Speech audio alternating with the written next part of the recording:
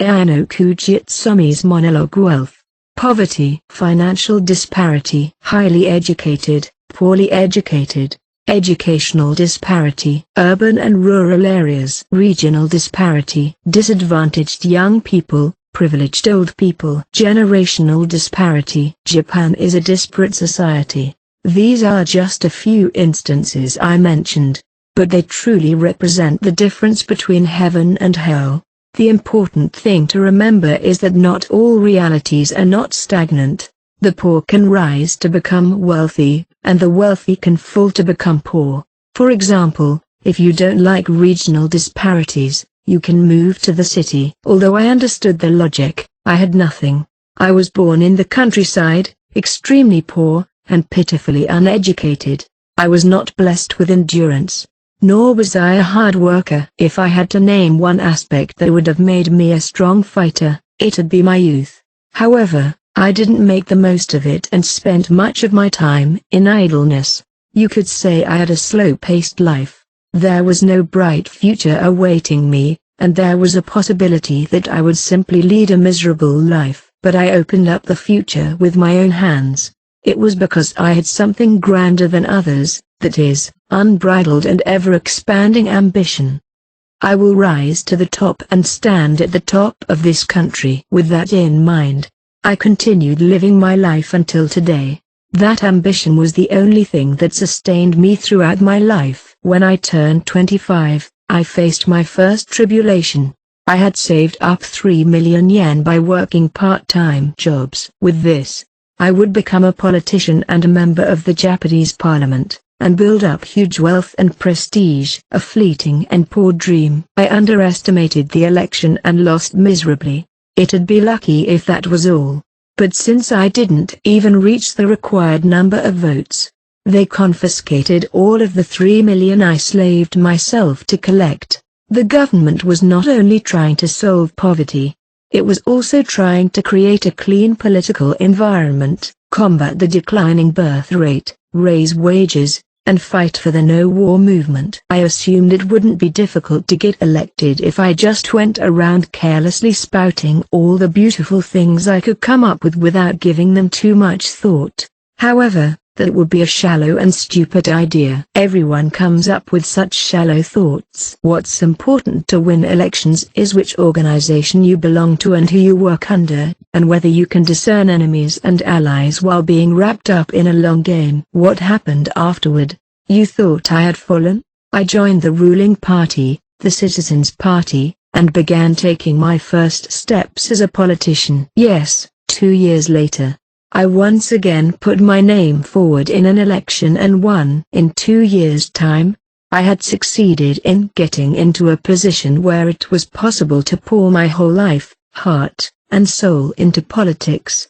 This may have made me a winner, but for me, getting elected wasn't the goal. Above all, the world of politics isn't that easy.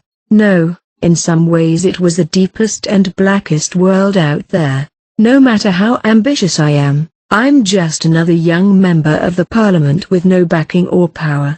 Most of the people who are able to rise to power are second and third generation people who were given the right to do so at birth. The sons of big politicians who are ignorant, dumb, and unaware of the danger they are in, who keep repeating their insipid empty remarks on TV, day and night. Sometimes, they've even made the transition from show business to politics, using only their face and name recognition. Most of them are nothing more than mascots, but they still have more potential than they have. Not like me. It's ironic. How do I make a name for myself as a politician? My options were limited from the start. I had to take on the dirty jobs that no one else wanted to do. If I failed, my political career would be cut short immediately, and in some cases, criminal charges would be filed against me.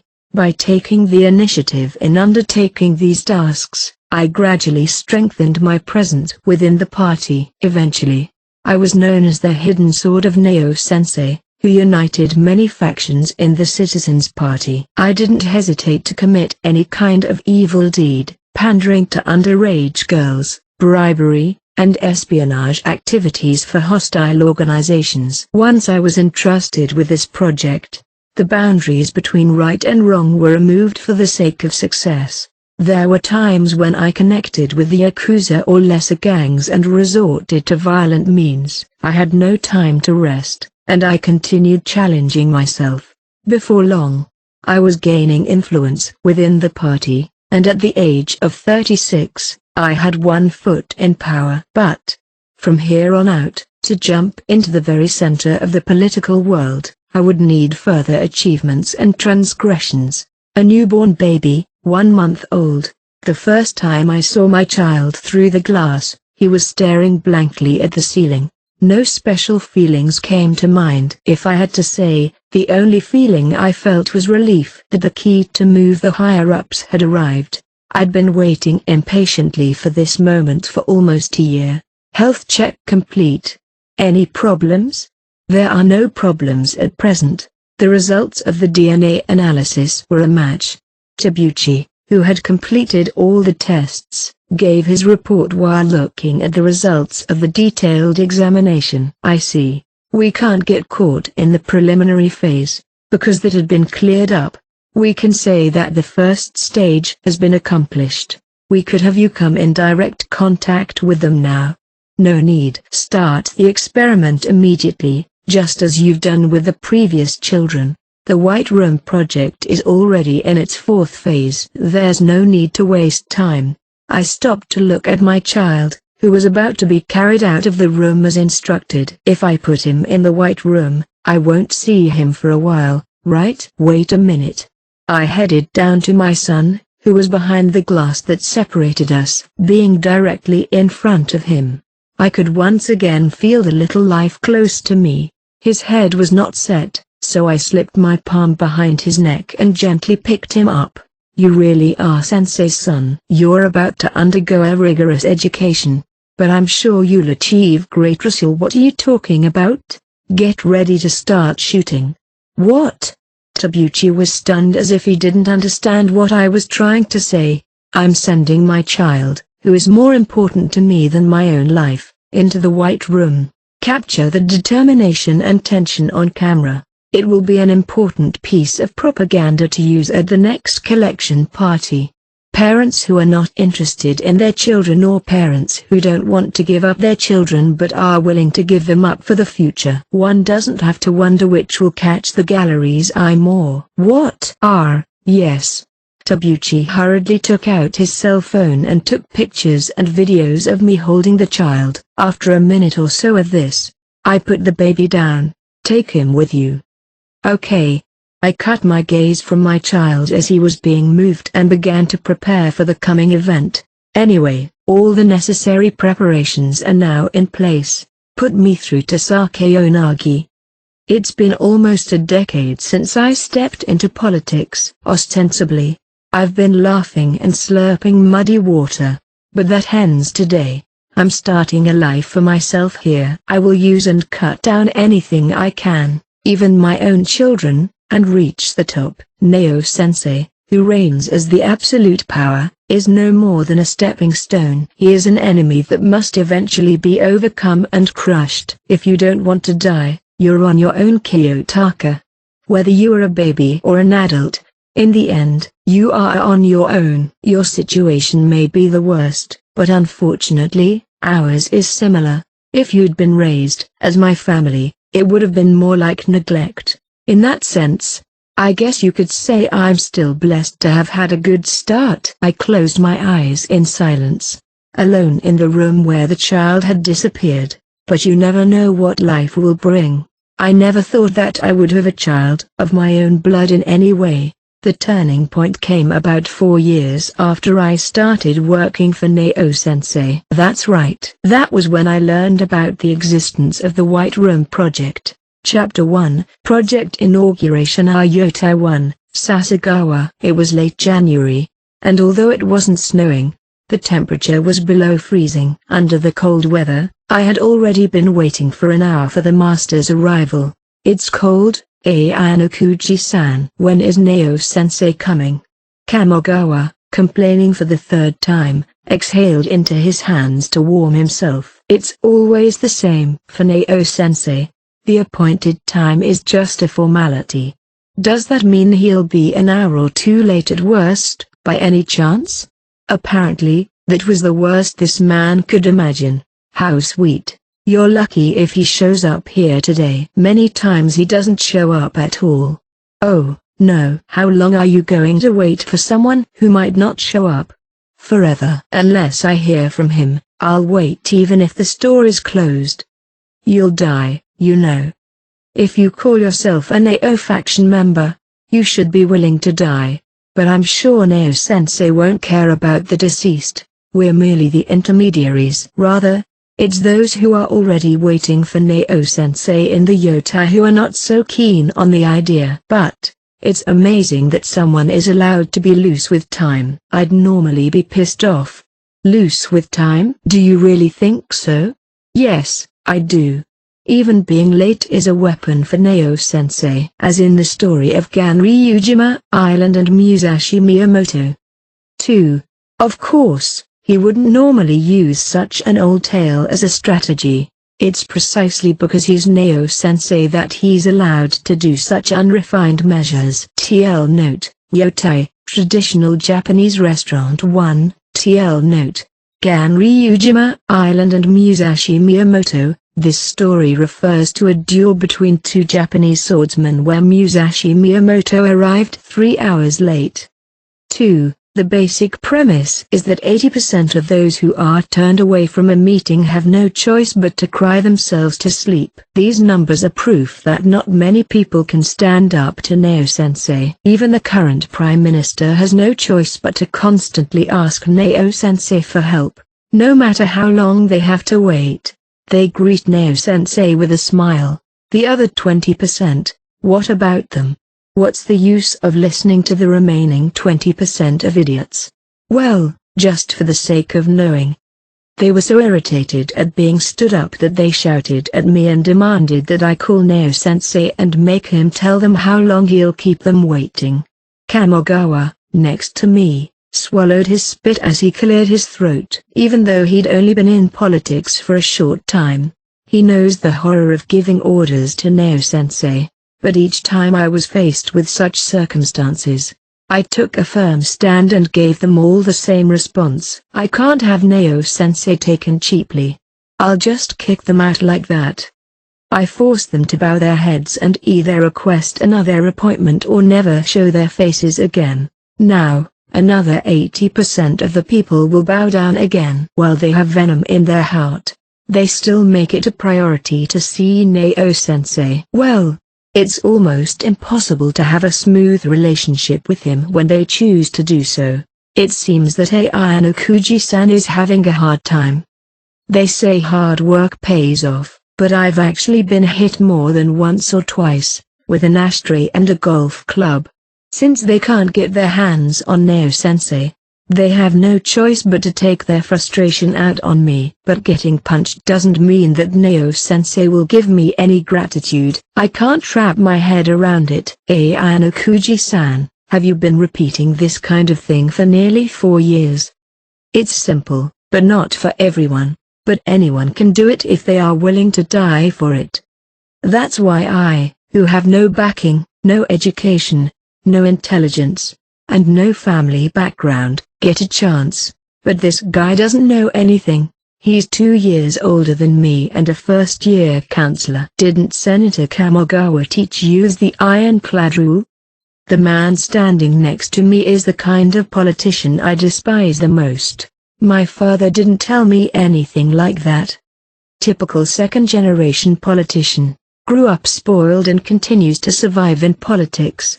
An abhorrent leech, but only a chosen one born into a privileged class can become one. Kamogawa's father, Senator Kamogawa Toshizu, a longtime supporter of Neo-sensei, is a veteran of over 30 years in politics.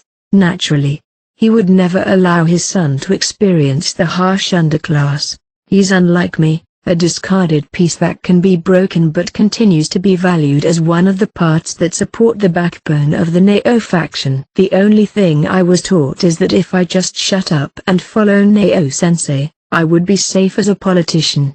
He said I could be a senator forever, the salary would be stable, and eventually I would be able to get a post there. He doesn't have anything he wants to accomplish as a politician but becomes one just to survive. There are a certain number of such people, second generation or otherwise. It's a foolish and corrupt mindset, but these types live uselessly long lives. They're a blessing to those at the top because they can be tamed and get a vote among their peers without complaint. I can't wait to get out of the lower ranks and receive a cushy job. Kamogawa looked up at the night sky as he grumbled and complained. I'm hungry too. On a cold day like this, hot sake 3 is the only way to go. Can't this guy even wait in silence? Enough, shut up for a minute, Kamogawa. It's okay to chat. It's not like Sensei is here. Tell me more about Neo-sensei and Ayanokuji-san. TL note, sake. A Japanese rice alcoholic beverage. 3. I didn't care about the Neo-sensei part, but what he said after that caught my attention. You mean about me? I've heard rumors that most of the people who work under Neo-sensei become useless soon, but Ayanokuji-san is a promising newcomer who's highly valued. I'd like to know the trick to success for working under Neo-sensei. Kamogawa spoke as if it was someone else's problem, believing the rumors. I felt the urge to punch him just then, but that would only give me a temporary sense of exhilaration. 4 years later, and I'm still rookie.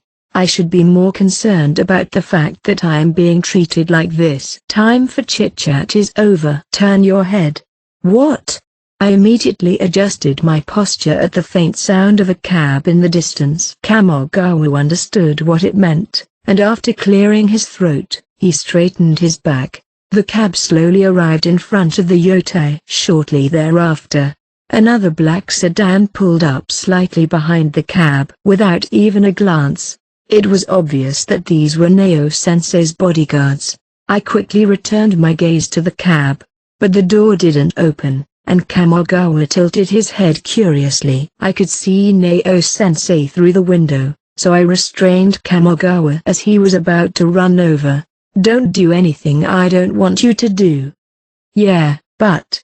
In the back seat of the cab, as far as I could see through the window, I discerned that a man and a woman were in intimate contact with each other. If I interfered, I might incur unnecessary reprimand. However, it was unusual for Neo-sensei to be accompanied by a woman. And even though it was in a cab in the middle of the night, it seemed an unwise move for a politician. After a minute of silence in the back seat of the cab, the door finally opened. See you later, Sensei Tilda. Kamogawa finally understood when he heard the young woman's catcall from the back seat. Neo-sensei, who then chatted with the woman for a few more moments, slowly exited the cab. One slender man got out instantly from the sedan's passenger seat behind him as well. Without saying a word, he stood silently next to Neo-sensei. It's a bodyguard with a new face I've never seen before, but there's no time to care. Thank you, Neo-sensei. Oh, thank you. Was Kamogawa flustered because he saw the scene with the woman, or because he's simply up in front of Neo-sensei? Even if it was the latter, he was a fool when he acted in a way that could be taken as the former. I took a half step in front of the eyesore that was Kamogawa and blocked his face with my shoulder, but that may have been a needless worry. Neo-sensei, who had no regard for Kamogawa, was directing his sharp gaze only at the yotai. Where's Isama? His suit and posture, which reminded me of his old age, made him look young at the same time. He is waiting for you. Let me show you around. I gave a glance to the nervous Kamogawa in the back, instructing him to pay the cab fare, and I led Neo-sensei inside the yotai. As soon as we passed through the curtain, everyone from the proprietress to the head chef appeared in a hurry and bowed their heads. Neo-sensei took off his shoes without a change in his expression while he permeated the area with his aura. Stepping on the wooden floor, he made his way to a private room at the far end of the restaurant. Neo-jinosuke, a member of the ruling Citizens Party, he has served in a number of positions, including Minister of Transportation and Minister of Economy, Trade, and Industry. and is currently serving as Secretary General of the party. Although the Secretary General post is half a step behind that of the Vice President, not to mention the Prime Minister, in terms of importance, the Secretary General is by far the most important post. He's the party's general manager, who holds the real power of the party. Although he'll turn 68 this year, he hasn't shown the slightest sign of retiring from active service. In the world of politics, where there's no retirement age, he'll remain in his current position for another 10 or 20 years, unless his physical condition becomes a problem. Asama-sensei. I've brought Neo-sensei with me. Beyond the Shoji 4, Asama-sensei was waiting in Seiza 5, to welcome Neo-sensei. Upon seeing Neo-sensei, he stood up and bowed deeply. Asama Hisashi. He is 71 years old, 3 years older than Neo-sensei. He is currently serving as a Vice Minister of the Ministry of Land, Infrastructure, Transport, and Tourism, and is a leading figure in the Neo faction. For me, even Asama-sensei is a resident of the clouds, but if Neo-sensei appears here, he instantly switches from master to slave. It's a regular scene that shows at a glance that there's such a gap in power. We have been expecting you, Neo-sensei. Sorry to keep you waiting, Asama. I've been busy with work. I know how busy you are. I bowed my head, rubbed my forehead against the tatami, and quietly closed the shoji so as not to disturb the dialogue. From this point on, it wasn't acceptable to listen to the conversation between two big-name politicians. Quickly, Neo-sensei, I'd like to ask you about that matter.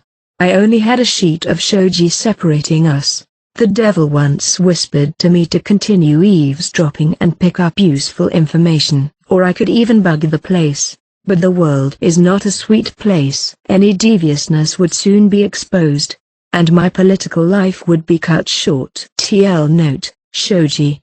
Japanese sliding door 4. TL note, Seiza, traditional Japanese sitting posture 5. I got up, left the place, and moved to another room far away. In the private room that had been prepared for him, Kamogawa was situated on the lower seat, his gaze fixed on the sake in front of him. Sorry to keep you waiting. No problem. Let's get started right away. Don't drink. I've never seen this in an izakaya 6. What's this brand of sake? Are you going to make me smell the sake as I see Neo-sensei and the others off? There's nothing to be gained by carelessly messing around with alcohol. Oh, no. A dazzling fine dining restaurant. I don't blame him for feeling upset when told not to drink alcohol before dinner. In fact, I almost gave in to temptation a few times in the past. Fortunately, I was able to witness the moment when someone who was mentoring me at the time got into alcohol and was reprimanded and cut for it, which led to my current abstinence. I've come to believe that the alcohol for those in power is the suffering of those below them. It's not only the lower-ranking members of the parliament, they look down on the people themselves. They are always intoxicated by the fulfillment of their desire for conquest, ruling by rules of their own making. Ayano-kuji-sensei, I have one thing on my mind. He's a real chatterbox. Why do you always sit on your knees? Why don't you just slouch at the table? I'm used to it. I have to sit on my haunches for hours in front of Neo-sensei and the others without a care in the world. If you don't get used to it on a regular basis, you will be in trouble when the time comes. We're not even allowed to make a statement such as, "May I relax my legs?" There was no other option but to continue sitting on the floor until your legs became necrotic. Oh, my God.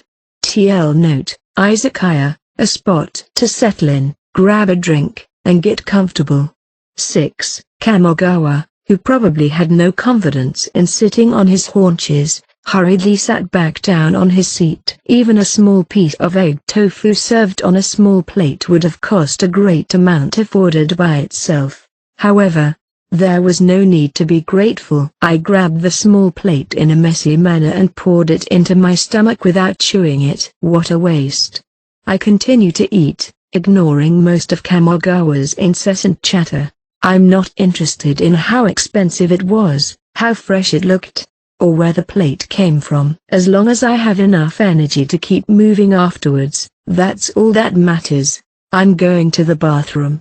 I turned away from Kamogawa, stood up on my slightly numb legs, and left the room. After using the restroom, I was about to return to the private room where Kamogawa was waiting for me when I spotted the backs of men in suits. Among them, there was a man who stood out from the crowd. It was only for a moment, however, as he then turned a corner at the end of the hallway and disappeared from sight. What was that? I was tempted to follow him and see if he was who I thought he was, but I held back. Though I was sure that the figure was Senator Kijima. He was not a member of any of the three major factions, Neo-sensei, Isamaru-sensei, and Prime Minister Miyako. Although small in number, he was in the fourth faction in the Citizens' Party, not belonging to any of the three major factions. He's so promising that he's even touted as the man closest to the Prime Minister among the younger generation. It's not usual that they happen to be at this same Yota restaurant. It's customary for the Yota to make arrangements in secret so as not to allow an unfortunate encounter. Is it possible that Neo-sensei has already begun making moves toward the next election? The meeting ended about an hour after Neo-sensei entered the private room. After seeing Senator Osama off, Neo-sensei called me and Kamogawa into a private room. Based on the 3 bowl cups as well as the number of small bowls of food on the table, I could assume that Senator Kijima was in this room. The food was delicious. However, there's no sign that they touched their chopsticks, so it seems that they finished their meal mostly by discussing. It seems clear that they had a few drinks and then called it a night. Is there something on your mind? I feel a tension in my heart, as if he read the slightest glance I gave him. No, it's nothing. Someone was here, wasn't there? There was no way I could say such a thing. I guess it was only natural for him to know what was on my mind, but he didn't pursue the matter. Ayano-kuji, how long have you been working for me? This is my 4th year under sensei. That's right. First of all, only a handful of people can become politicians in their 20s. I can say without a doubt that you are the first among the have-nots to climb the ladder of success. The have-nots. It's one of the terms coined by Neo-sensei that refers to those who aren't blessed with a good environment, such as 2nd or 3rd generation people, excluding those whose parents are from the business world and have strong backup, who I dislike. It's not an exaggeration to say that whether or not one actually makes it big as a politician is determined by these 2 categories, the haves or the have-nots. To put it simply, it's similar to an owner-operated company that's run by family members. Outsiders are outsiders, no matter how talented they are. Unless you're extremely talented and lucky, there's a limit to the summit you can aim for. There's no bright future awaiting the have-nots. In other words, the reach of a person like me usually stops there in the world of politics. The only way to go further than that is to entrust my children to pass it on to the 2nd generation. Then, as a result of further selection, I will be allowed to reach the upper echelon somewhere in my generation. However, since there are already many 2nd and 3rd generations vying for the few available seats, it won't be easy for them to rise in the political world even if they send their descendants into politics in the same way. Those who sit in the chairs first will be connected to the 4th and 5th generations as stronger holders. I am truly grateful to you, Neo-sensei. You picked up someone like me. It's because of your ability. In fact, I've been helped in many ways. There was no point in exchanging pleasantries, but it was an unavoidable path for a politician. Whenever Neo-sensei praises someone, something unwelcome awaits him. But your ability is not yet recognized within the party. Of course, I am very much aware of that. All the credit, big or small, will be siphoned off by Neo-sensei. The only one who understands that those feats originally belonged to me is Neo-sensei, who's right in front of me. Especially when it comes to the opposition. I'm sure the same goes for the unknown. Today's discussion, as you may have guessed, was about Isamayu. Isamayu Yuku has reigned in politics for many years as the number 3 of the Civic Party. He's getting old. Just like me, there aren't many chances to get the Prime Minister's seat, you know. Was this a discussion to counter Isamaru-sensei's rival presence? The faction members are very wary of Isamayu anyway. He's certainly an opponent not to be underestimated, but if you ask me, he's an easy guy to understand. For better or worse, he's a man who only uses old-fashioned methods. After decades of friendly competition in the political world, they probably know each other's tricks. I don't think Isamayu is the one we really need to watch out for. You mean? Are you acquainted with Kijima? Perhaps because I saw the back of what appeared to be Senator Kijima, my body reacted involuntarily. Today, I heard only of important figures, including Isama-sensei. Neo-sensei's sharp eyes, unchanged from usual, laid upon me. I've seen him several times, but I've never had the chance to talk to him directly. I think he's the biggest enemy we should be wary of. Although they are members of the same political party, he doesn't hesitate to call them enemies. This is evidence that Neo-sensei, who's been enjoying his own power, is very wary of Kijima-san. If Neo-sensei and Isamaru-sensei are the shadows of the Citizens' Party, the exact opposite is true for Kijima-san. Kijima-sensei is a young and powerful man who, under the light, is being promoted as the signboard of the Citizens' Party, pushing clean policies to the forefront. Although the number of party members who naturally support him continues to increase, it'll be a while before he threatens Neo-sensei and his colleagues. I had thought so, but it seems that he acknowledges Kijima more than I assumed. I wondered if he had grown to the point where he was a threat to Neo-sensei. The 3 younger men gathered under the leadership of Prime Minister Miyako are Neo-sensei, number 2, Isamaru-sensei, number 3, and the young Kijima-sensei, number 4. They are earnestly vying for the next Prime Minister's seat. Do you know what is the biggest factor in Kijima's rise to his current post? I'm sure he has many accomplishments, but I would say the highlight is the existence of the ANHS, Advanced Nurturing High School, an institution established to nurture young people with a future directly under the government. It has not yet achieved much, but great expectations are being placed on it.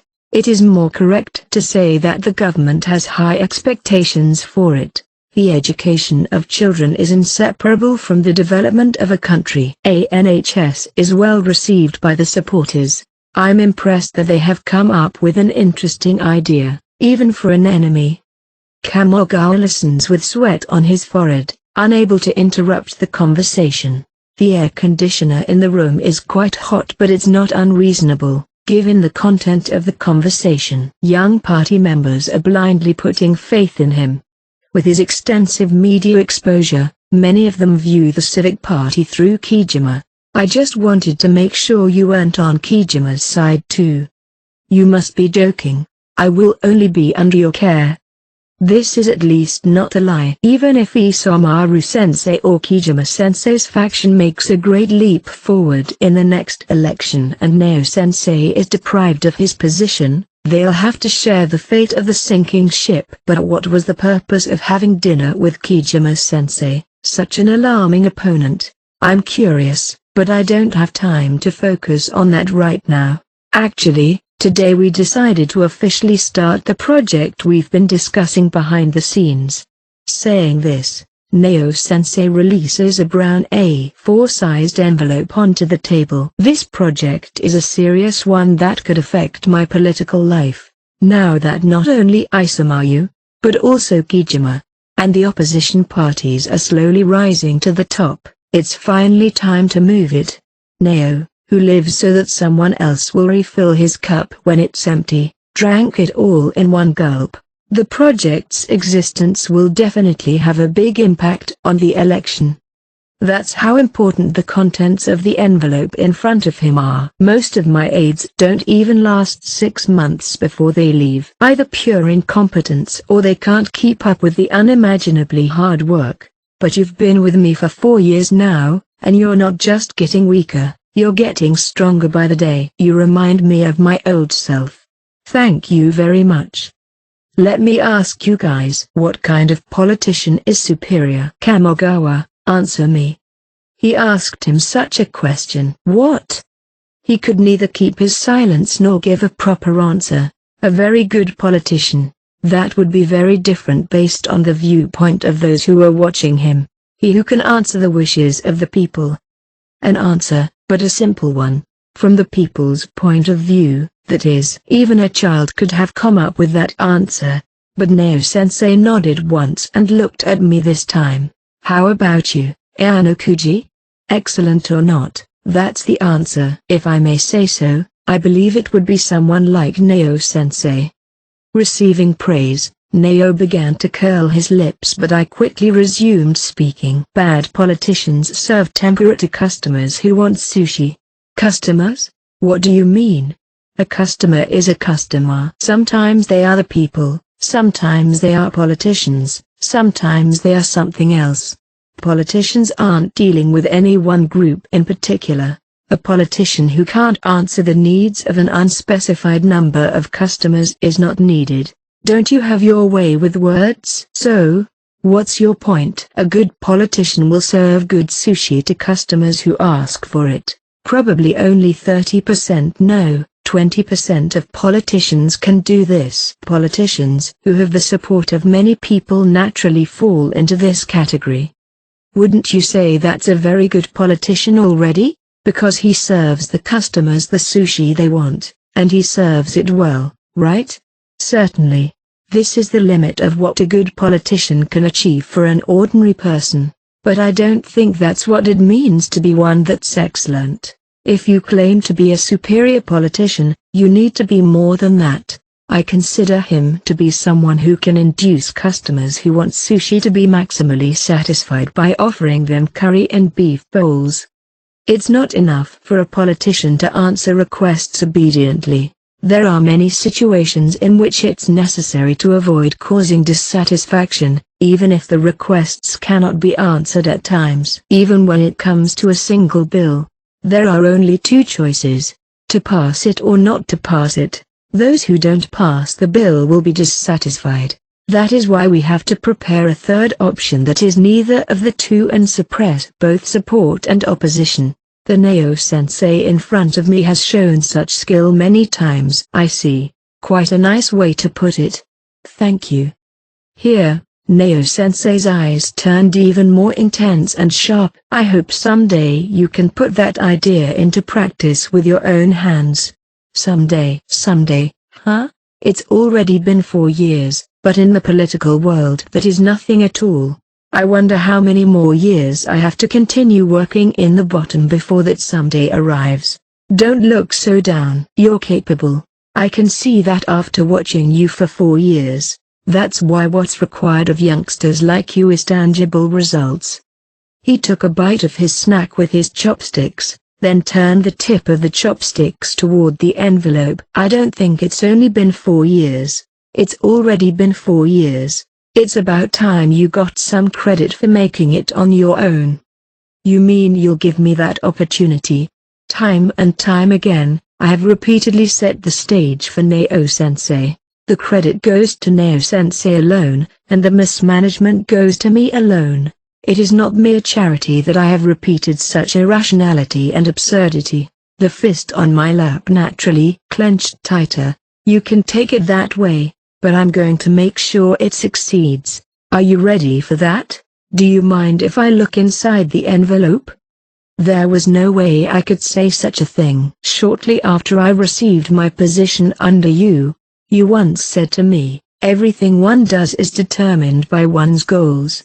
I had no way of knowing it at the time, but it was a quote from a great man. If I fail, my past 4 years will probably be erased in an instant. I will put my whole heart and soul into this. I bowed deeply and readily agreed to take on the project. If you succeed in this project, fame will naturally follow, you know. I don't trust him at all, but I've never even heard him say such a suggestive thing before. At least it's true that this is a different and more important project. It's a chance I received because I've earned his trust. I'm not going to miss it. Look it over. Excuse me. I picked up the brown envelope on the table and pulled out a stack of papers about 5 millimeters thick. The first sheet is titled Human Resource Development Plan, Tentative. The level of education in Japan is going down. Japan now needs to provide education not for the next 5 or 10 years, but for the next 20 or 30 years. I've never heard that you're enthusiastic about education. Politicians are supposed to focus on education. Even if they're not the slightest bit interested in it, it will lead to votes inside and outside. This man doesn't really want to change education in Japan. He's just formulating a strategy to increase his power and gain more support. The idiot next to him is fidgeting and wondering about the details of the project. You can join in too, Kamogawa. Try it with Ayano-kuji. Oh, thank you. Kamogawa peeked in somewhat forcefully, smiling happily. There was no need to have this guy help me. But if Nao-sensei decided so, I had no choice. The Human Resource Development Plan, to put it simply, was to provide education for gifted children as soon as they were born. After I finished reading through everything, I had Kamogawa read it again. What do you think? Do you understand it, Kamogawa? An educational institution under the direct control of the government, starting from infancy? I've never heard of it. The questions that sprang from Kamogawa's head were meaningless. If you've heard of it, you can't say it's a major attraction, can you? Without any need for me to correct him, he was kicked to the curb by Nao-sensei. There is not a problem with this project. You've got to learn to be a little more flexible, Kamogawa. I'm sorry.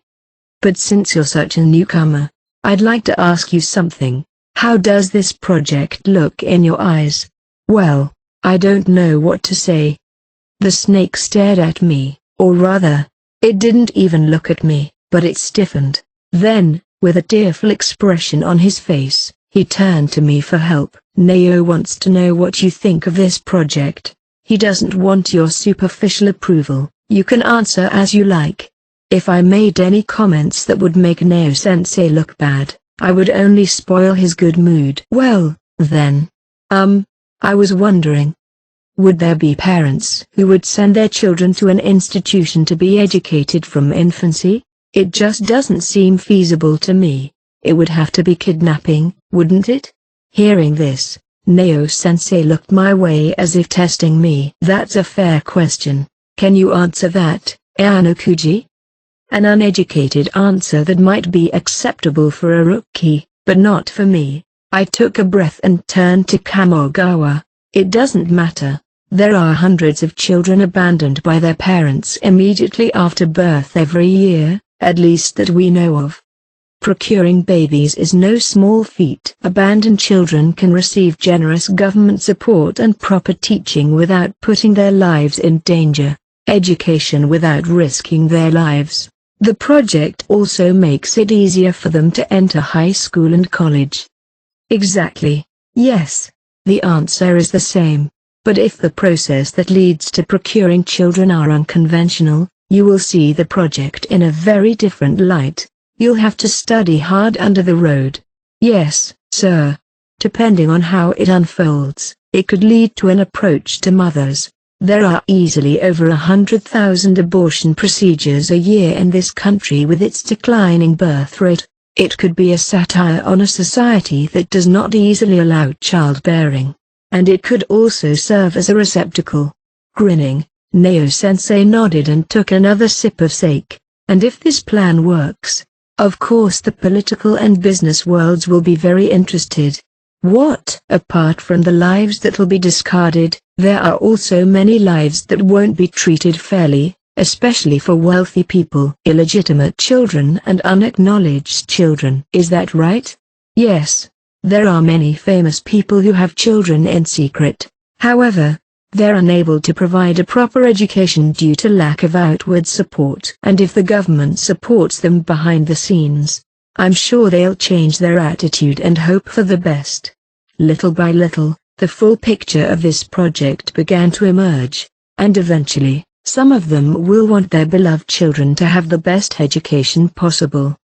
That is Neo-sensei's idea of a human resource development planning project. He receives funds from wealthy families and takes the children they want kept hidden to educate them. He then trains them thoroughly so that when they eventually come of age, they will become Neo-faction members, and sends them off to political office. And they will be obedient servants who've been educated for gifted children. They'd also be children who share the blood of businessmen.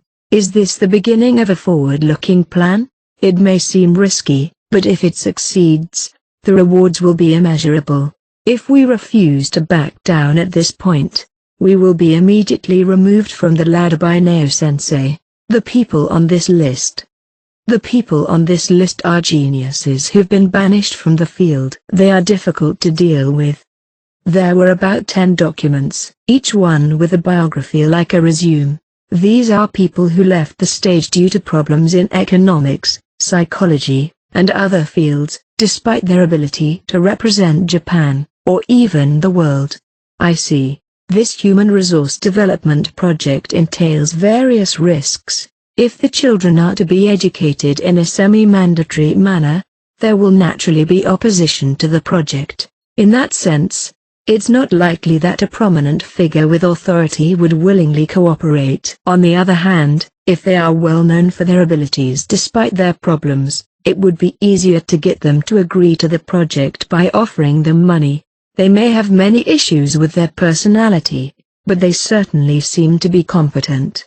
Without knowledge and experience, education can only be done in a vague way. That said, it wouldn't be realistic to pull in people like those tutors and develop them into leading figures in Japan.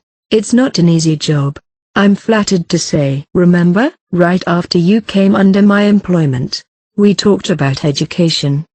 Of course I do. My philosophy of education is to get children interested in politics from an early age, to have them learn about it, and to develop them into politically minded individuals. This will lead to the future of Japan, and that is why I asked to be allowed to be taken under Neo-sensei. I thought it was just some clever nonsense from a rookie congressman right after he told me, but in the end, I got the idea from that statement myself. In other words, you are qualified to participate. Will you do it? Ayano-kuji. These are not words asking for confirmation. It was no different from a coercion or order. The minimum requirement, then, is that I accept the offer with a resounding yes from a moral standpoint, and this time is no different. It's the best project that sublimates and embodies my educational philosophy. Of course, I will accept the project. This is a top-secret project, and not only in the opposition party, but also in the ruling party. It's not at a stage where we should inform them. Besides, there are ethical issues involved. If it's exposed at the halfway stage and you come under criticism, your political life will be over. My political life will just end. Not Neo-sensei's, who drafted this project. No, to be precise, it will result in several people hanging themselves, including Kamogawa beside me. I will do my best. However, I have a favor to ask of Neo-sensei. What? I know it may seem presumptuous, but I would like to speak up now. This project will be difficult for me and Kamogawa to proceed alone. Could you please introduce me to someone you trust? Of course I'm going to do that. There is a man named Sakeo Nagi who's well known in the political and business world. He is a young man not much older than you, but he's well spoken and trustworthy. You should give him a try. I've heard of him before. I think he's the old man in charge of the ANHS, but in any case, he must be a man with the backing of Kijima-sensei. I didn't say it well enough, he said.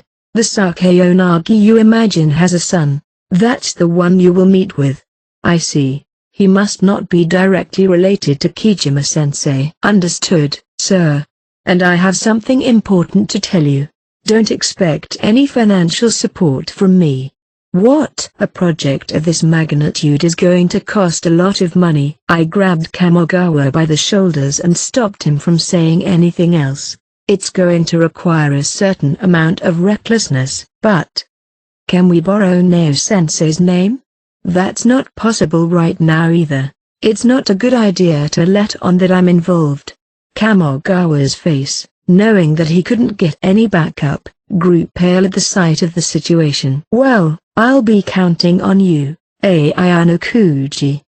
He was being very unreasonable, but I had to swallow his recklessness in order to move forward. I will carry out this project with all my heart. Even if this was just an idea, a project that he would throw away tomorrow, if that's what Neo-sensei wants now, I will just respond to it. We were advised and dismissed. I took the initiative to open the sliding door of the room in order to see Neo-sensei off. At the end of the corridor, a newcomer, a bodyguard, was waiting for Neo-sensei's return. Oh yes, was this the first time Ayano-kuji had met this man? Sensei's bodyguards work very hard, so it's not unusual for them to be replaced. The man in front of me looks at me with a smile on his face the whole time. May I introduce myself? The bodyguard responded, showing no particular interest. Normally bodyguards aren't allowed to make such comments, but Neo-sensei didn't seem to be offended. His voice sounded thin, but Neo-sensei seemed to buy it. He must be more than just a guy. His name is Ayano-kuji, and he's a moderately promising legislator. It wouldn't hurt to say hello.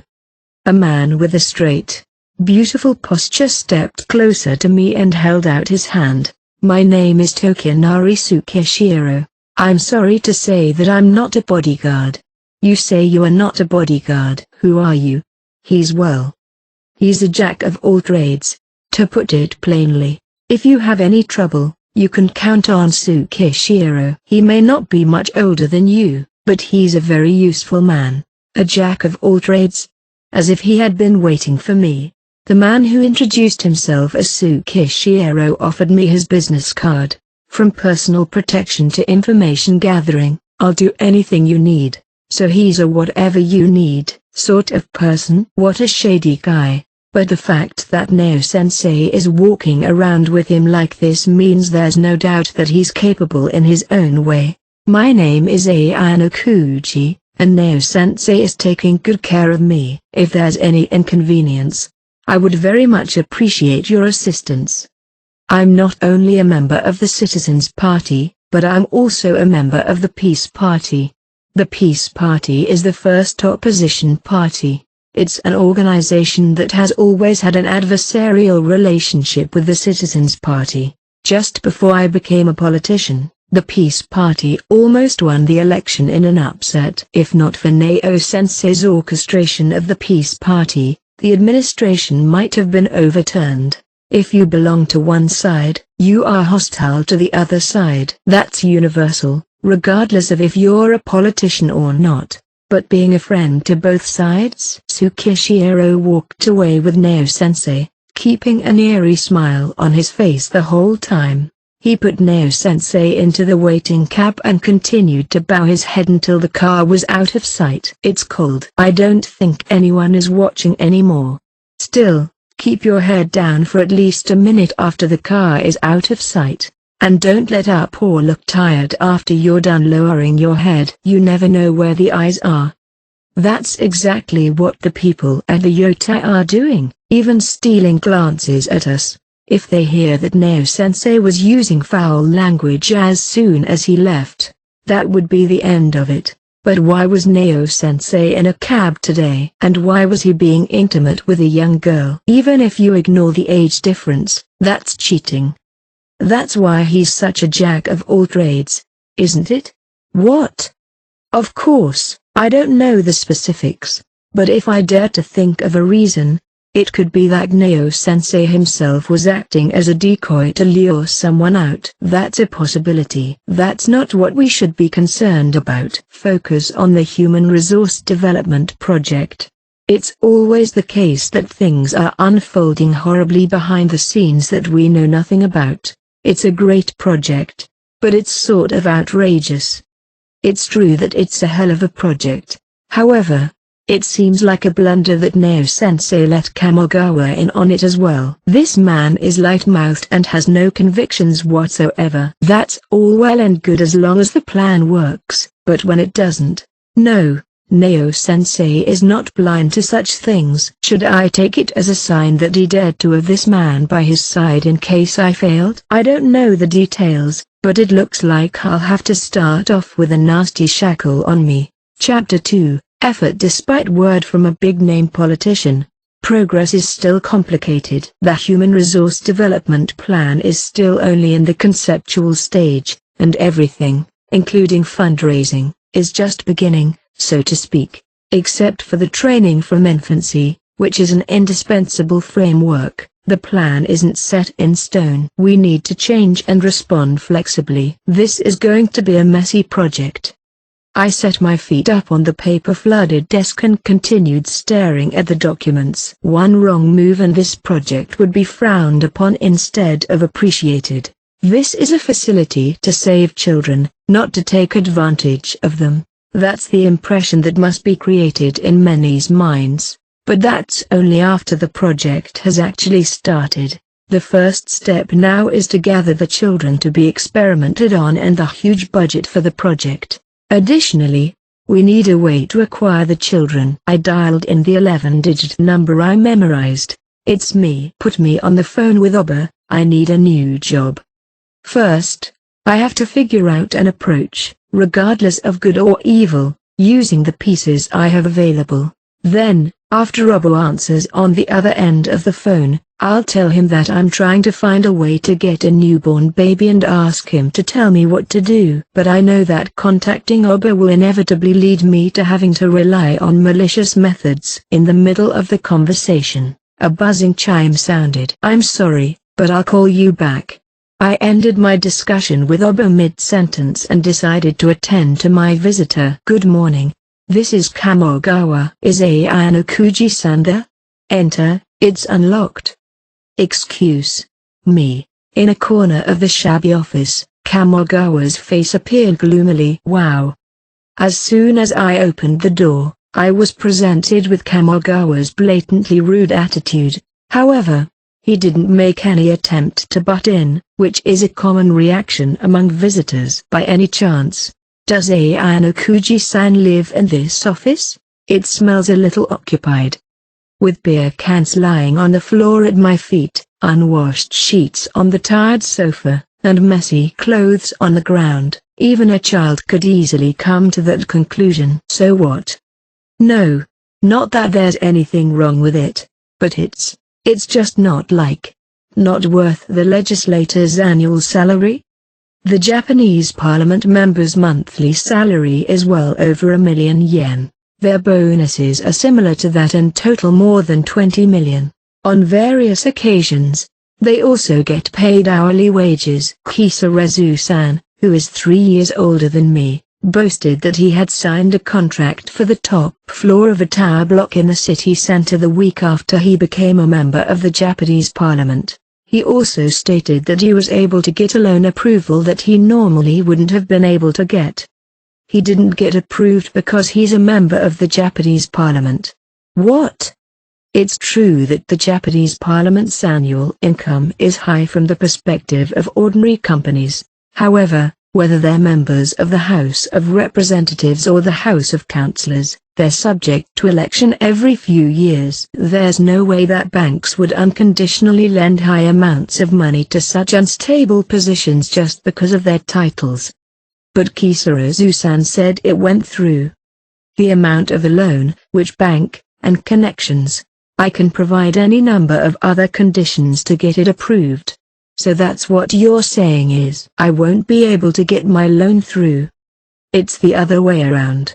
It's true that the Kamogawa in front of me is valued lower than Kisarazu on his own, but the bank sees his father, Kamogawa Toshizu, through him. When they hear that he's looking for a lender, workers from many banks will come to see Kamogawa.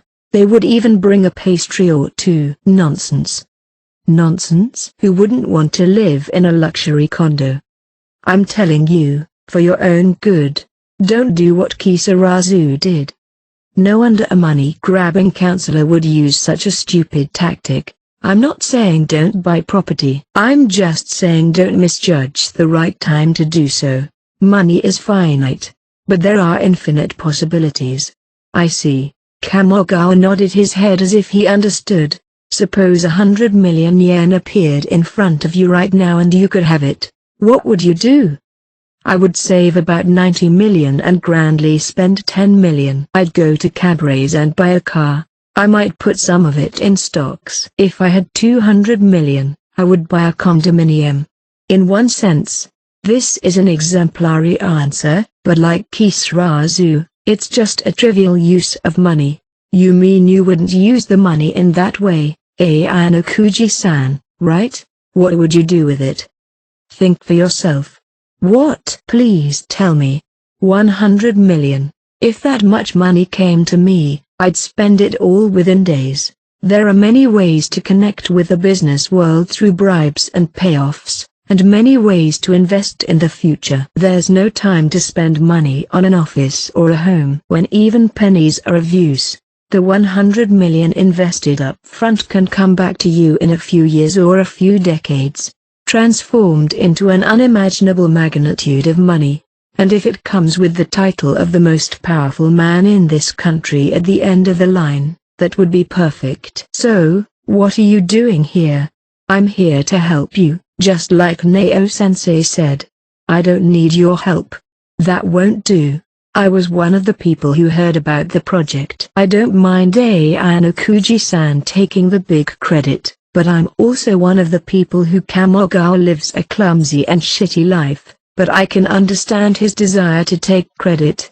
It's true that it's a rare opportunity, but being a member of the Japanese parliament is a profession where the concept of breaks or days off basically doesn't exist. They are part-time Tokubetsu Shoku 7. Once the Japanese parliament is in session, he has to participate in policy study groups in the civic party. Most of his schedule is filled up with support group meetings, dealing with visitors to the petitioners, political affairs, and official duties. Will you be of any help? I'll stand up for you. I'm the son of Kamogawa Toshizu, after all. Your father hasn't made a name for himself in the world of politics. However, we can't ignore the notice from Nao-sensei so easily. Can we? Then you can be as useful as you wish. I have a job for you. Kamogawa's eyes lit up. Having never been assigned to a role of any significance before, what kind of work? It's essential to secure an experimental facility for the project. You'll be in charge of selecting the site, size, budget, and whether it can be secluded. If it works out, you'll get the next job. You want to be a good councilman that Nao-sensei will recognize, don't you? I see. That's certainly something that can't be avoided, isn't it? Even if we can't reach the scale of a high school, we will increase the number of children every year. This means that a reasonable space is naturally required.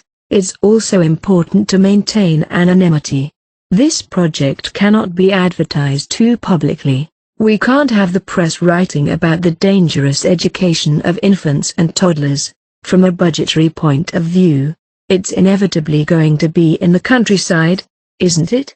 TL note, Tokubetsu Shoku, Special Japanese Civil Service Position 7, Kamogawa's face changed. He's a man who has been apathetic, but he isn't content being called a second-generation worker. Give him the right job and the right words of praise, and he might be of some use. No, I hope I'm right. Okay, I'll try. That's good. That's the best I've ever seen you look. Oh, yeah? I gave him a few compliments, and his good-natured face immediately fell back into place. What are you going to do now? To prepare the facility, money is the most important thing. I'm going to start making preparations. If we apply the conditions we've assumed, the amount of money needed for the initial startup alone will be substantial. If we take into account human resources, We would like to have 500 million. If we want to afford a safety net, we will need more than 600 to 700 million. You mean you're going to tell people about this project and get them to invest in it, right? Of course, that's what I'm trying to do. Wouldn't they be happy to give their children a gifted education? This guy really doesn't know what he's doing. Who's going to fund a project that's still in the conceptual stage, just a few pieces of paper? In the first place, the amount of money that these wealthy people are willing to contribute is not something that's easy to come by. Of course, as a politician, you can't accept donations outwardly, so it would be necessary to follow the procedure of making donations to organizations such as supporters associations. There's a limit to the number of donations, but it is difficult to find a politician who follows such a rule to the T. There are many ways to bypass donations, and many loopholes to do so. But even on a piece of paper like this, if Neo-sensei says, "I'll do it," a lot of money will come out of nowhere. Since that isn't available, it's imperative to find one big financier first. Even if he doesn't have the same kind of charismatic power as Neo-sensei, we have to make him think so if he's going to invest in the project. If he does, it isn't impossible to raise close to 500 million yen. I sent Kamogawa to work as if I was kicking him out of the office and took out 3 bank books from my desk. There were deposits from 3 companies, including a regional bank. All of them are a little less than 10 million. It's not much to go on, but I guess I'll have to take my chances with this money. One an upscale residential area in Shirakane, Minato-ku. In a corner of the area, a large historical mansion stands out. The exterior of the house does not look old at all, as if it has been repeatedly renovated with a lot of money. A mere politician would never be able to live there. There are several surveillance cameras installed at the entrance of the house, which gives the house a mysterious atmosphere. After checking the magnificent nameplate Sakeonagi with a sideways glance, I pressed the doorbell, and the first person to answer the door was an elderly man who appeared to be a servant of the mansion. Since I had already made an appointment with him, I was allowed to pass through the gate without any trouble. The spacious tatami mats, which smelled of rush grass, didn't seem to be damaged. It was obvious at a glance that the tatami mats were regularly reupholstered and that a lot of money had been spent in this area. Going further into the room, a Western-style room was revealed, and we were told to sit on the sofa and wait for the next meeting. I thought about how I should behave toward the people I'm about to meet. I choose to sit on the sofa and wait without hesitation. As someone who works for Neo-sensei, who has a project for the future, I have no intention of making myself look small. As I stare at the steam from the tea that eventually arrived, the person I was waiting for appeared. "Thank you for waiting." The first impression I got instantly was of a thin, slender man. He had a quiet voice and didn't have the arrogant attitude that many rich people have. "Nice to meet you. My name is Ayano Kuji. Thank you for taking time out of your busy schedule to meet with me." His demeanor was unassuming, but with the bare minimum of courtesy. The fact remains that I'm the interloper and the one making the request. "I'm Sakeonagi. I have heard about you from Neo-sensei several times." I hope he didn't say anything bad. "No, not at all. He said that you're a very talented person, and when I heard that you're the same age as me, I felt a sense of embarrassment. For a man who's been walking down the winner's track since birth, why would he care about the people below him? If he's just being modest, I'll give him credit for being a good liar in his own way." "Thank you very much. But I hear that you're also quite famous." "First of all, I would like to confirm the authenticity of Sakeonagi's humanity and truthfulness. No, I still have a long way to go. My father was great, but that's really all there is to it." He didn't take advantage of my compliments and smiled bitterly as if he was troubled. We continued to exchange probing words for a while, but this impression didn't change, since he showed no sign of wanting to end the conversation. I thought it would be better for me to step in. The reason I'm here is because I remembered that Neo-sensei had told me that I should turn to you when I have a problem. I'm ashamed to say that I came here to ask you for help. Rich people don't welcome such a way of starting a conversation. This is because money is at the root of most of their problems. They want to invest, start a business, and so on. But they don't have the capital. How can I help you? Sakyonagi's face changed slightly, though he didn't seem alarmed. I'm thinking of starting up a project, but I'll need a lot of money to carry it out. I see. So what issue do you have for me? No, I think you came to ask me for a favor. I'm not asking to receive money from you, whom I've never met before. However, I would like to ask you to do something similar. I would like you to act as a liaison between me and the business world.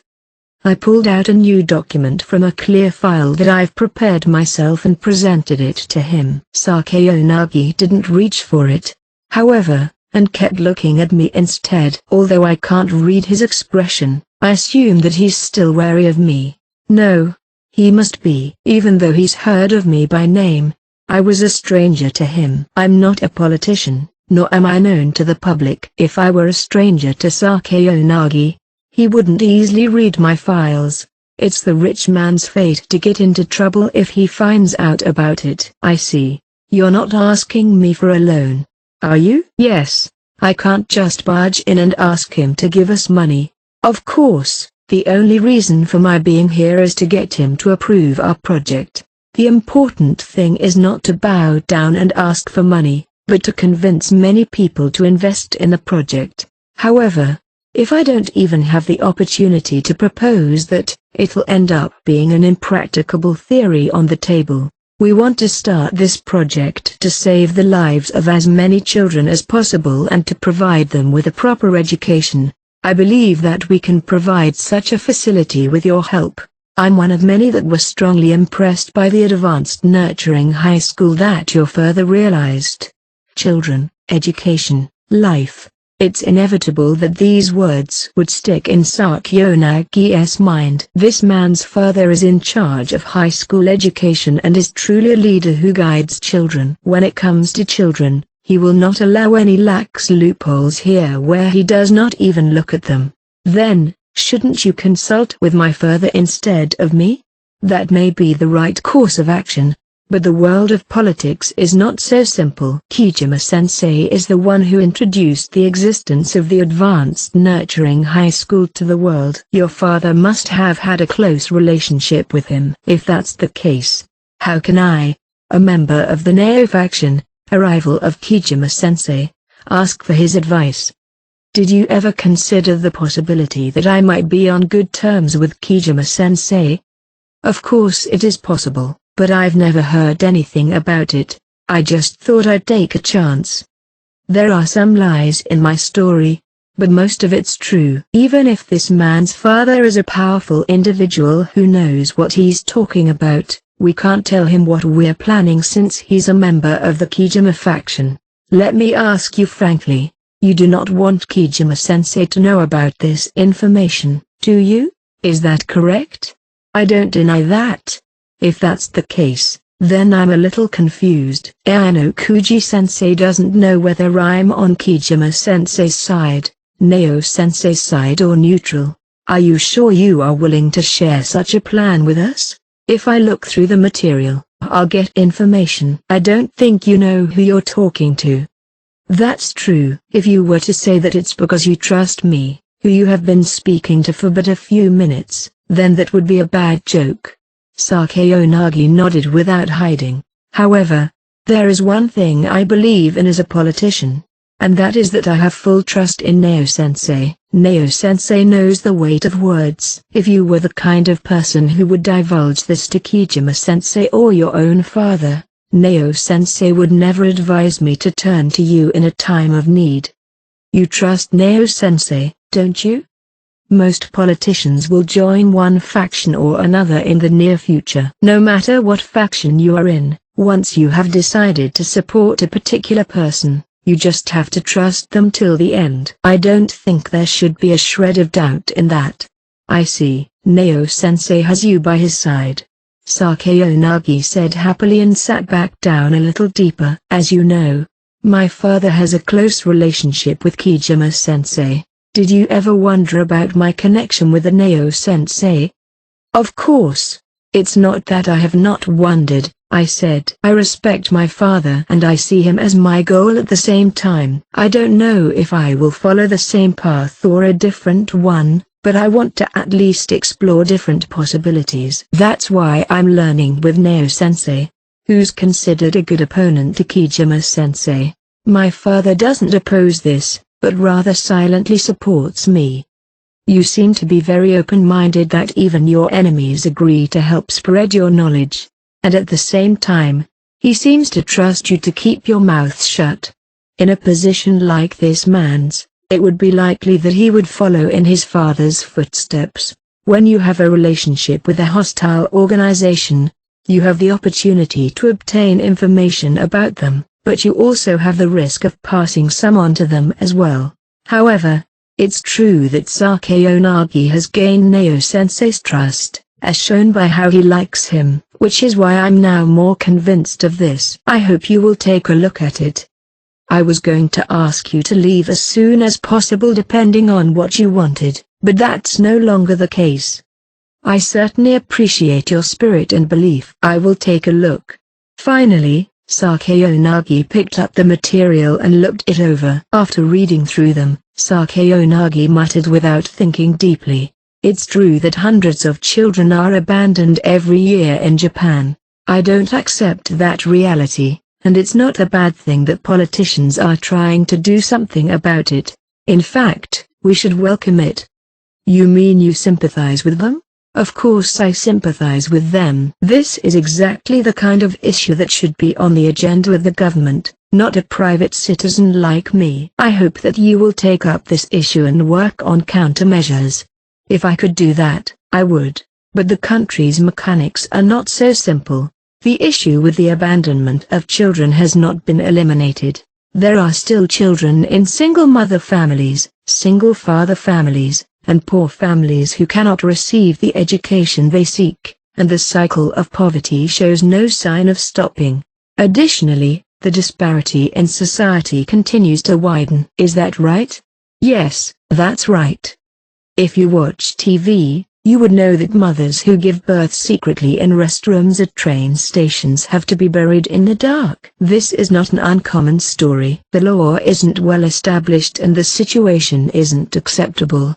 I can only imagine how regretful it must be for a mother to end her child's life out of concern for the public's opinion. Of course, there are those who can be ruthless against unwanted births, but not all of them willingly want to become criminals. If there's a generous place where people can help with open arms, the number of people who grieve will be minimized.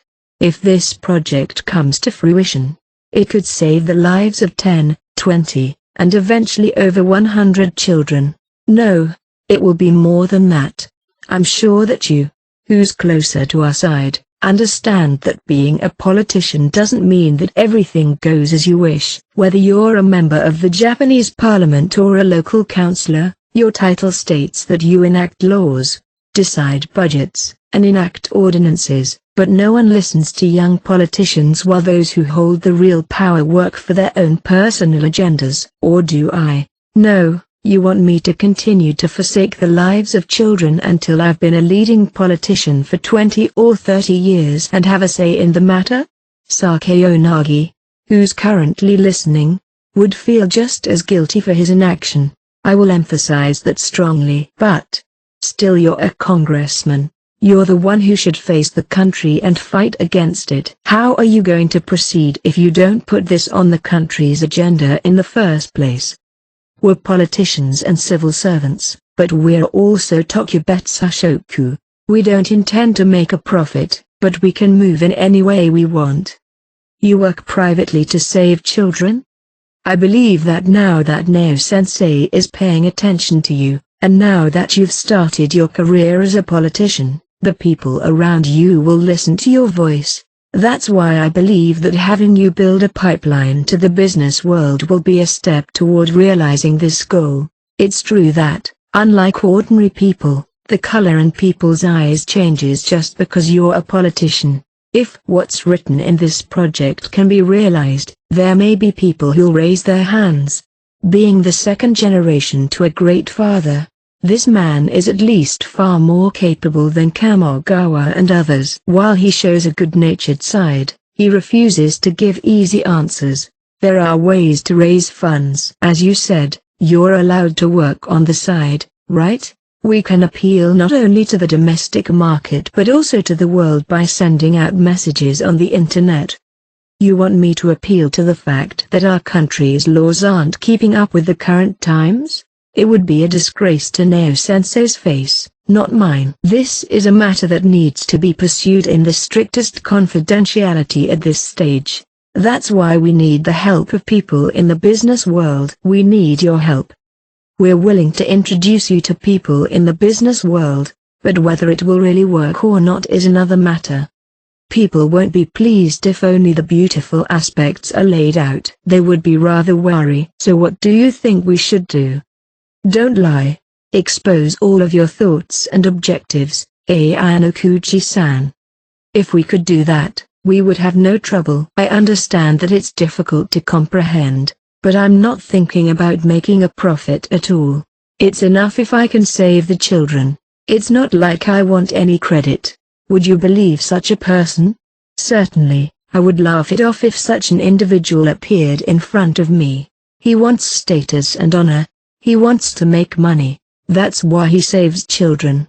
It's a blunt way of putting it, but I think many will be more likely to believe me if someone said this. And you're a member of the Japanese parliament. If they know that this is the foundation for aiming higher, I think some of them will think that they will receive great interest when you eventually become a big shot. Indeed, of course, it would be better for the children if there were no self-interest at all. That is unquestionably the ideal. But what are you looking for? And what are you trying to achieve with this project? Status, honor, and money, certainly indispensable things you'll want eventually. It's absolutely necessary, as this man says, but there's a big reason why I'm interested in this project. Japan cannot compete with the rest of the world as it is now. However, we cannot catch up with the global world if we just watch how the top countries develop their human resources. That's why we want to give a thorough education to our children and raise them to be geniuses who can compete with the world. That's what we believe. We don't just save lives. I want to turn those lives into something of high value in this world. That is my true purpose. The forced rescues and education. This can be hard for the world to accept. A child's education is left to the parents. You believe that children whose parents were absent could be raised and educated for your ideals. It's not for me, it's for the future of Japan. The Japan which rose in the aftermath of war and bubble economy is gone and is now on its descent. Japan has already been ridiculed as one of the still developing countries, and we must put an end to this situation. What do you think when you only see elderly politicians? Would you believe that these old people, who are over 70 or 80 years old, have any real feelings for Japan? All they care about is what they can do while they're alive. I, too, may change my mindset to such a problematic attitude, but not now. Now, as a representative of the youth, I'm concerned about the future and want to save it. That's why we must take action as soon as possible. I found myself speaking passionately. Was I misled by this man's shrewd thinking, or did my instincts as a politician kick in? Does Neo-sensei know about this? No, this is all my personal opinion. I can't confirm here, but Sakayanagi seemed to understand and nodded once after looking me in the eye. It seems that my father's and my educational philosophy and your philosophy are very different. However, that isn't a bad thing. In fact, it's one of the most important approaches.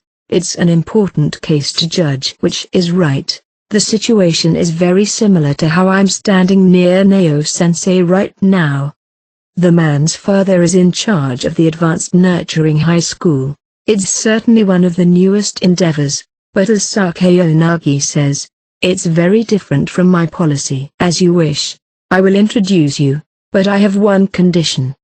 What would that be? When this project actually comes to fruition, please let me stand by and watch how you execute it. Is that really all you want? That is very important to me. I will learn a lot from you.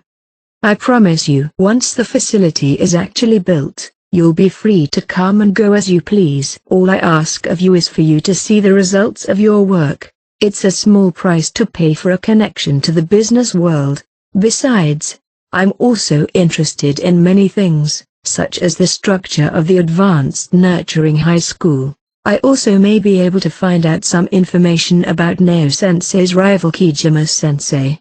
Information is power, whether it's for our friends or enemies, but I wonder if it'll go so easily. The man in front of me is beaming from start to finish, and even though he has some negative opinions, he seems to be on our side from the very beginning. Is there any possibility that there's more to it than what meets the eye? Just because Neo-sensei recommended this project doesn't guarantee that there isn't another person behind it. If what we're trying to do gets leaked due to this man, I may have rushed to get the money, but I may have overstepped the mark a bit. Even though I've done some research on this man in advance, I haven't been able to examine him as closely as usual due to lack of time. It's dangerous to lean on faith, but we constantly have to be prepared to take this kind of risk and deal with the outcomes. If you'd like, I'd be happy to have dinner with you soon. I'd love to hear more about your high school education. I was also hoping to hear from you about politics in addition to this project. I would be happy to go out with you. The invitation to dinner and other events makes a mere shallow relationship seem more realistic. Let's go for round 2. When I woke up, the stains on the dingy ceiling appeared to be shaking and shaking. I must have had too much to drink these days. As I lay there in a daze, unable to muster the energy to get up, the chime rang 3 times at short intervals. Perhaps noticing that the door was unlocked, the visitor came in without hesitation. Kamogawa, who had not been heard from for about 2 weeks, came to the office breathlessly. Ayanokuji-san, wake up. We've found the perfect place for you. Don't make too much noise. In combination with my lack of sleep, I feel as if he's shouting at me through a loudspeaker. With ringing in my ears, I have no choice but to get up and receive Kamogawa's report. You reek of alcohol. I envy you. Where did you have such a good meal? Drinking alcohol is my job. It's a constant struggle. I don't have the nerve to think it's fun. If you think I was drinking cheaply with women, you're naive. Even if you become a politician, you can't act like a big shot, and you have to repeatedly bow and pour drinks for your superiors. It's no different from the daily life of businessmen. Kamogawa's report contains a document on the property where the project will take place. Saitama, huh? That's your hometown, isn't it?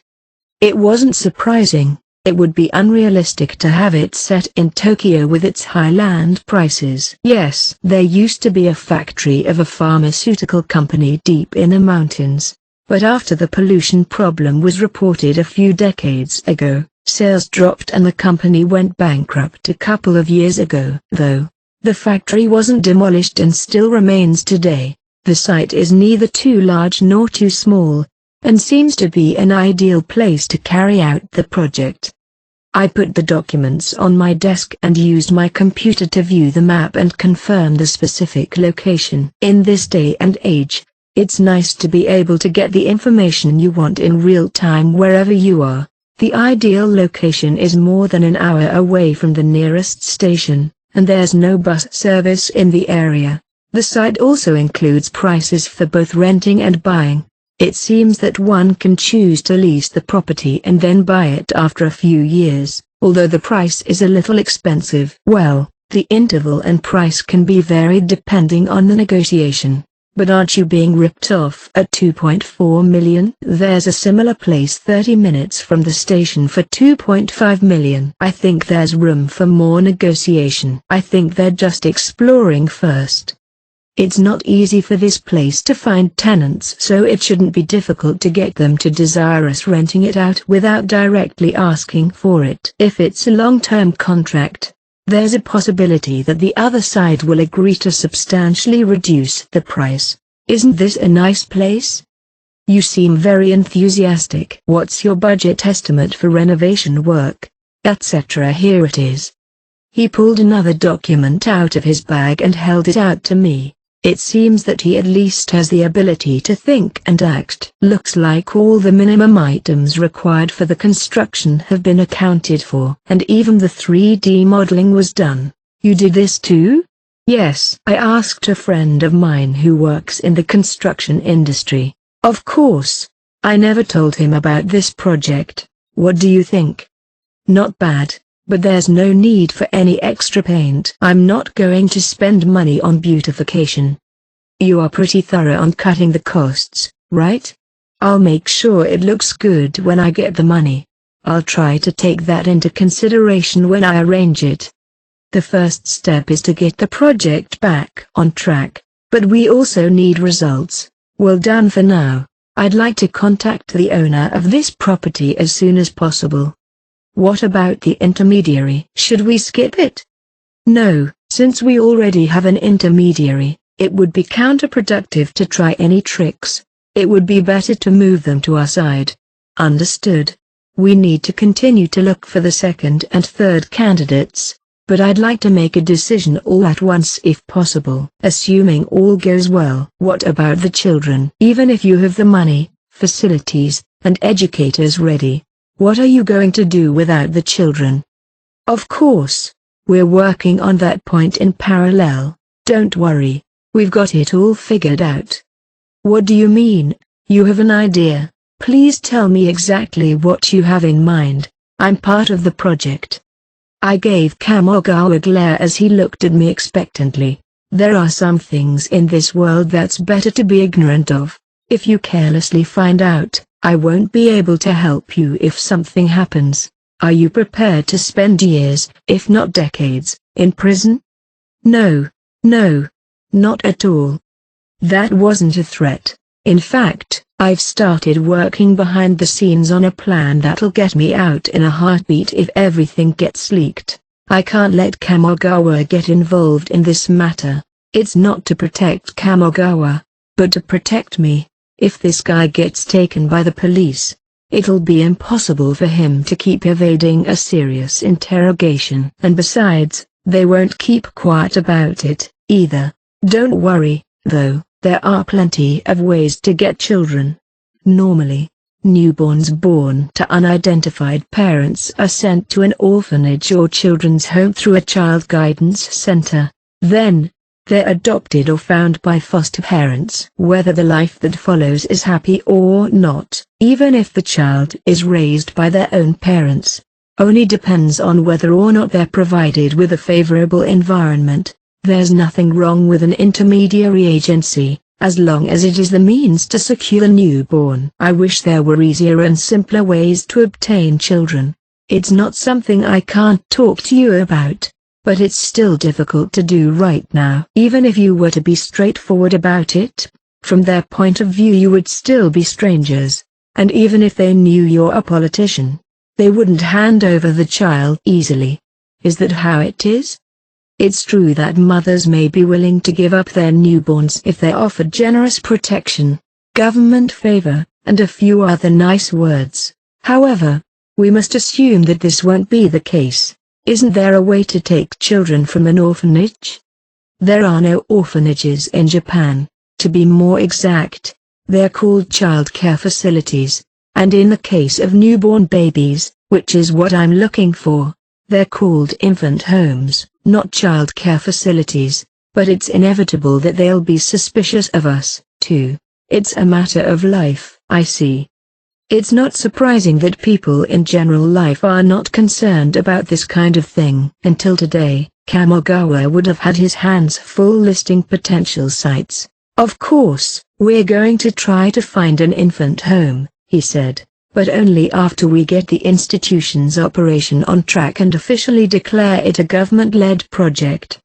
But eventually, The real mission will be to set up and provide a place for the children themselves. We'll either buy out the director of the obstetrics and gynecology department or, if that doesn't happen, open an obstetrics and gynecology clinic. Finding a doctor who sells his soul to the devil isn't that hard. I showed Kamogawa the concrete plan on the computer screen as I explained it to him. We are to create a place for mothers who cannot take care of their children. This way, there's no need for anyone to interfere. The day of birth from the mother's womb is counted as day 0, and babies under 28 days old are called newborns, but from newborns to 3 months old are taken in secret. The mothers are not held responsible but instead sign a contract not to have anything to do with the child. The children are raised under strict physical supervision until they reach 6 months of age, at which point they're placed in an educational program. So you're prepared to abandon a perfect education for the first few years. Don't be ridiculous. We give them a thorough education from the first year, regardless of whether they have money or not. You're naive if you think that half-baked achievements will move the political and business worlds, Kamogawa. They also educate their own flesh and blood from an early age. If they're not able to show an overwhelming difference in ability, the credibility of this institution will be shaken. The children must be the best in both intelligence and physical ability. The more samples we have, the better. Whether it's 1 person or 20, we'll accept them anyway. No matter how many people are destroyed, it doesn't matter as long as the reality is covered up. If there are 10 survivors, just pretend that there were 10 from the beginning. That shows the competence of the educational institution. But how can you educate infants? They don't even speak the language, do they? Have you ever heard of baby signing? Baby signing? What's that? As you say, infants can't even speak. Baby signing is a language designed to communicate using gestures. Brain development and muscle growth are essential for learning and handling words, but hands and fingers develop much faster than that. Of course, it'll be difficult for the baby to understand those signs until the child is around 6 months old. Haha. This means that babies are much more intelligent than we adults think. If you don't teach them, all they can do is cry, but if they learn baby signs, they can tell adults why they're crying. This project goes beyond that, the ultimate form of early learning. From the moment a child is born, they're given a thorough education. That's the purpose of this project. 3. We've secured a chance to gain connections with the business world. However, there's no way that we'll be able to get anyone to invest money in our project if they just go in with no idea what we're doing. It's become a standard practice since I entered this world to prepare in advance. The most important thing there is to do, a room in a building within Kabukicho's center. On this particular night, I was alone in this place. I visit this cabaret club 2 or 3 times a month when I need to think. Although this business is becoming obsolete, it's still in high demand, especially among the elderly. They're inseparable in the world of politics. Welcome, Ayanokuji-sama. A familiar black-clad boy welcomed me and quickly guided me into the restaurant. Is Mika here? Yes, she's at work. She told me that you'd be here soon. It turned out to be right. Please come this way. I was shown to the VIP room at the back of the restaurant. In the room, there were already a few bottles and some snacks. It's clear that preparations are already underway even before you arrive at the restaurant. Please wait a moment, sir. The boy bowed his head and left the room. As I silently sat down on the luxurious sofa, a wave of exhaustion washed over me. I didn't even have the energy to reach for my drink, so I just leaned back against the backrest. Phew. I sighed deeply, a little surprised at myself. I haven't had a good night's sleep recently. The pressure of the human resource development project that I was suddenly put in charge of and the heavy responsibility that lurks behind it. It's a life-threatening job that I cannot afford to fail even in the slightest. We have a good idea of where the educational facility will be located, but we don't have enough funds to secure it. nor have we found the right educators. In addition, we'll need a lot of manpower to operate the facility. It's also necessary to gather a group of well-spoken individuals and to brainstorm a system to prevent them from leaking information to the outside world. Naturally, more money is needed for this. Money, money, money or... The opportunity to receive funding has been provided through Sakayanagi, but what will actually happen is not yet known. I don't know what will happen. I closed my eyes, unable to stand the oncoming drowsiness. Biting the difference between my body and the hard fabric of my office, I lay down to rest. I wonder how much time has passed since then. A minute. An hour. When I opened my eyes to wake up unexpectedly, I saw a face peering at me from the side. Familiar large eyes and lips, the way she always looks at me. Are you awake? How long have I been asleep? I lifted myself from the couch and poured myself a glass of whiskey to wake myself up. Maybe 10 minutes. You must be very tired. Only 10 minutes, but I felt a little lighter in those 10 minutes. Do you want me to make you some tea or water? No, I feel better when I drink something like this. Mika nodded in amazement, added some more alcohol and wiped the water from the glass in a familiar manner. I have a favor to ask you.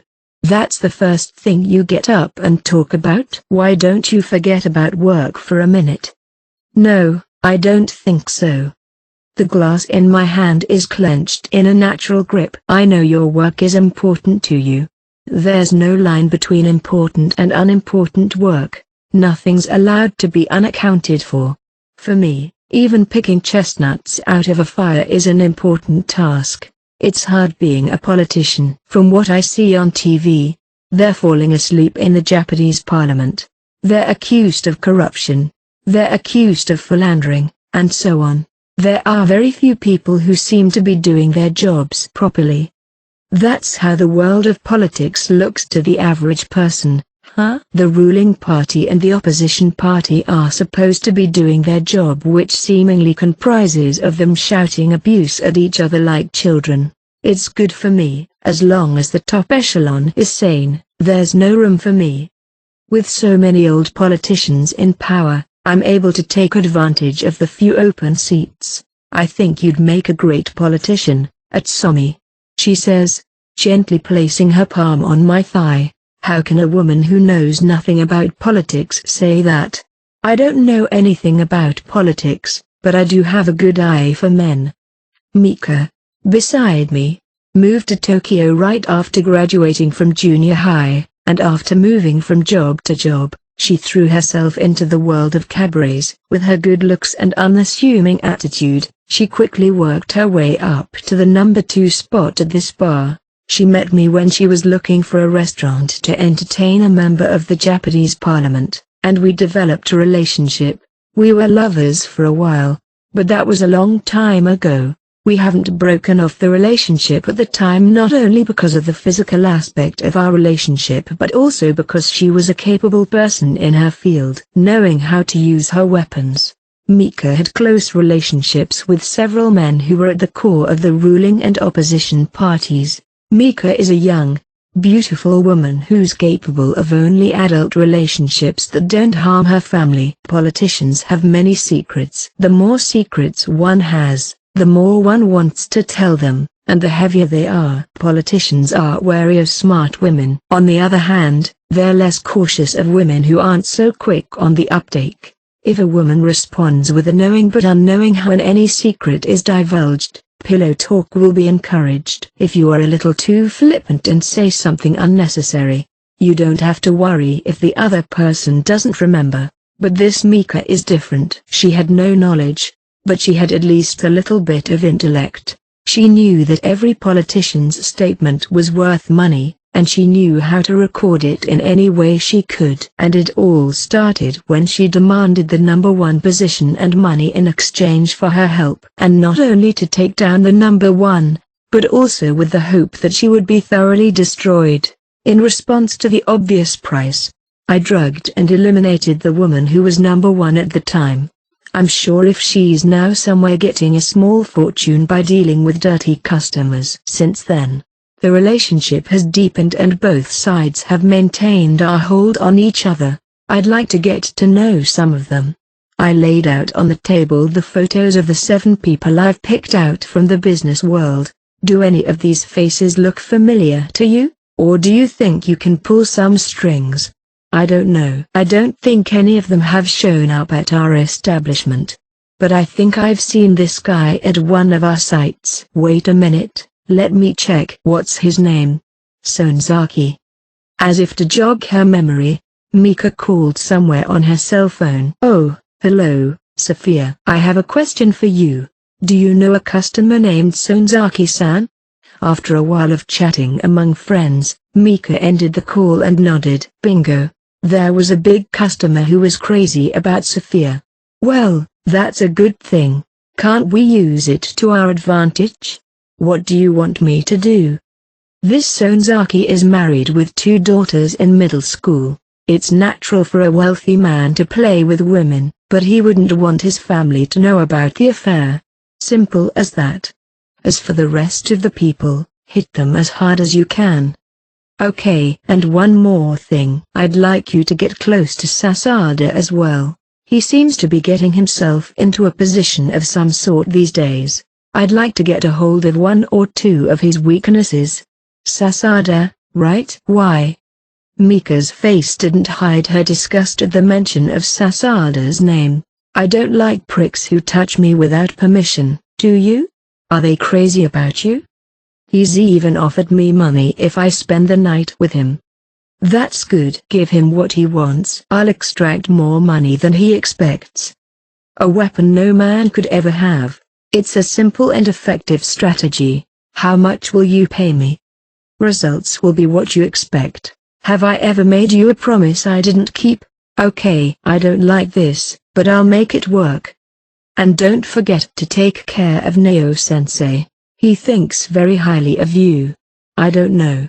For the first time, Mika's expression turned dark. It's kind of hard to see his true heart no matter how many times you get close to him. She took a hand towel and started to fold it at random. This is a habit that Mika resorts to in order to distract her mind when she is talking about something she doesn't like. He's an old man in my eyes, but he has an aura that contradicts that. Just as you'd expect, you're just like Neo-sensei. Don't be fooled by his old appearance. Be careful. I don't want you to get swallowed up. I can't tell you how many guys I've given that to. I took a handful of bills out of my wallet and put them in a mess on the table. Keep it. Are you leaving already? I've got time. I'm sorry, but I don't have any to spare. Drinking and women are just indulgences, nothing more, nothing less. They will come with time. The important thing now is to execute the project perfectly and make a name for yourself in the Neo faction. For a few months later, I was in my office, looking at the finished photos of the building that had just been renovated. The floors, ceilings, walls, and everything else are all white. The reason for the monochromatic color scheme is to give the impression of a clean facility. Purity, innocence, cleanliness, and sanctity are some of the strong positive images that are connected to the color white. Many government officials will eventually visit the school to inspect the education that will take place here. It's a little image strategy, but it's an element that shouldn't be underestimated. Good morning, Ayanokuchi-san. Oh, Kamogawa and his engineer are at the site in Saitama for a final check, board in hand, to make sure everything's in order. The work seemed to have come to an end, and he returned to the office with a look of relief on his face. All the work is complete, he said. You did a good job. It looks like the facility turned out exactly as I had imagined. But how did you manage to renovate it so beautifully with that budget? Normally it would have cost almost twice as much. There are many construction companies constantly searching for dust when you knock on their door. If you whisper sweet nothings in their ears along with your threats, they will cooperate with you without regard to profit. It's getting real now, isn't it? The Human Resources Development Project. Yes, it is. That's because you were able to get people in the business world to cooperate, Ayanokuchi-san. It's quite an accomplishment to raise nearly 400 million yen in one night. The 400 million was invested in the educators, the land, the buildings, and the construction of the facility itself. Most of it is gone.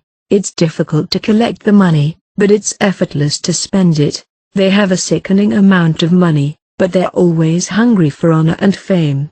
If this project succeeds, they'll get that in return. From the looks of the party, I'm sure they have a lot of deals like this going on behind the scenes. They're probably investing in several deals at the same time, including mine, and they only think of it as a profit if they win one of them. Some of them may have already forgotten that I exist. So you're saying they don't expect anything? That's fine for now. It's risky to draw too much attention. However, it's important to keep moving forward towards the future. In addition to the teachers, we must also secure children who will receive the education. But first, we have to come up with a name for the facility that will be responsible for the Human Resource Development Project. Oh, really? What will you name it? The White Room. The name will emphasize the image of white, which gives a sense of purity and will be pushed to the forefront. The White Room. Well, it's simple but easy to understand. No matter who sees it, this place will be established as the white and pure name, as the name suggests. I hope that people like Neo-sensei and many others will visit us soon. Kamogawa is buoyant, but things aren't going to be that easy. Let me tell you something important, Kamogawa. The world of politics is not a simple binary of friend or foe. If you take the easy way out, you'll be in deep trouble. What? He tilted his head plastered with a stupid look as if he didn't understand what I meant. Listen, I said, you're not ready for this yet. No matter how well things seem to be going, I'm still walking on a bridge that could collapse at any moment. Kamogawa doesn't yet know the terror of walking on that bridge. What are you going to do after this? I'm supposed to meet and interview a few people here today. We can't run the White Room by ourselves. It's impossible for amateurs to educate children out of the blue. Kamogawa looked at his watch and lowered his head, looking a little disappointed. He must have thought he was in the way since the interview time would be at 4 o'clock p.m. In about 10 minutes. You should be there, too, I said. Oh, you don't mind, do you? You're in charge of the White Room. You have the right to know what kind of person you're dealing with a gleeful gleam in his eye. Kamogawa hurriedly began to clean up. Soon, about a minute before 4 o'clock, a knock came at the office. Come in. Suya, a man dressed in a white lab coat, approached me with a light nod. I never thought that a stray researcher like me would be approached by a professor like you, he said with a wry smile. He tried to shake my hand, but I looked down to it and lifted my gaze. I haven't said I'll hire you yet. The man who appeared, Suya, used to be a doctor, but his medical license was revoked after a number of behavioral problems. After that, he began researching human growth and published a paper on the subject. Although he was highly regarded by some, he hasn't been able to return to the limelight because of his past history. Kamogawa, if you have any first impressions of him, just say so. I don't mind. Do you? Kamogawa kept his mouth shut, trying not to intrude, but it was easy to see in his expression that he was holding back what he wanted to say. I want to hear your opinion. Excuse me, but why are you here in a white coat? I don't know. You can't come here naked, right? No, it's not that. I think it's common practice to wear a suit to an interview. Suya looked at his own clothes and nodded somewhat unconvincingly. I see.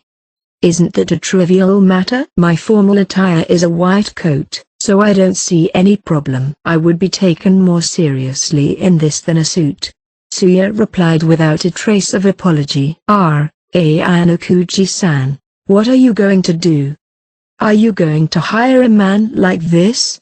That's what his eyes were saying. He certainly has a lot of problems with his demeanor and his outfit, which doesn't look like it was made for a job interview, but neither is necessary for the kind of person the White Room is looking for. I'm not a licensed physician, but I'm proud to say that my background is impressive. I don't care about your background. It seems that this misconception needs to be put to rest first. Then, for the first time, Suya's nonchalant attitude hardened slightly. That's enough. After all, you're also going to criticize what I did, aren't you? You said you would interview me regardless of my past problems, so I came here, but it seems it was a mistake. Don't jump to conclusions. I said it doesn't matter what your history is. I'm talking about your entire career path, which university you graduated from, which hospital you worked at, or what crimes you committed. I don't care about any of that. Suya stopped just as he was about to get up from his seat. All I'm looking for is your present thoughts and abilities. You had a good point of view and skill as a doctor, and you had good insight into human beings. Are you still confident in your ability to do so? I can tell most things by looking at a person that hasn't changed. For the first time, Suya showed his face as a researcher. It takes a certain amount of courage and determination to enter the illegal world. That's all I wanted to see here. You can't really judge whether it's actually useful or not until you're out in the field. We don't have the time to be so selective about personalities, I said. I beg your pardon. Suya bowed deeply, even though I didn't ask him to. I've been laid off for a few years, eating away at my savings, and I've always been frustrated. I've been shutting myself off from the outside world. You've regretted the mistakes you've made. Regret? I have no regrets. I'm still sick to my stomach about why those people sold me out. He doesn't think he did anything wrong. It's human nature to have fallen into the wrong hands. Kamogawa, who has led an earnest and mild-mannered life, must not be a good match for him. I'll give you a chance to come back to life. From now on, you'll work for me as a former doctor and researcher, managing the subjects and helping them grow. Understood? This man with nowhere else to go has nothing to complain about as long as he's employed at the same rate as before. Thank you, sir. I'll make sure I won't disappoint you. I told Suya on the spot that I'll hire him, and left. I wonder if it's really safe to hire a guy like that. I'm worried. I understand what you're saying, but it's more for our own good. Is that so? He's not close to anyone. He's obsessed with money, and he doesn't seek honor in the outside world. If you give him money and a place to work, he won't betray you.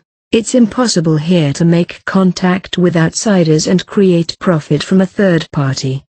Of course, there's a possibility that he'll threaten us and demand higher wages, but if he acts to that extent, we won't have to hesitate when dealing with him. He must have understood when he met me. I'm not someone you want to make enemies with. I see. We won't be able to survive if we're only concerned about that man. Not only Suya but all the potential employees were also fired for causing problems even though they were good at what they were doing. He isn't a good person, but he's a very reliable one. In addition, we've prepared professionals in the field of studies, such as an obstetrician, gynecologist, an expert in ecology, and a coach who has trained Olympic athletes. Of course, this is just the beginning. From here, we've expanded our reach and brought in geniuses in all kinds of fields to focus on the training of the children. Is it fine to not hear it in length? It will be difficult to determine how much work that can be done. Detailed explanation is unnecessary. I don't know anything about medicine or education. I'm going to emphasize to them that I'm always confident, and I'm going to hire the best I can get at any cost. So you're saying that the people who come for interviews are almost guaranteed to be accepted? That's what I'm saying. That's why it doesn't matter if you're there or not. In the sense of giving pressure, it can be seen that it's somewhat useful. There's no limit to the amount of knowledge I can gain by studying now. It's best to put an expert in front of an expert than to have an amateur poke his nose in whether the guy who's coming in for an interview is capable of it or not. You can find the answer by letting the people you hire compete. Another team of experts will analyze whether the education has produced results. If they do not find certain results, they'll be mercilessly decapitated. 5-0. It's over. I'm more tired than I thought. The interviews began at 4 p.m., but it was now well past 8 p.m. after meeting with a total of 6 people. Kamogawa felt the overwhelming exhaustion. There's no doubt that each and every one of them's a professional in their field, but as human beings, they were also immature and nauseating. One shouldn't even think of having a decent conversation with them. It would be easy to hire everyone here today, but what are you going to do? We'll hire Ishida and Tsuya, although they have strong attitude problems. Then Tabuchi, who I feel has the most sensibility. The rest have internal issues that outweigh their abilities, so I'm not going to hire them this time. I don't care what he said, but his career and his way of thinking were great, weren't they? I don't understand it. However, it remains to be seen whether the project will start to work or not. I'm not sure I can get rid of my anxiety. Even if they were competent, I didn't get the feeling that they were outstanding. Is this really the way to provide the best education? Let's go out for dinner. Thinking about it isn't going to help me. I should reset my head for the time being. In times like this, let's go out and have a good time. I invited Kamogawa to dinner for a change of pace, and as soon as I got up from my seat, I pulled my cell phone out of my pocket. Ayanokuji-san, did you see something fall? He said, holding out to me a piece of paper he had picked up from the floor. It was a business card. Tsukishiro, huh? According to Neo-sensei's introduction, he's a general contractor. Oh, he gave you his card, didn't you? It's a mess. I might want to check it out and see how competent he is. Oh, you're going to call him? He had a scary smile, though. Despite his dubious title, Neo-sensei would never let a useless person near him. I might try to get in touch with him. I'll try calling the number on the business card on my cell phone. If I can't make a connection here, I can dismiss it as a dead end. That was how I felt. I typed in the number, and after a few rings, I was expecting to hear from you, Ayanokuji-san. Based on the tone of his voice, the man who answered the phone without hesitation seemed to be Tsukishiro. How did you know it was me? I had never given him my number, and this was the first time I had ever called Tsukishiro. It was only natural that I'd look it up beforehand. That bugs me. It's not surprising to find out my phone number, since it's something you can easily find out by asking around Neo-sensei or his secretary. What I don't like was that he acted as if he knew I was calling him. What has Neo-sensei instilled into you? I don't think it was just an introduction. I sensed intuitively that there was a setup behind the scenes. I understand what you mean, but I can't answer your question here.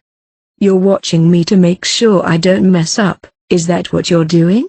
You can't perceive the essence of what's going on or what's upsetting the other person just from their voice, but at the same time, it would be a dangerous judgment. This man Tsukishiro doesn't seem to show his openings easily, at least as far as my intuition is concerned. If you don't mind, can we meet soon? It may meet your expectations as well.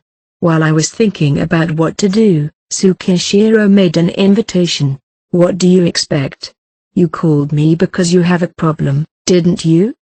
You're very confident, aren't you? I haven't said a word about it yet. If you raise your expectations too high, you may regret it.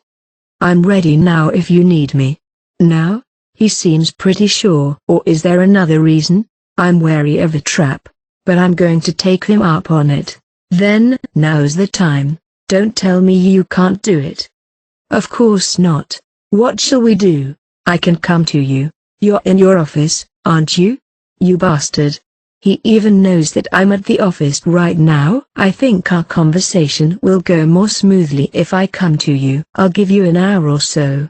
Suit yourself. Whether or not he was convinced that I would contact him is another matter. But I'm sure that Tsukishiro was and is aware of my surroundings. This big project is always being kept in the loop with Neo-sensei at the center. What's going on? I'm meeting Tsukishiro now. Oh, now? But I'm dining out with you. You're on your own. I'll meet him alone. With one foot in the project, Kamogawa's treasure trove of information, his presence is a hindrance to us, since he may become our enemy. An hour has passed since then. I waited outside the office to see how he would show up. Nearly right on time, a black BMW showed up. I'll park in the parking lot. Please wait a moment. Tsukishiro rolled down the driver's window, pulled into the parking lot, and returned. I didn't know you were going to drive yourself. Basically, I do most of my work alone, and I don't like to let other people drive. It's like putting your life in their hands. I thought he was exaggerating, but perhaps doing that serves the opposite of putting his life at risk. I sometimes think about what Tsukishiro said. I let Tsukishiro through to my office and sat him down somewhere appropriate. You said you might be able to meet my expectations, so do you know what I want? There was an eerie presence in the air alongside his constant smiling. Yes, it's about the Human Resource Development Project, isn't it? You seem to know the details of everything, Neo-sensei. So you didn't intend to entrust the project to me alone from the beginning. That day, I thought Neo-sensei entrusted the project only to me and Kamogawa. No, it was only my own fault for interpreting it that way. It was my first big project, and Neo-sensei could not afford to make any mistakes, so it was natural to think that he was taking out an insurance policy. If I collapse, will you take over this project and be in charge of its execution? Maybe, maybe not. Of course. He wouldn't give me a straight answer. This man's age must not be so different from mine, but he seems to have a lot of experience with such work. If that's the case, it's no wonder that he allowed Tsukishiro to supervise this project. No, I guess they'll just keep an eye out for another politician to take my place. If Kamogawa and I fail, another politician will take over the project. And Tsukishiro has always been observing and collected the big picture to report back to Neo-sensei. Excellent. You got it half right, Ayanokuji-san. Half right? Yes, I've been entrusted with 2 tasks, one of which is no different from what you've just described. The other is to assist the politician who's been entrusted with the Human Resource Development Project. Assistance? A strong supporter. But you don't seem to be pleased with it. It sounds good to have an assistant, but I'm supposed to be in charge of handling any failures as well. I don't understand. I don't think Neo-sensei would rely on you. You're not much older than me. It's true that I, like Ayanokuji-san, am a young man in the world of politics. However, supporters of big politicians are always valued even if they're young, as long as they're good at what they do. Well, in my case, I work with anyone, not only with politicians. Tsukishiro didn't even try to hide his excellence. It isn't that he's overly self-conscious. He's confident based on his track record. Before I ask you to do a job, there's something I want to confirm. What is it? I pulled out this morning's newspaper and pointed to an article in a small corner. Oirai town in Ibaraki Prefecture. A body was found in the harbor here. It's not that unusual. People are dying every second all over Japan. He's a local reporter, but I know this man. He was a lone wolf who disliked the political world, mainly the ruling Citizens Party, and he once approached Neo-sensei several times for an interview. So, is that relevant here and now? Did you do this, Tsukishiro? You're asking very direct questions, Ayanokuji-san. Do you expect me to say yes? That's not important. What I want to know is whether or not this reporter was on Neo-sensei when he met you at the Yota the other day. Tsukishiro didn't raise an eyebrow and looked down at the article in the newspaper. It seems he was trying to write a gossip article about Neo-sensei. He has a wife and child, and he's into young women. The Citizens Party's image will inevitably be tarnished. Yes, that's right. This was the real reason why this man was with Neo-sensei at a Yota the other day. He intentionally followed Neo-sensei and identified and took out the reporter who was following him. Of course, he would never admit it in front of me. I clenched my fist and slammed it down hard on the table. It's not fear, is it? Oh no, I don't think it's anger, right? Tsukishiro, who had analyzed my behavior with interest, continued. Certainly, fear, awe, and horror would be the natural response to this story. The creepy guy in front of me may have done away with the person as part of his job, but I have no fear of Tsukishiro. Why wasn't I given that job? That's where the anger comes from, isn't it? It's my job to do the dirty work. That's what I've always done. One word from sensei and I'm confident I can do as good a job as this man. At least I wouldn't do anything stupid that would allow them to find the body. I understand that you're very close to the Oba clan, Ayanokuji-san. You know us as well as we know you, don't you? Then you should have known early on that I have nothing to fear from you. The Oba clan isn't a big organization, but they have a lot of thieves. I can imagine the trouble you must have gone through to establish a friendly relationship with them, but a body isn't a body unless it's found. A mere disappearance wouldn't have chilled the hearts of the countless rats who keep an eye on the Neo-sensei. In other words, it wasn't that he failed to hide it, but that he deliberately let his corpse be found. Whether Tsukishiro was involved in the death of the local reporter or not is no longer relevant. I don't think that reaching out my arm here grabbing him by the collar to threaten him would work. The fact that I sense that means that his strategy is already working. I'm sorry to hear that, but that proves how much Neo-sensei is putting into his human resource development project, and since he decided to select you, he didn't want you to cross a dangerous bridge just to sink a reporter. Even if this one incident becomes a problem, it will only be someone else who will be blamed for it, someone who's unknown. This man's dangerous, but he's good, and if he's a quick talker when he knows what he's doing, I guess I'd have to be able to handle the man in front of me to reach the heights of success. I don't like a lot of things about you, but it can't be helped. That's the right answer. We should keep our personal feelings out of it. Any more chit-chat is a waste of time. Let me cut to the chase. I was just now interviewing staff for the new institute. We've a good prospect of finding a certain number of people, but we're still lacking a decisive factor. It'll take time to find someone again. You're asking me to find someone for you? And quickly at that. If you know of any. But I'm not looking for a half-assed job. Don't worry. I know someone who's good enough to convince Ayanokuji-san. Oh?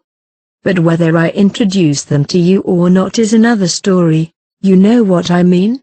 Most of this world is business. Whether you like them or not, whether your relationship is thick or thin, is meaningless. I know. How much? We have nothing to complain about if we get something in return for what we pay. The theory is that money's the best solution, but I have my own policy. I'm willing to sit down and talk with potential clients. First of all, would you be willing to do it here? That's funny. Just a few minutes ago I was interviewing for a job, and now I'm on the receiving end. What a joke. But it's foolish to throw away an opportunity for a little time and pride. All right, do whatever you want. I'll play along with Tsukishiro's game and see if I can use him. Thank you very much. Tsukishiro took out a light blue clear file and pulls out some papers from it. I wonder if it was all calculated to bring us to this point. Ayanokuji Itsumi, age 31, male, born in Aso City, Kumamoto Prefecture. Wait a minute, why do you need to confirm all that in an interview? It's important. He may not be joking, but his one smile makes me want to vomit. You and I are equals. Or maybe we're not even equal. You're free now to decide what our hierarchy is. You decide. If you would rather swear in your gut, please feel free to say it out loud. He's smiling. But I wonder how serious he is. Though, I've already made my decision. I know that we have different, yet similar personalities. I haven't been reserved in the past, but I was still held back due to my position being under Neo-sensei. From now on, let me respond to you without reservation in the true sense of the word. That's better. After smirking, Tsukishiro began to speak again. I've followed your career as far as I could. Your life hasn't been easy, and it seems that you had a poor and needy childhood. I'm not sure how much research he'd done, but he seems to have done a fair amount. It was very likely that he was in contact with people who knew me as a child and student. I've also been able to find out about your family history. I understand that your parents abandoned you when you were very young and your paternal grandparents raised you. From the way he spoke, it seems that spouting out a poor lie would have the opposite effect. I have no parents, no money, and no decent house. I can't help it if I'm judged that way. No decent house? What kind of place did you live in? A shack for farm equipment ran by the adults in the neighborhood. It had a crude tin roof and no electricity or gas. We took a bath only once or twice a week with hot water boiled in a cassette stove. This isn't a past to be proud of, and to others, it may sound rather self-deprecating. But I'm not pessimistic about my past. I even think it's given me a life of determination to rise to the top. My grandfather died when I was in middle school, but it was a turning point. We received a small amount of insurance money and my grandmother and I were able to buy an old house nearby and moved in. It wasn't the kind of house you'd want to live in. However, I remember how happy I was to have such a big castle. Is your grandmother still alive? No, she died when I was over 20, I think. That's very irresponsible of you. I didn't see her die, and I don't care about that. I was too busy living for myself. I received one phone call from a distant relative, but I didn't attend the funeral. I paid only the minimum expenses and let them take care of everything. I don't even know where the grave is or where the remains of my grandfather and the others are buried.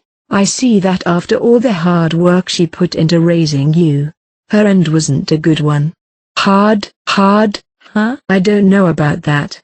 Of course, I know how hard it is to raise a child, though raising me was different. But it's true that it was all for naught. The son who was supposed to raise him with all his might abandoned him and disappeared. And the grandchild he left behind didn't even try to help her. For decades, they lived in poverty and never had the luxury of living in the lap of luxury. If I had lived as my grandmother, I would have described it as a living hell. Looking at the situation objectively now, how does it feel? Does it hurt? No, nothing has changed. It's no more than that. My grandmother led the life of a loser and died a loser. At least if she'd abandoned me, her grandson, and made good use of my grandfather's insurance money, she'd have had a somewhat better life.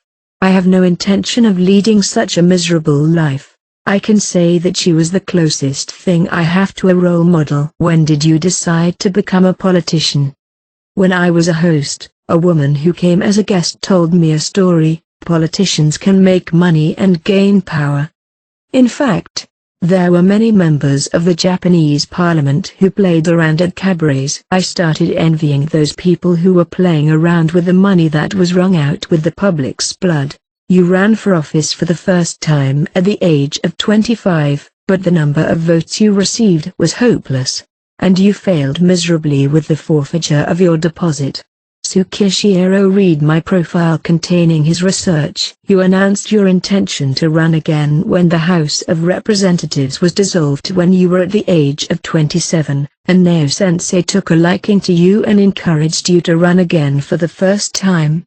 I admit that it was the most desperate time of my life. As a former host, I used women to get close to Neo-sensei. Of course, that alone wouldn't have won me his approval. But I'm proud to say that he bought my persistent contact, enthusiasm, and ambition.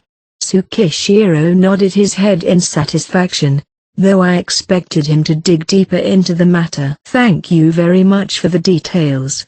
Closing the file, Tsukishiro turned to face me. Fine. I accept you as my client.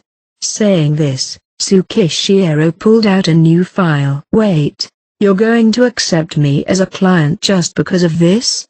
You may lack some knowledge, but that isn't important. You're blessed. You can replace your brain and your body with any number of alternatives. What's important are your ideas. Your ambition, tinged with evil, which you cannot hide, is a very good quality in a politician. I looked down at the file in front of me. I'm sure you'll find him a very capable man. Did he know that I contacted him because I wanted a researcher? No, maybe Neo-sensei is backing me up behind the scenes. How much? Not this time. It would be best if you return the favor in the future with a big payout. You might make it big someday. That's the main reason I decided to take the job. Don't make me laugh.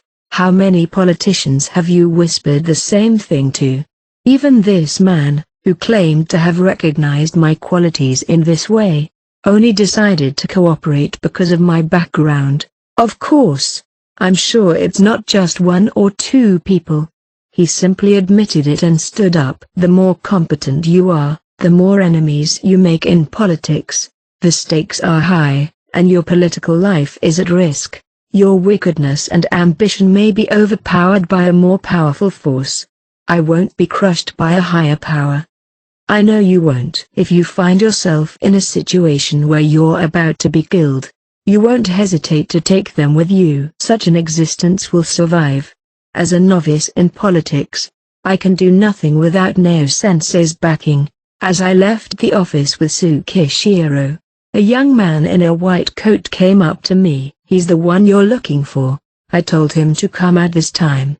You've been planning this all along? Of course, I had no intention of letting you meet him if you had not passed my interview. After saying that, Tsukishiro bowed and left the office. Time for another interview was added to my schedule.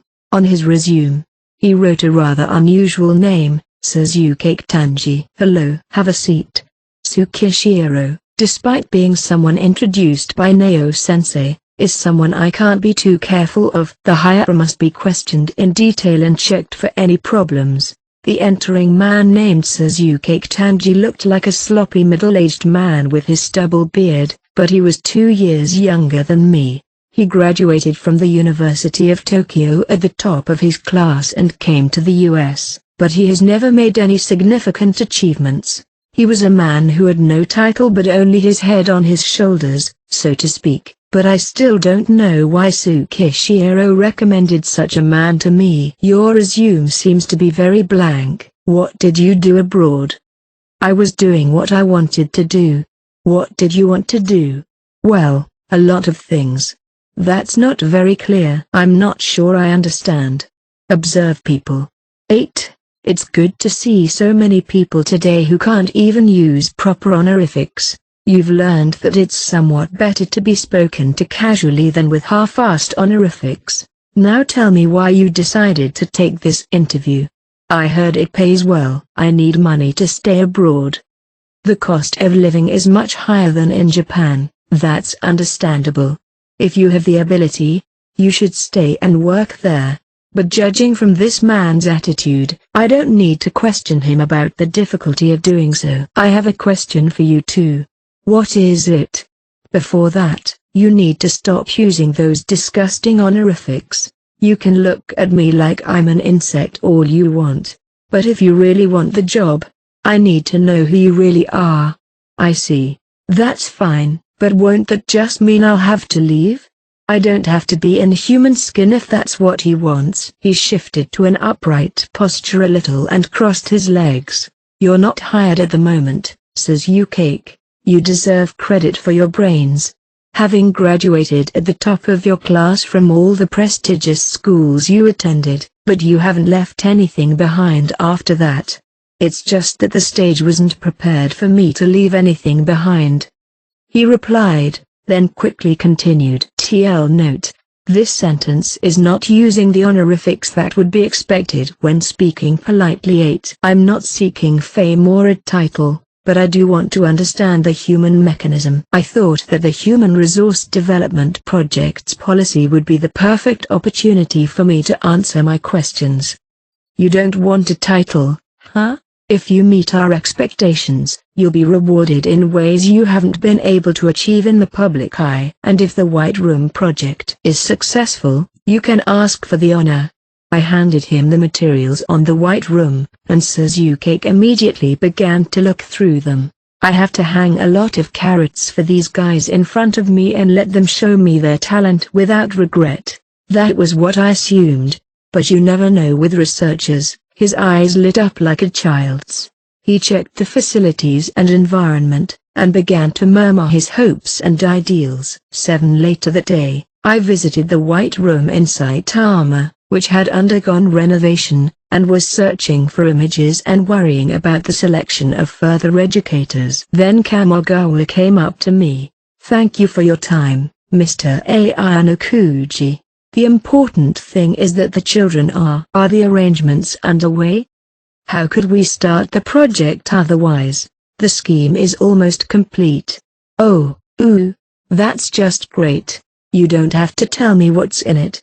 Of course, I don't want to get caught yet. The method of acquiring children that cannot be expressed to Kamogawa, that is, to obtain newborns illegally from black market brokers using the Oba clan. However, this involves many risks. Therefore, we must eventually switch to a more legitimate way of collecting children. We're still in the planning stage, but in the near future, we'll set up a website and announce that we'll be a place to take care of children from parents who are unable to raise their unborn children due to unavoidable circumstances. It would be ideal to cooperate with them even before the birth of the child. There are women who cannot rely on the government system and cannot afford the cost of childbirth. There are many cases where women give birth and die in secret. Of course, it's theoretically possible, but at the same time, there's a big risk involved. When you carry a child in your belly, you aren't really a parent in the true sense of the word. You cannot give birth to a child, and even if you did, you would not be able to raise it. But in many cases, they become mothers the moment they meet their children. And what if there's a fatal accident? If they sue for the return of their child, it'll be traced back to the White Room. That must be avoided. If it gets out, it'll be more than just a blemish on Neo-sensei's name. It's imperative that we only accept children from those who have given birth elsewhere, who aren't responsible and who cannot be mothers. On the homepage, it would be good to put up a myriad of beautiful and hypocritical words. Don't take a life. We accept babies anonymously. We provide counseling for the needy. How the foster care system works, and so on. These are all slogans that guarantee a future for themselves and their children. Whenever a mother visits the hospital, the first step would be to arrange a meeting. They won't be asked for their names or where they live, but would simply be asked to give reasons why they cannot raise their children freely. If the child is simply unacceptable, some will readily allow the child to be placed in foster care. If they're in need of money, let them keep some of it. When you have no choice but to give the child to the hospital, you must allow 1 week for the child to be released. After that, some parents may regret giving up their children. In this way, unrecognized children are gathered and sent to the White Room. We keep a connection with each mother in the form of a name, just in case we're asked to return the child 2 or 3 years later. Of course, you can't return a child you put in foster care. We have to avoid being publicized when we do something illegal. These are the reasons why the treatment of children is extremely sensitive and difficult. The problem is rather beyond that. We need to also consider the medical care of the child brought to the White Room. Medical? Children are fragile. The slightest thing can make them sick. But since it's difficult to take them to the hospital, it's essential to have a doctor who can treat them in the White Room. Not just anyone can be a doctor. There are a few requirements. The doctor must have their medical license revoked. They must be flexible in their thinking. They must be as old as possible, but not too old. They must be able to reacquire their medical license if the situation demands it. Also, they must be in need of money or be unwilling to work in a legitimate way in the outside world. That's a pretty difficult set of requirements. It's not looking good. No wonder you think so. However, if you search all over Japan, you'll find people with unexpected backgrounds. In my search, I came across a former doctor who lives deep in the mountains of Tottori. He had a history of a traffic accident that killed 2 college students who were riding a moped together. Accidents are not uncommon. While returning home after a hard day's work late at night, the doctor, overcome with sleepiness, started to make a right turn without knowing the distance between himself and a moped going straight ahead, and they collided. The police and ambulance were immediately dispatched, but he couldn't be saved. The doctor, who was unlucky enough to have hit a child of a well-known local landowner, ran away to a discreet location to escape from the public's attention. 10 years have passed since that incident. He was able to get his medical license again, but he spent his days drinking. Well, it's good that we found someone like that, but while it's good news that he's been found, isn't there cause for concern? He used to be a flamboyant, spendthrift guy. That's what we're after. At least one, maybe one more. We need a doctor who can take care of the children's health. 3 months later, the arrangements for the children was made and the operation was about to start. The final stage, however, was to finalize the curriculum aspect with the educators. The researchers who had agreed to live and work at the institute were about to gather in the laboratory for a discussion. Ishida, Tsuya, Suzuki, and Tabuchi are all seated in white coats. From now on, you 4 will be in charge of educating the first-generation White Room students. This is the first time you've met in person, but you've had many discussions with each other in online meetings. I don't think this will get in the way of us working together. Wait a minute, we've had many discussions, but we've different directions and policies. How do you expect us to be aligned? Tsuya, the elder of the bunch, strongly expressed his intention. Ishida and Suzuki weren't even trying to be understood, and they looked confident that they weren't not mistaken in their principles. This wasn't surprising since the same thing happened in the regular online meetings. They're the kind of people with whom you could have endless discussions about the direction they want to go in, but they'll never get along with each other. What would you do if I twisted your teaching philosophies and demanded obedience from you? I can't do that. In that case, I'll leave the meeting. Ishida immediately replied, Me, too. I came here only to give you my ideal education. If I can't do that, I'm not going to work. The same went for Suzuki. From the beginning, he hadn't even considered giving up the corner of his mind to compromise. How dare you be so rude to Ayanokuchi-san? I know that he is paying a reasonable amount of money for the preparation. It was indeed a rude attitude, and Kamogawa, who's an amateur in the educational theory field and oblivious to their determination, probably couldn't overlook it. However, I rebuked Kamogawa. I said something that may have confused you, but there's no need to jump to conclusions. We have a total of 15 children ready and available for use right now. I laid out 15 business card-sized sheets of paper with each baby's name, gender, and date of birth on the back of their own paper. I then shuffled the cards as if mixing them appropriately and put them on the table. Ishida, Suzuki, Tsuya, you will each pick 5 cards at random from here and take them in your hand. These are the children you'll educate and be in charge of. Teach them for a certain period of time. The 3 White Room's first-generation student groups will be managed in parallel by Tabuchi. Tabuchi has agreed in advance to monitor all 3 of you equally. Tabuchi nodded and took a glance at each of the 3 of them. I see. That's a good idea. Since we don't share the same values, it's the only choice we have. The conclusion I came to was to let these 3 compete freely. It would be an impossible task to ask these geniuses, who have different philosophies and beliefs, to align themselves from the beginning, but we can't expect them to stay that way forever. The teaching period is 3 years. When the children are all 3 years old, they're given a comprehensive test, and the one who leads the group with the best results is the official leader. There is no cause for concern, as no one's expecting to lose. Ishida nodded his head in satisfaction and reached for the paper, so I glared at him and grabbed his arm. What? If you say anything like your child is not of the right quality after losing, or if you complain about the decision and refuse to abide by it, you will lose the 3 years' worth of money you've inscribed in your bank book as a penalty. Besides, you'll completely lose your position not only in the public eye but also in the underworld. Don't ever forget that, okay? Ishida, in front of me, firmly and slowly cleared his throat in response to my words. Are you too good, too? I have no objection. Tsuya seemed to agree with my words, but he must have taken them to heart.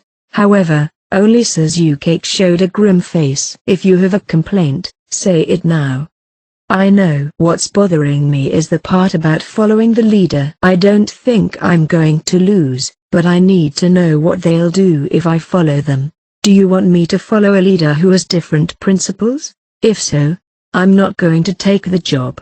We don't need a genius if they simply comply with everything. And there would be no merit in uniting 3 eccentric people like you. I will give the leader the final say. But if there are any objections to the educational policy, we will have a thorough discussion. That's what Tabuchi is for. It's like the ruling party and the opposition party, Kamogawa said, impressed, and in typical statesman-like fashion. I understand. Ishida had regained his composure while retaining the confident look in his eyes. This is the best decision for now. Even if it delays the plan. Only the first group of students will be trained in 3 groups for 3 years, and then the leaders will be chosen and the groups will be unified. It's expensive and less efficient, but it's a necessary measure to unify educators. A new educational policy will be created and the training of a new group of students will start on an annual basis. We'll be forced to modify various plans along the way. But this is the best plan we can take now. Chapter 3. Launch Dreams. It is said that we dream almost every day, but whether we remember them or not is related to the depth of our sleep. Considering the fact that the dream is vividly etched in my mind, I must not be a very shallow sleeper. The dream I'm now having occurred a long time ago. That's right. When I was still a teenager, I was reminiscing about how I felt when I saved up money to buy a used car. The mileage was well over 100,000 kilometers, and the interior was shabby, the maintenance not going as I wished. I couldn't say it was a comfortable car. Even so, I drove that car around with the feeling that I had become the breadwinner of the family. The time I spent with just myself and the car, without making any friends or lovers, was irreplaceable. A considerable amount of time has passed since then. Now I'm no longer driving myself. I'm currently asleep in the back seat.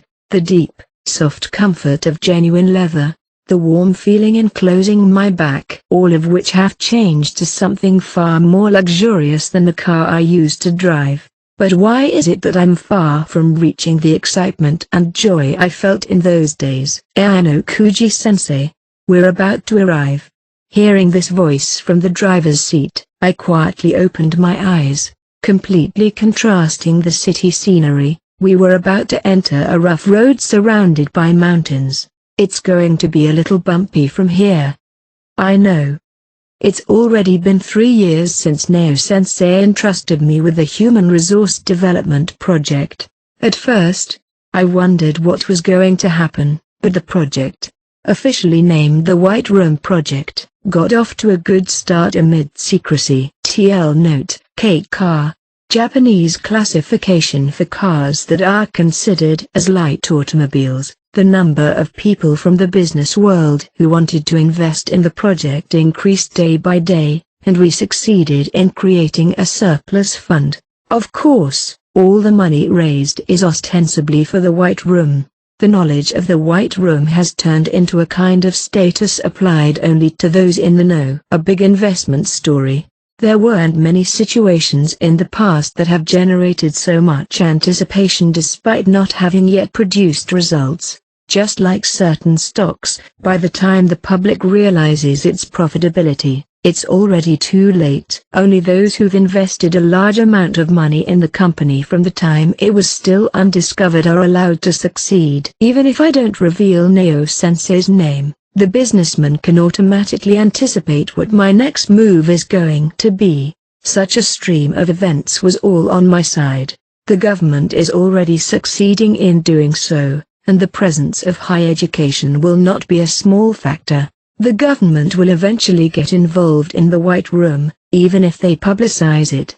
Those who've invested ahead of the curve can expect huge publicity and return on their investment. Even if things have gone well up to this point, if the situation turns out to be disappointing, the investors will turn their backs without hesitation, and those who call them sensei will simultaneously hurl abuse at them all. For this reason, achieving clear and constant results is important. We cannot let our guard down at all. While I was on the move, I received another call on my cell phone from a new businessman who wanted to invest in the project.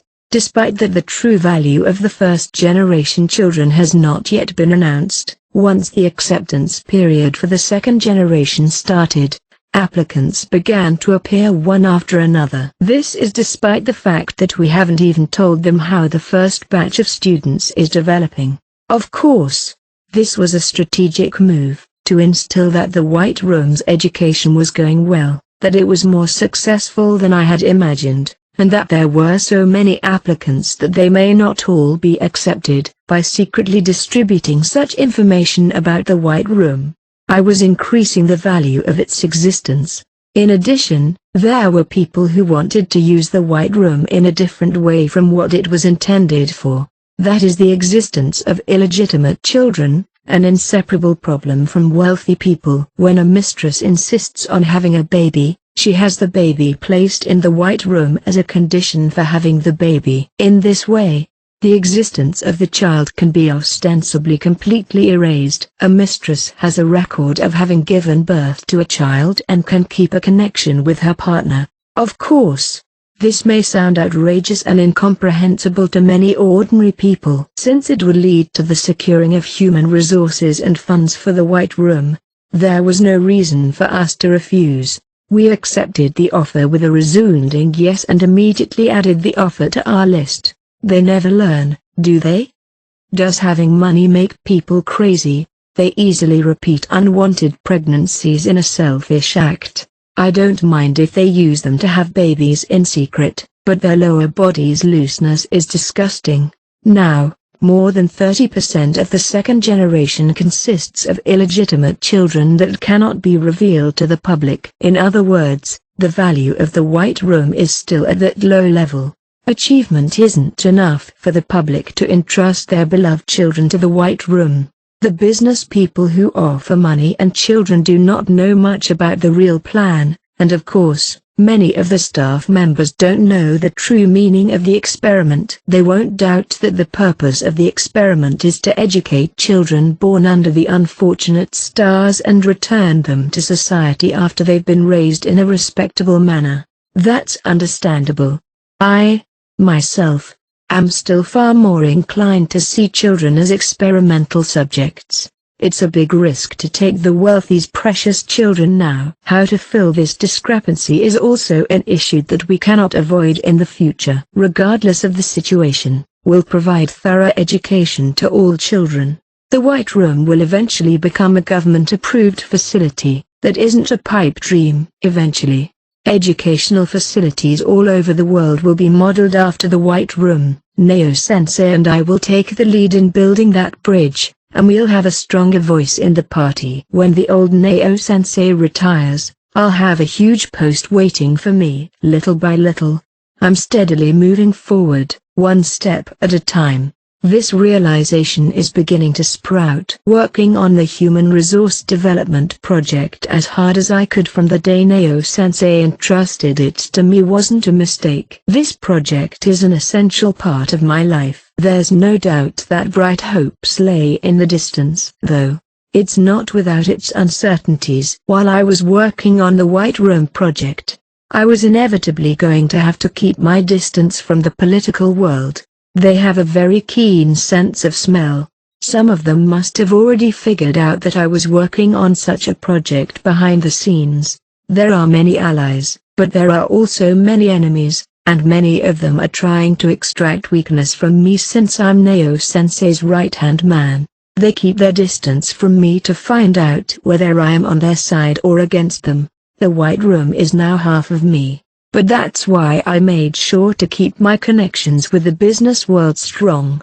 It's the same in any world to have an insurance policy in case of emergencies. If you can't expand your connections in the political world, you should strengthen your position in the business world. This is essential because the political world and the business world are two sides of the same coin. The connections with the business world are becoming stronger by the day, and I've chosen to both don the mask of a politician and the mask of a wealthy man. Money flows from right to left, left to right, and I use the money I've collected to consolidate myself. It seems that Sekiyanagi-sama has just arrived in the White Room.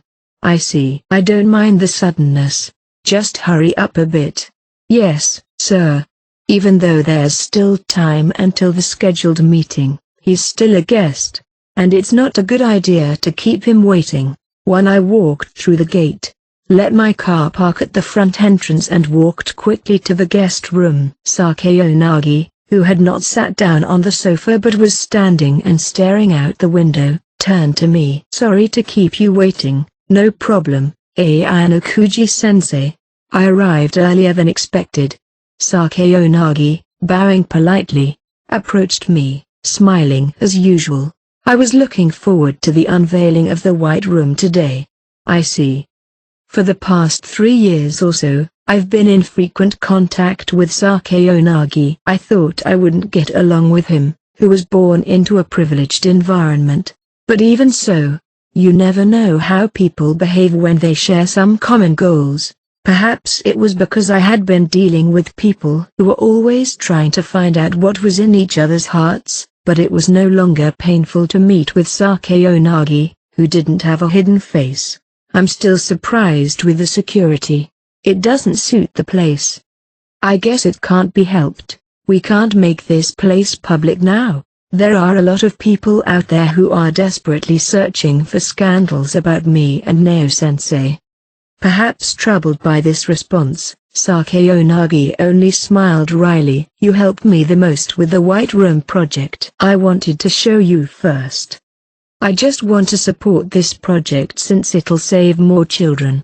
I have no doubt that to Sakayonagi, the children in front of him are the ones who will lead Japan. For me and Neo-sensei, it's nothing more than a card for career advancement, but we've already taken that into consideration. Whatever his intentions are, this man will accept it as long as there are children to be saved. He's a good man, but you never know when he might turn against you. This man will distance himself from me when he realizes that these children's futures are not promised. I'll show you around. Please. I took Sakayonagi to the labs first. Today's an important day for setting new policies for the White Room, and I would like you to watch the children grow up. The children you've taken in are already over 3 years old, aren't they? It's early. Some of the children were seen by Sakyonagi's collaborator. There must be a few scenes that he recalls. Don't you have children? When I met Sakayonagi, This man had already been with his wife for several years. Even now, I haven't heard that she's pregnant or has given birth to a child. It's not that I don't want to have children, it's just that I haven't had the chance to do so. We've talked about letting nature take its course. In other words, if either the husband, wife, or both of them have a problem, they won't mention their prospects of having a child. If both parties agree, it wouldn't be a bad choice either. I see. That was unnecessary, forget it. I've always wondered too, Ayanokuji-sensei. Are you ever going to get married? I would consider it if I had a partner, but unfortunately I've been single for a while now. A partner is essential for a long career in politics. I hope you find such a person soon. Yes, I do too. Love, marriage, childbirth. I don't have time for that. They say that having someone to protect you makes you stronger, but unfortunately, I don't think so. To have someone to protect you is to be weak at the same time. I have seen too many politicians who've died for the sake of their protectors in the past. It was a bit noisy when I arrived at the laboratory. Suzukakes and the 3 other students are about to take a comprehensive test. Thanks for waiting. Let's get started. Yes, sir. Tabuchi, the only neutral one in the room, moderated the session without any personal feelings. We divided them into 3 groups in an isolated manner and had them undergo thorough education for 3 years. Among the 3 researchers, the one who shows the most results will be chosen as the representative, right? Having given a brief explanation, Sakayanagi understood the situation. Yes. Do you already have a prediction of the outcome? No. For the past 3 years, I've had almost nothing to do with it. I've only provided the necessary support without any layman's interference. I don't even know who's actually going to showcase what they've accomplished. For the past 3 years, I've let everything move forward without even viewing the project's process. I can't say that I wouldn't have interfered if I had known about it along the way. When I answered honestly, Sakayanagi applauded in surprise. It must have taken a lot of courage to leave it completely to the field, didn't it? Most supervisors cannot trust their subordinates to do their work, and they tend to talk over them. Those who spend money tend to have such evil thoughts. After all, I'm working with other people's money. If it had been money made from my blood and sweat, I might have been more critical of it. The only ones who should suffer if the money goes down the drain are the investors. That's why I was able to sit tight and wait for 3 years. But still, if we fail, you're likely to lose everything. It's the same for ordinary business owners. They get a big loan from the bank and fight for the company's fortune. It's the bank's money, but it can also be said that it is the president's personal money. In the sense that they're responsible for the company, they aren't so different from a supervisor. You've never changed your habit of being quick to praise others, have you? It's my nature. There's always good in others, and it's my job to see it. I answered without hesitation that what he said was a true compliment. This is what makes this man easy to control, what I like about him, and what I don't like about him. Children came into the room through the magic mirror glass. The children, each with a nameplate stating their respective researcher, took their seats quietly. At 3 years old, they're just about ready for a little conversation, right?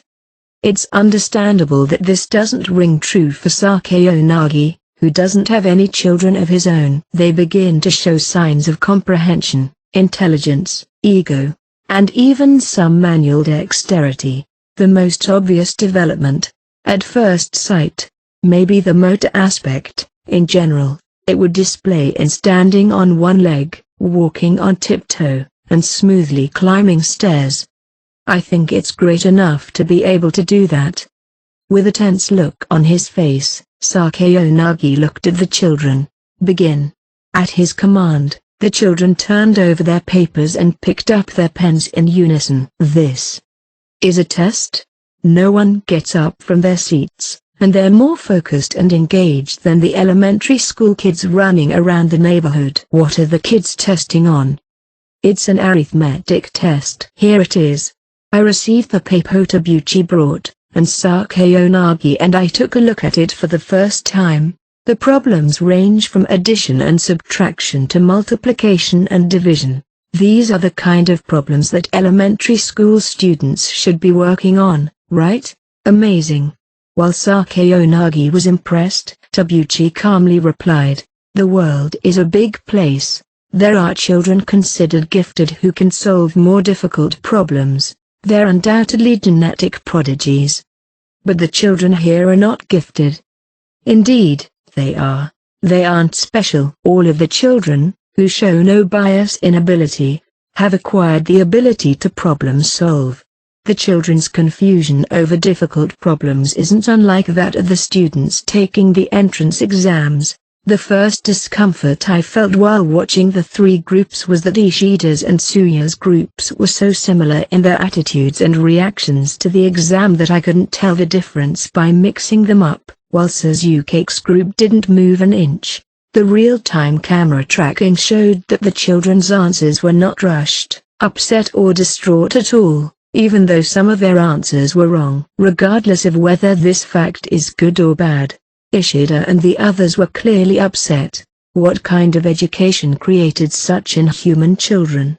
Tsuya's mutterings were those of a researcher. My first task was to make my children develop a mature mind. I made sure that even if they couldn't solve a problem, they could continue calmly, objectively, and without panic. I've punished children who could not do so without mercy.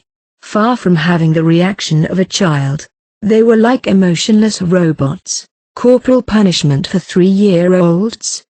No, it's from when they were newborns, and I don't want you to call it corporal punishment, Tsuya.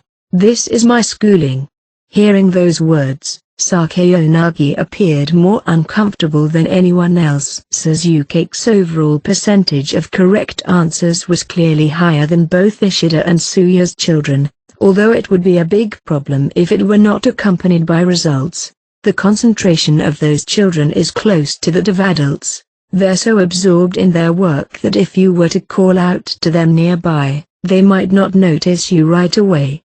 After he had a good grasp of the academic abilities of almost all the participants, Suzuka played music in the room. The loud, out-of-place sound made the children in the room stop and start looking around. The children Suzuka was teaching, however, did not overreact to the sound, as he boasted, and continued to focus only on solving the problems. How is this possible?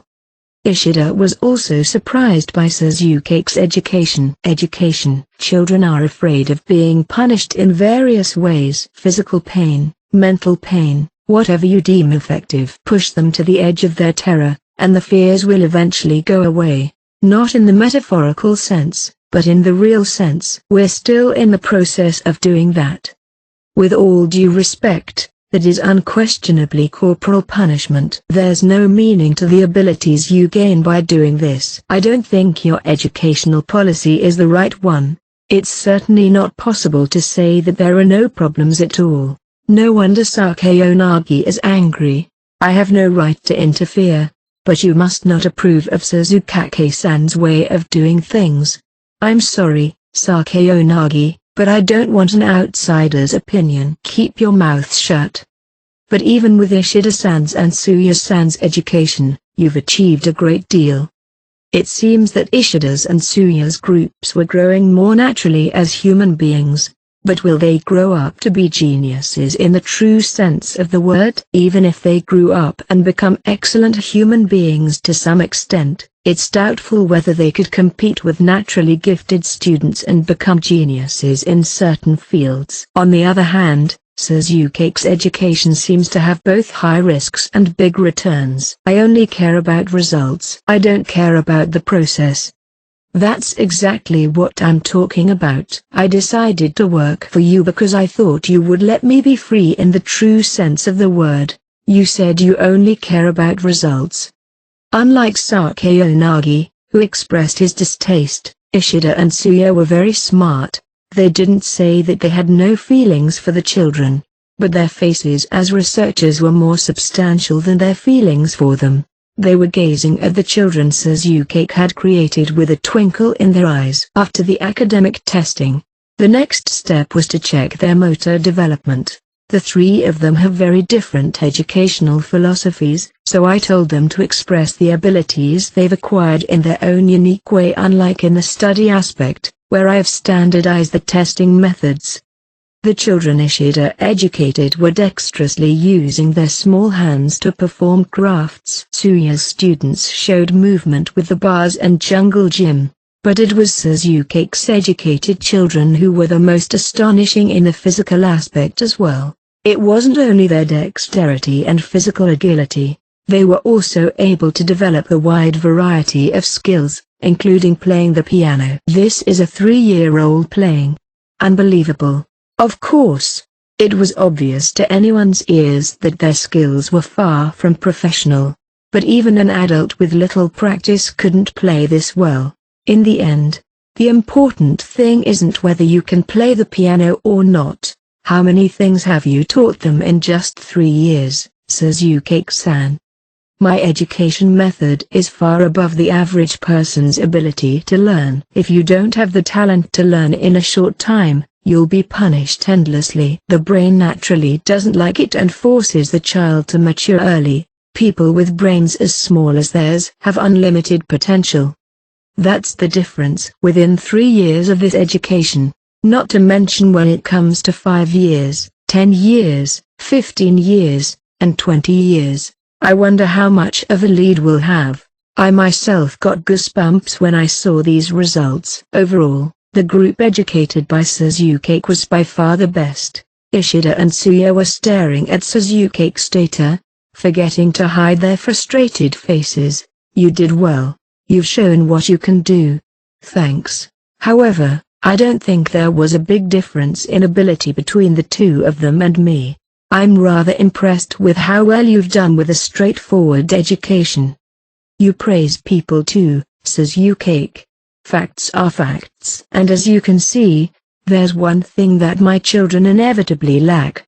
Emotions, right? Yes, Ishida-san and Tsuya-san have nurtured their children with human emotions. That's normal. But I eliminated them thoroughly. I thought that by not allowing the ability to communicate through dialogue to flourish, I could raise the level of human potential.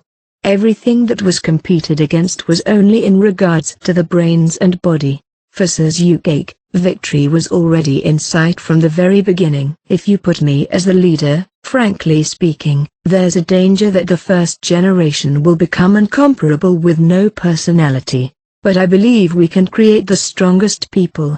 After 3 years of actual research, Suzuki was clearly convinced of this point. Ishida and Tsuya, what do you think about emotions? There's no denying that the inhumanity factor will increase, but as a researcher, I felt that I would like to see the strongest human being developed by your hands. Suzuki, she's 9. Tsuya nodded in agreement. With Suzuki as the leader, we'll start working on the curriculum for the second generation. You'll be in charge of the curriculum for the second generation and what kind of training policy we'll adopt. Thank you. Suzuki bowed deeply and shook hands with Ishida and the others. Sakayanagi turned away to leave. I know you don't like it, but this is also a form of education. Sakayanagi left the room without looking back. From now on, perhaps quite a few children will be sacrificed to the research, but that's okay. It's a small price to pay when the end result is a perfect human being. The goal is to train 100 people and make 100 people perfect. That is the ultimate goal of the White Room. Now is the time to see how far we can go. TL note, she, uncommon honorific, typically used in business settings.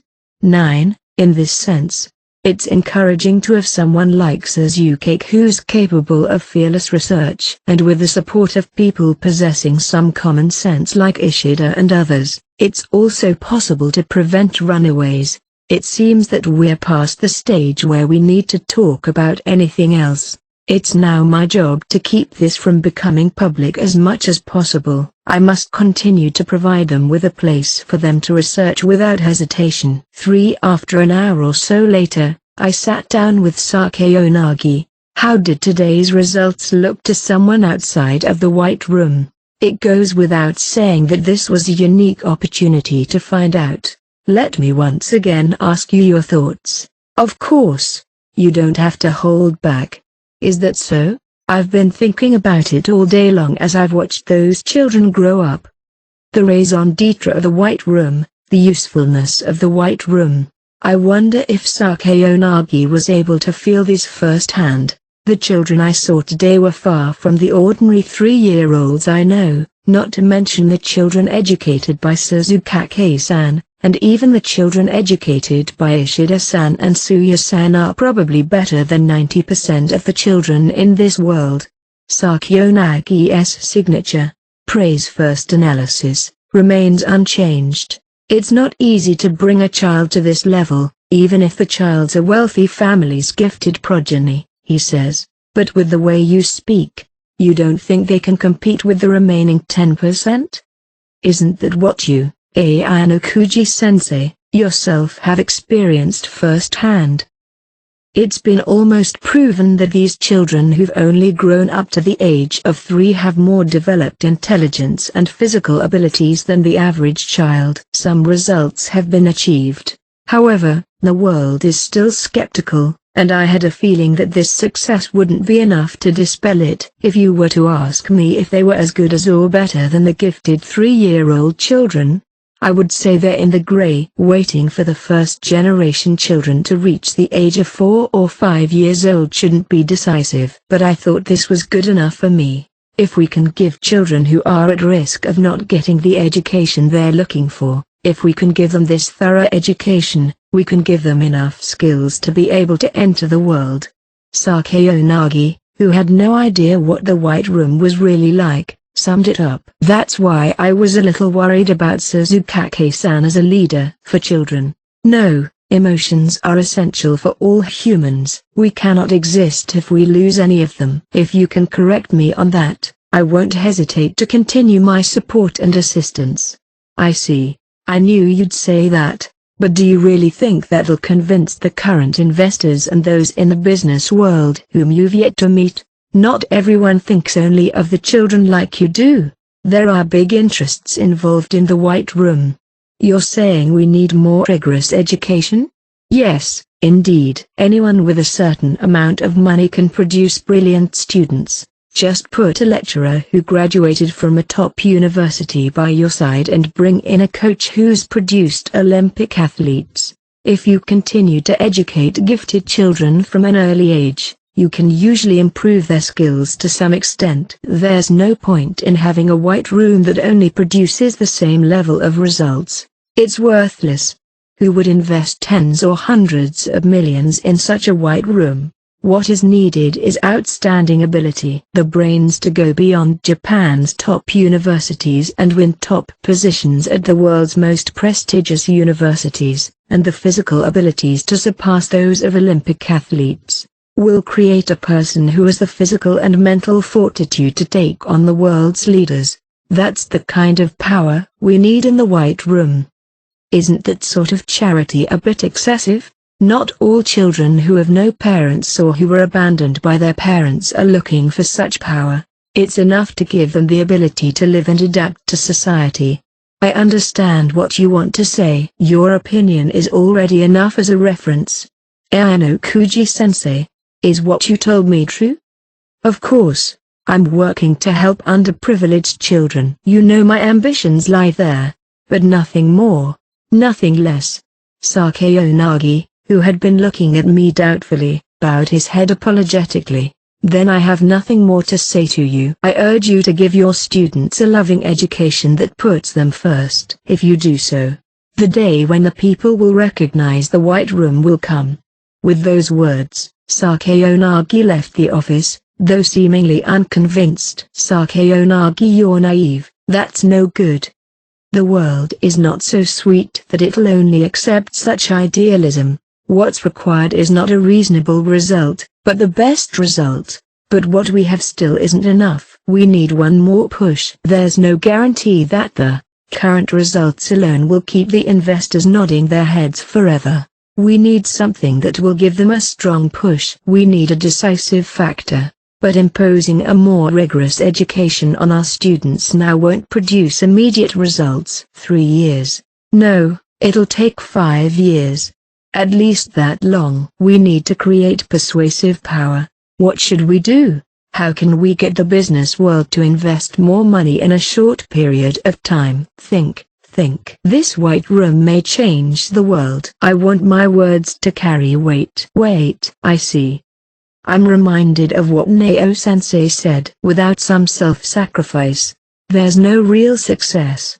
No matter how enthusiastically I talk about education's success or failure, my words will never carry any real weight. The business world doesn't trust the white room either. Why is that? Naturally. The white room is about educating others. I don't put myself at risk. This is nothing more than an extension of my leisure time. I need to be able to show that I can fearlessly trust the white room with my precious child. There's only one thing I have to do to achieve that. I picked up my cell phone and gave someone a call. Hello?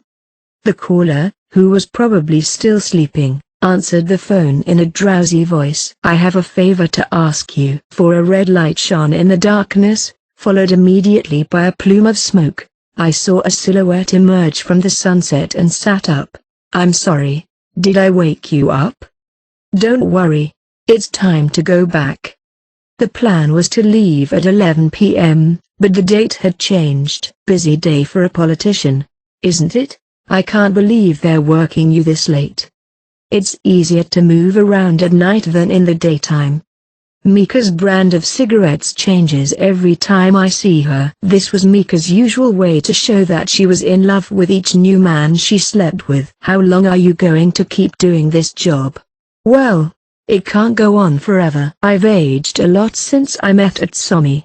Women are all about freshness. As time goes by, year by year, they lose their freshness and become rotten. The world tends not to recognize this, and in fact, hates to acknowledge it. But only those who understand this will succeed.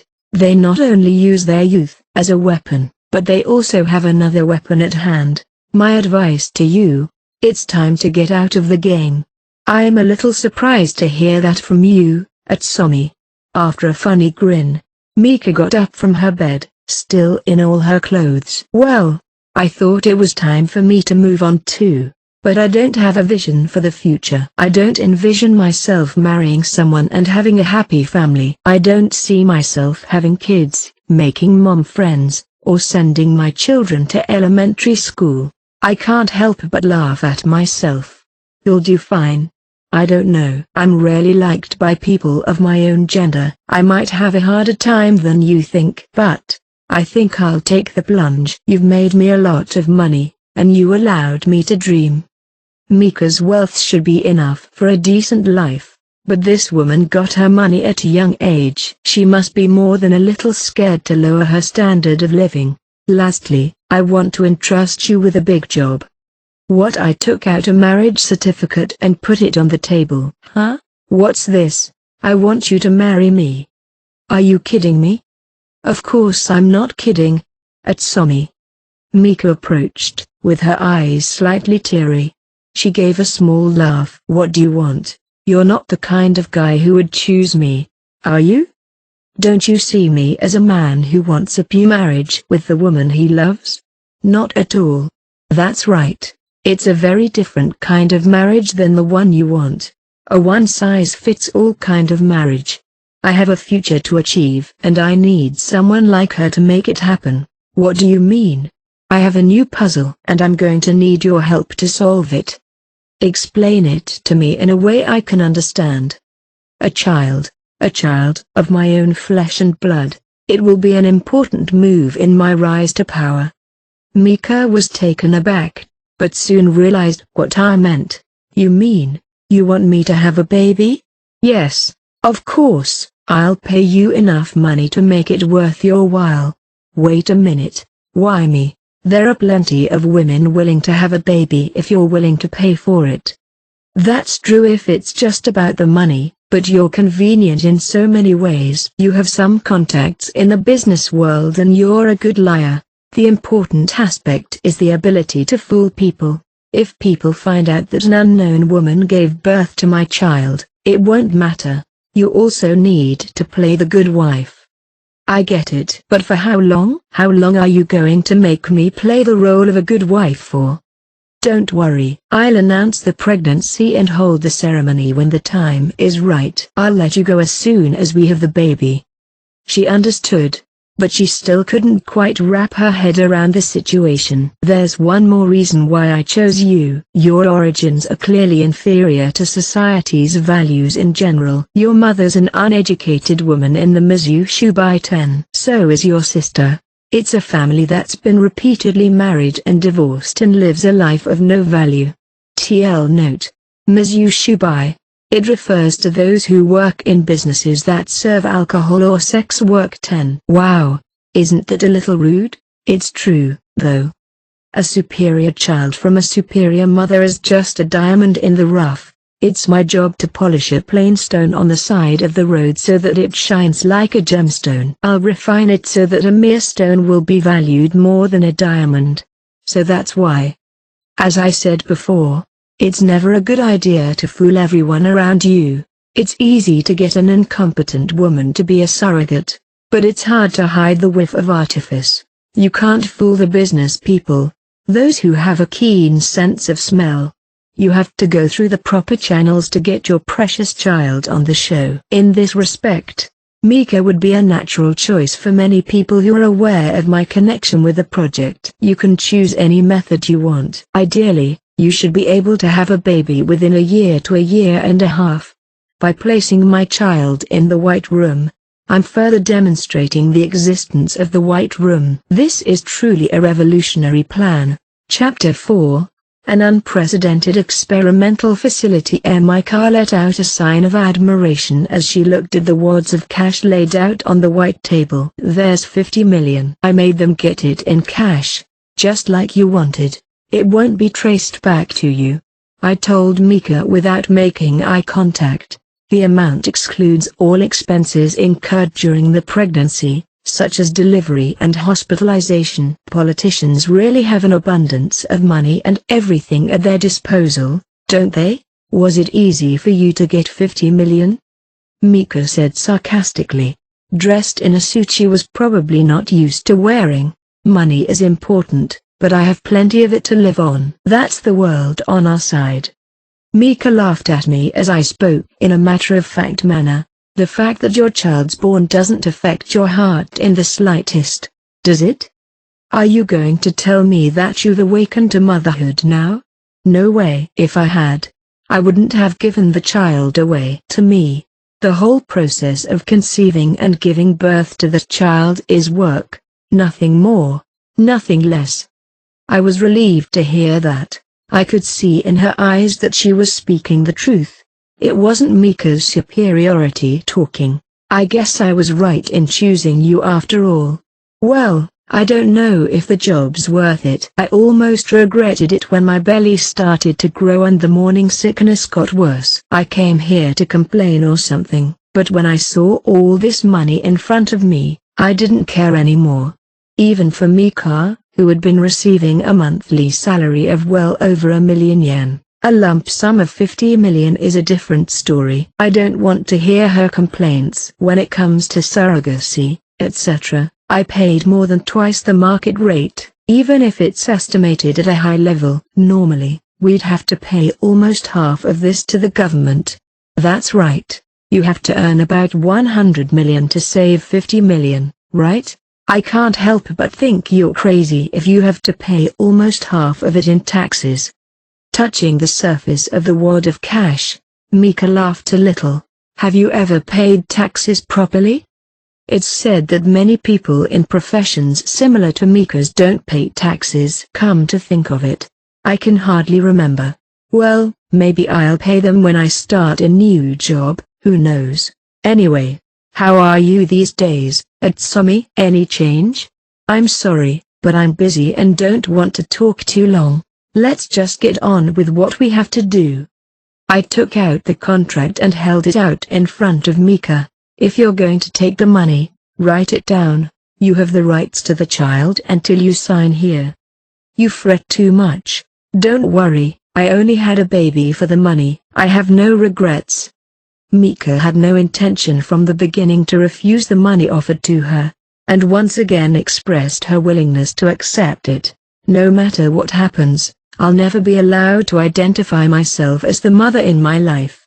This may have sounded insistent, but it was very important. If Mika, who's familiar with the underworld, tries to get the child back, the possibility that the White Room's existence will be exposed cannot be denied. I know. Don't talk about me to him either. I won't. I don't have to. Can you just tell me what's going to happen to him? I haven't told Mika anything about the White Room. It was understandable that she was concerned about what will happen to him. That's none of your business. Once the deal is completed, we're done. Yes, yes. Mika signed the contract as if she understood that there was nothing more to be done. Is this okay? Judging by the handwriting's pressure, there was no hesitation at all. I guess she wasn't at all worried if she was so sure. Mika gave instructions to take the attaché case containing the money into Mika's car trunk. It was a bit risky to carry such a large amount of money in cash, but Mika and I agreed to avoid transferring the money through a bank. Well, I'll be on my way. This was the last time I saw Mika and the last time we spoke to each other. As I was about to leave without saying a word, Mika took a few steps before stopping. Don't you want to ask me what I'm going to do now? I couldn't read her expression. However, I could make out that there was a hint of emotion in her voice. I'm not interested. You're free to go to that host or fly abroad with the money. She was slightly surprised but then smiled as if she understood. You knew about me and him? Even if I don't investigate, people around me will investigate on their own. How long have you known? Before I asked you to marry me and have a baby. Aren't you suspicious if he really is your child? Mika narrowed her eyes as if she was playing a trick. It's not even worth getting suspicious about. You could have predicted that I would do a postnatal exam, and if by any chance you were carrying someone else's child, you'd lose your reward. It's an impossible choice. Yes, indeed. But you did a good job of restraining yourself. I must commend you for keeping your secret meetings with him to a minimum during our married life, and for being so careful that the host would never find out.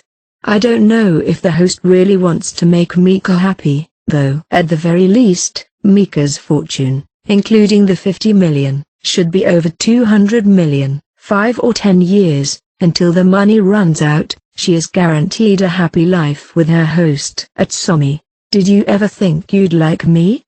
You'll do anything for yourself and money. That's the biggest thing I appreciate about you. I think you're missing the point. No, I'm sure that's the whole answer. I've never had any special feelings for Mika, and at the same time, this woman has no feelings for me either. All these sympathetic words were an act to make herself look good. She likes young, good-looking, well-spoken men who value themselves and their money above all else. That is Mika. Goodbye, Atsomi. Wait, this is my present to you. 3 million on top of the fee I'd originally prepared. I gave the consolation money, a parting gift, over to Mika. You don't have to go that far. I'm not going to sell this to a weekly magazine. I've done a lot of black-hearted things with you, too. Mika has a lot of things that she doesn't want exposed. Of course, that's why this is a pure, open, and honest gift. You don't have to take it if you don't want it. I reached over and pulled the money back, but Mika stopped me with a laugh. There's no reason not to have the money to build your own home, she said. I heard that land is getting more and more expensive these days. You don't know the underlying reasons why land prices are going up, do you? I don't know. I don't care. I'm just interested in the money. That's just like you. You know, it's gonna be a while before you can officially marry someone. That's because I'm supposed to be your wife back in this country. until we've put the child in the white room for a while. It's necessary for us to be publicly established as husband and wife. Not for long. If you can wait 2 more years, then you can do whatever you want. For this purpose, I've already given her the divorce papers filled out, only excluding the dates for me and Mika respectively. One last thing, if you have a name picked out, I'll file it under that name. 11 days have already passed since the birth of the child, and unless additional steps are taken, there are only 3 days left. I don't even have rights to the child, but you're letting me decide? A name is just a symbol. No matter who names the child, what's inside of the human being is the same. After a short pause, Mika spoke the child's name. Then Kiyotaka. A very good suggestion. That's just like you. I was a little surprised at this unexpected turn of events. I just thought that this would be the name you'd remember, she said. That's fine. I'll accept it. You really are a very calm and level-headed person, aren't you? It'd be normal for people to lose their temper in this situation. Naming a host that I'm crazy about. That's insane. Mika started to walk away. This time she didn't stop. Goodbye, Tommy. My time with you has been a valuable experience for me. For better or worse. After Mika left, I wrote Kiyotaka on a list. With that much money in her pocket, she shouldn't have a single complaint. I gave up my child as a representative of the White Room. If I can make a track record, I can say that the money was a small price to pay. As long as Kiyotaka is useful for at least 5 years, it doesn't matter if he breaks down after that. There's no need for one's own child to be excellent. She was quite a nice lady, Ayanokuji-san. Tsukishiro, who was waiting in the next room, appeared with a smile as usual. You've had a hard time, too, haven't you? I made you play detective. I'm a jack of all trades, you know, but are you sure you can trust her? You might consider getting rid of her if you have to. She may stay quiet while she has money, but from the looks of her, she'll run out of it in a few years. Or, could he run away with a large sum of money? Yes, you never know with people. In the future, when she loses the money, Mika may appear in front of me again. But I hope she's smart enough not to do so. No matter how dirty and worthless your soul is, it's not pleasant to die for nothing. It's always a good idea to make the first move, but it depends. Mika's disappearance creates other risks. We need her to be a mother for now. It's clear that I'm not attached to the child due to the circumstances.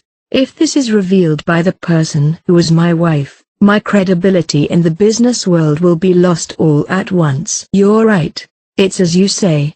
In a few days, the child will be in my hands after the tests are completed and he'll begin the experiments as a 4th-generation student. It seems like your son will have a tough life ahead of him, just like you. Those words sound like pity, but Tsukishiro has no such feelings. On the day Kiyotaka arrived, I gathered Suzuki and the other researchers. Ayanokuji-sensei, this is the curriculum for the 4th-generation students who'll be starting this year. Tabuchi operated a computer with dark circles under his eyes.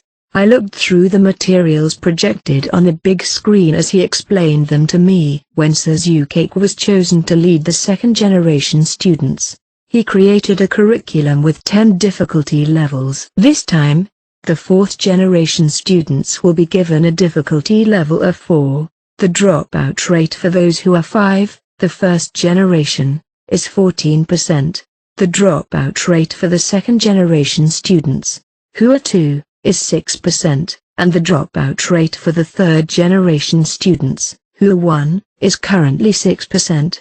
It's predicted that more than 20% of 2nd-generation children will drop out by the age of 5, and more than 25% of 3rd-generation children will drop out in the future. We've been raising the difficulty level in stages, but we're taking it a step further for the 4th generation. The higher the level of difficulty required of the children, the stricter the passing line will naturally become. In particular, Suzuki's curriculum is structured in such a way that the difficulty level increases drastically after the children reach the age of 6, when their foundations have been solidified. It wouldn't be surprising if the first generation's dropout rate also increases rapidly in the future. In fact, how much will change by continuing to increase the difficulty level? We only have 3 data references, but even if we compare the first and third generation's abilities at the same age, the lowest performing students increased by 11% and the highest performing students increased by 37%, respectively. This proves that the educational method proposed by Suzuki-san is connected to the improvement of human abilities. The research so far seems to be going well. If we continue to educate our students in the right way, we'll eventually be able to produce children who'll be incomparable to the first generation. However, it'll take many years to achieve this. There have also been some significant changes. As a typical example, we've analyzed the dropouts aftermath and found that there were some problems. One is the extremely low ability to adapt to society. The reason for this is already clear. It's due to the fact that they've lived 99% of the time only in the white room. In particular, first-generation students understood the outside world only through materials and pictures, fragmented depictions. It'd be impossible for them to imagine and draw cityscapes in their minds. The second and third generations showed some improvement as they began to learn through the use of images. But they lacked the everyday knowledge that Japanese children should have. Vending machines, streets, shopping malls, convenience stores, and supermarkets in the city, and their lack of recognition through hands-on experience caused a great deal of discomfort to outsiders. They may remember them in words and letters, but without actual experience, a natural response is impossible. So, what's the solution? It'd be easier if we could take them out of the white room, or to put it more simply, to have some kind of extracurricular activity, but of course, that's not going to happen. The more people we have outside the white room, the more we run the risk of the public knowing about the facility, and the impact that is on young children is immeasurable. Ishida continued his explanation and pulled out a pair of large goggles. That's where the virtual console comes in. Using VR, children will be able to travel, learn, and memorize anywhere, at home or abroad. Suya followed in agreement. Ishida-san's idea isn't bad. It's great that they'll be able to virtually understand the minimum common sense that they should learn. Even if it's in a virtual space, it can be imprinted as an experience by walking around in a perfectly reproduced world.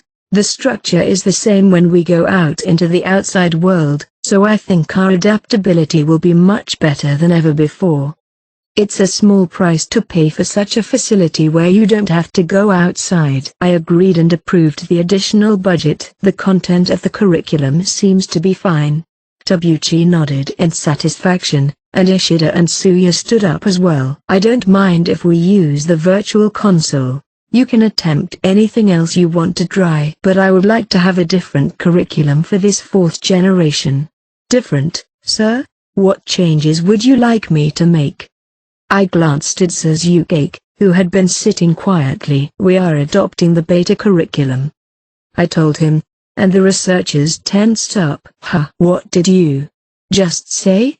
Suzuki was probably the most surprised of all. I said we are going to adopt the beta curriculum. Don't make me say it again. Suzuki created a curriculum with 10 levels of difficulty compared to third-generation students.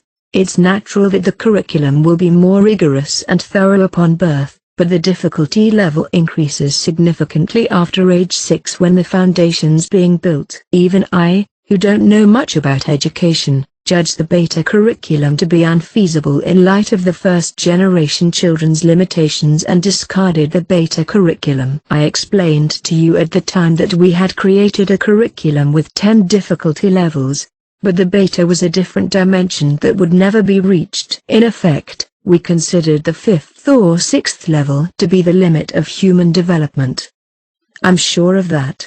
It's impossible to even compare the second and third generation curriculums to the beta curriculum. The current curriculum up to the third generation isn't easy to follow, and the results aren't remarkable at all. In such a situation, bringing up the beta curriculum would only destroy the sample material. I know that it's necessary in research to increase the difficulty little by little, but it takes time to climb up the stairs a single step at a time. I would like to see the human limits this one time in the White Room. I don't care if they all drop out. Of all the times. With your son here? My son is the one who will receive the most rigorous education. This is a great opportunity. If we can create even one success in the beta curriculum, it will lead to future research. But what kind of criticism will I get from our supporters? That's why I said I would adopt the beta curriculum for my child's generation. It's for the sake of research. Feel free to tell me, and I don't care if he dies. Everyone, including Ishida and the others, were stunned and speechless. Really? Are you sure you want to? As a researcher, Ishida may be eccentric, but he hadn't strayed from the path of humanity. That's why he was so aggressive with me, but he must have realized that this was my decision. Yeah, the next 5th generation students will be assigned the level 4 curriculum that was supposed to be assigned to the 4th generation students. The 4th generation is the only exception. We can't easily implement an inhumane curriculum when there's no future in sight. It wouldn't be too late to change the curriculum after all the 4th generation results are in. I've prepared a reasonable sample of children for this one session. I show them the list of the children who'll be in the 4th generation, which I have kept secret up to this point. This is 74 in all. That's more than twice the number of kids in the 3rd generation. Almost all of them were picked up from the have-nots so that they can be used and discarded. The Audiobook group and the black market brokers connected to them aren't cheap, but a big sample is always better than a small one. I hope these people have understood how serious I am. In reality, however, only a few of the have-nots are children of businessmen. They must be dreaming of great growth in a harsh environment. They took the offer without any responsibility. However, I'm not telling the researchers which of the children belong to families of businessmen. I don't want that to get involved in any way. Suzuki, who had been listening in silence, walked up to Ishida and the others who were reluctant to join the meeting. I myself have come to understand many things since I started working with Ishida-san and the others. There are certain lines that one must not cross as a human being, to the point that I regret having created the beta curriculum. I can only see the results of the collapse, but still, as long as Ayanokuji-sensei insists on doing it, we are obligated to carry it out. But, as Ayanokuji-sensei said, this is a special case. It's also a great opportunity for me to reject the reckless curriculum that I myself have created. Suzuki has grown up a lot over the past few years as he continues to be a leader. They constantly clash with each other over the content of their research, but in the end, Ishida and the others nod their heads in agreement. Acknowledging Suzuki's enthusiasm and determination, it's my responsibility to be the one heartbroken, and I'll be thoroughly involved in the education of the 4th generation students. As a representative of the White Room, I should be there to witness the results myself. I understand what you're saying. Of course, I will follow your instructions, but first, may I make a suggestion on how to deal with the dropouts? What do you mean? To be clear, the dropped-out children's abilities far exceed those of ordinary people. I'd say that's a good accomplishment. It's too good to throw away. At what success level are you talking? Do you think our goal is to get into a top university or to win some random competition? No. That's fine on the surface, but the real purpose is completely different. To protect this country from the world, to make this country strong, and to create people who have the power to run this country.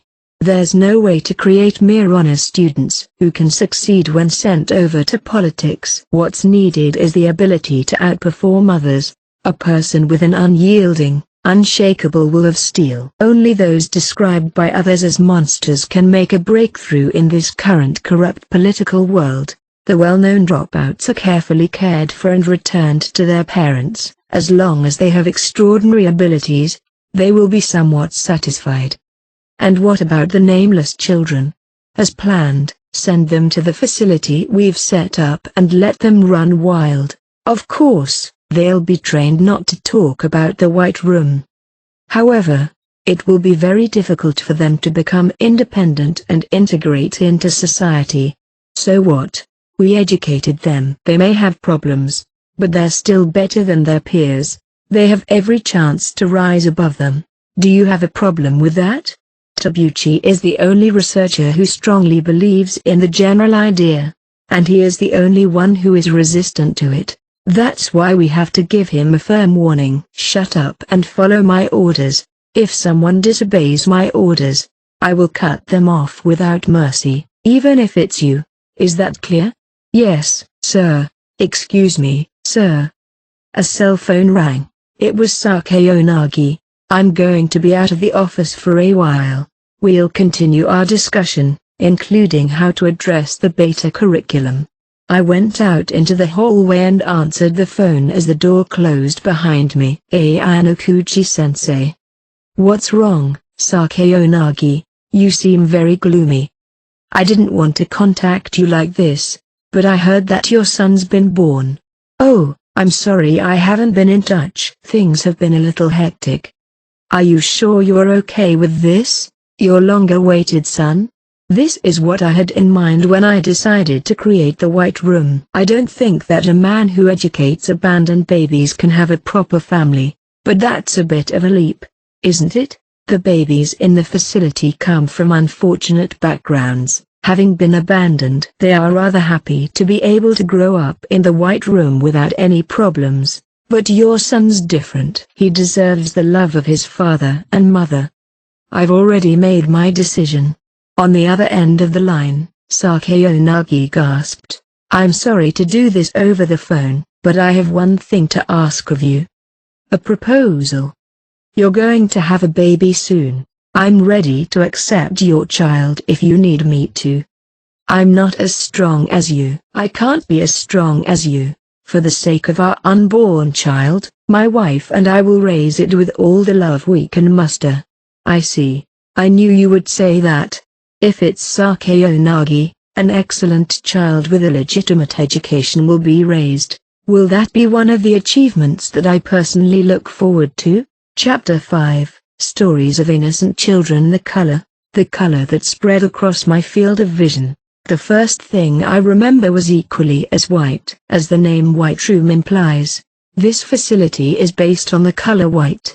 The ceiling is no exception. I was staring at that white ceiling in my first memory. Before showing any interest in staring or playing with my fingertips, I simply wondered what this white ceiling was. Day after day, I spent more and more time just staring at that ceiling. At first, I cried. I cried because I missed people, and then I learned that no one was coming to help me. Now that I look back on it, it was instinct, not logic. This is the first thing a newborn baby, who cannot even speak, learns when it accepts its environment. After that, I realized the existence of my fingers. I spent all day long looking at, sucking, and licking my little fingers, and nothing else. In the emptiness, the nourishment necessary for life was brought to us by the cold adults. This is no different in the case of illness. The treatment was carried out without hesitation, and daily life returned as if nothing had happened. No one panicked, no one worried, no one rejoiced. Eventually, you learn. You realize that you're being carefully cared for here. Human beings have feelings of joy, anger, sorrow, and pleasure, but none of them are of much use in this facility. The children, with their still undeveloped brains, learned that early on. No wonder whether you laugh or cry, get angry or sad. The instructors weren't there to help you. The only time I could move forward was when I achieved something. The first time I remember that I recognized communication as a language was when I was 2 years old. The instructor was sitting in front of me and I was sitting in front of him. There was nothing in between, just the instructor holding out both of his open hands to me. Not long afterward, the instructor placed a small little gummy bear in his right hand in a very conspicuous way for the children living in this facility. This snack was a rarity, the sweetness that they were usually deprived of. As a child, I was no exception. I remember having the same cravings as anyone else. Guess where the gummy is? And you can eat it. The adult who held a gummy bear in his right hand extended it to me. His expression was stern and almost expressionless. On the other hand, the child facing him, me, Ayanokuji Kiyotaka, was also emotionless. Both of us had the same expressionless face, but I was in a natural state while the instructor was consciously trying to be silent. And the other kids were also naturally emotionless. I could sense that the other children were well aware of the fact that emotions can be a stumbling block. There were one-on-ones between adults who hid their emotions and children who had minimal emotions. I'll give you a chance until you miss 3 times. The instructor muttered to himself in front of me. I still don't understand the adult language, the meaning of every syllable within those words. Missing, chance. Neither of these words can truly be understood by a 2-year-old child. However, they can instinctively sense what's being appealed to. I could sense what was being asked of me. I touched his right hand, just as I had seen. Without hesitation, the instructor opened his right hand and gave me a small gummy bear. At the same time, other children were also trying to guess the gummy's location. All of the instructors clutched the gummy in their right hands, and all of them answered correctly. Next. This time, he held the gummy bear in his right hand, but immediately after that, he put it back in his left hand and offered it to me. Of course, I touched the left hand without hesitation. Another correct answer. This simple process was repeated twice more, yielding a total of 4 gummies. Although they weren't very sweet, they were a valuable snack in this white room and were well received by the children. I remember that I, without exception, enjoyed the taste of these gummies. Next. 5th time. This time, the instructor crossed his arms behind his back, grabbed a gummy bear, and held it out to me. The strength of his grip and the position of each hand were almost the same. The instructor's expression didn't change, nor did his gaze. In this case, there was no way to judge objectively which of the instructor's hands clenched the gummy. The probability was 50-50 in either case. In that case, time efficiency was the priority here. I randomly touched the right hand. It was empty. The other children were divided into 2 groups, and although the ratio of children who picked the right hand was a little higher than the left, there was no clear reason for this. However, as expected, all the instructors held the gummy bear in their left hands. Next. The instructor hid his hand behind his back again, clenched it, and then brought his arms forth. I wondered if he would continue to make us guess the 50-50. There was no point in choosing either of them, but I dared to choose the left one. No. After a short thought, I decided not to answer immediately but to observe what was nearby. The children were so focused on the instructor and the gummies in front of them that they neglected to pay attention to their surroundings. This time, the majority of the children pointed to the left hand, but the correct answer was the right hand. Then, the instructor in front of me was most likely holding the gummy bear in his right hand. I pointed to his right hand, and after a short pause, it opened to reveal a green gummy bear. Next. You weren't praised for guessing it correctly, but at least you were allowed to eat the gummy. Rolling the gummy on the tip of my tongue, I concentrated again. The instructor clutched the gummy again behind his back. He held out each of his hands at the same time. Of course, this time, I observed my surroundings in the same way. When all the children had finished pointing, there was no sign of the instructors opening their hands. You are the last one. This meant that they won't open their hands until all the children had given their answers. Since there was no hint at all, I continued to point to his right hand. All at once, The instructors opened the palm of the indicated hand. However, all of them missed it. Both the children who pointed to their right hands and the children who pointed to their left hands got it incorrect. At this point, many children missed 3 times and won't be getting another chance. I had only one chance left. Next. Similarly to the previous 2 occasions, the gummy was clenched behind the instructor's back. There was no way to tell which hand it was in from the outside and no sign of hands opening after the few remaining children had finished playing. In this case, it didn't make any difference whether the right hand or the left hand was used. I wondered if this was really true. Or one last chance, if it wasn't held in either of these hands, then. The instructor didn't say which hand had the gummy bear. He only asked us to point to where the gummy bear is. So it was possible that they were hidden somewhere other than in the left or right hand. I let that childish thought run through my mind and pointed behind without touching either hand. He didn't answer and just stared at my movements. Why are you pointing back? Gummy hand, no. I replied in such a way that showed I still didn't have perfect control over the language. Without saying a word, the instructor opened both hands at the same time. Then, I found a small gummy bear in his right hand. That's too bad. The right hand is the correct one.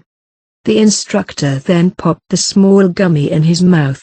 One of the 2 remaining children had answered correctly for the right hand and was given a gummy bear. I'll give you one more chance, just for the heck of it. He took out a gummy bear and held it in his hands behind his back as if to repeat the process, and stuck out his arms. I thought his hands were empty by hiding them behind his back, but in fact, they were held in his right hand. Then, did I simply miss the 50-50? And it was never hidden from the beginning of this match, or, after hiding it twice, did he hold it in his right hand, anticipating that we would read it that way? The possibility that both hands were empty is more probable than the possibility that they were holding something. The other remaining child pointed to the instructor's left hand. What's the right thing to do? Was it the right hand, the left hand, or was it hidden behind? After thinking about it, I took a gamble. I rejected the right and left hands, judging both to be empty. The instructor opened his hands. In his left hand was a small gummy bear. Too bad. Another miss. Are you disappointed? It's true. I was disappointed. I nodded slightly. It wasn't because I wanted gummy bears. It was more like frustration that I was wrong. I guess this kid is different after all. The adults gathered around and whispered to each other. My 2-year-old mind couldn't comprehend the meaning of the complicated words, so I only remember them as a list of words. All the children, with the exception of Kiyotaka, were honestly trying to guess everything between left or right. But he observed the choices of those around them and was clearly aware of the possibility of a third option, which was the option that the gummy was hidden behind our backs. Moreover, even after proving that it wasn't hiding behind my back, he didn't abandon the possibility. This isn't the thinking of a 2-year-old. You're overthinking this, aren't you? But in all the tests I've done, this is clearly the only child who thinks differently. He's the only one who has a different point of view. In the midst of these incomprehensible thoughts, the instructor's words were etched in my memory. I thought, in the future, I may be able to get some hints from this conversation. When I grew up, I could just open the drawers to my memories. The way he's looking at me is creepy. I wonder if he even understands what we're talking about. No way. He's 2 years old. There's no way he understands more than the bare minimum of what we're saying. That's true, but... A buzzer sounded, announcing the end of the test. The adults looked at each other, ordered the children to stand by, and walked out. Given this familiar scenery, the kids saw them off without any of them crying. Any fear that we'd be left alone has long since disappeared. There was no help for us. This was something we learned in our bones at the age of 2. Another fragment of memory to be dug up. In the process of erasing unnecessary memories, there are things that come to mind. Take your seat and state your name. State your name. The brain received the instruction, and the brain quickly transmitted the signal to the throat, Kyotaka.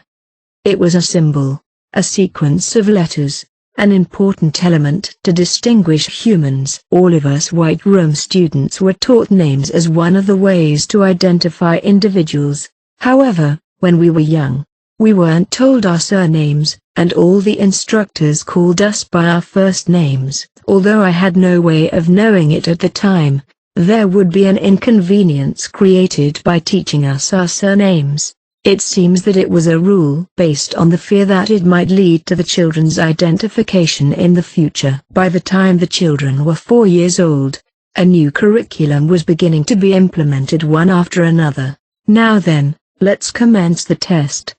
The most important of these was a written test. All students straightened their posture and faced the test papers. The test consisted of 5 writing systems: hiragana, katakana, the alphabet 11, numbers, and simple kanji. Since we'd already spent a whole year being thoroughly taught reading and writing when we were 3, there was no hesitation in their fingertips movements as they held the pen.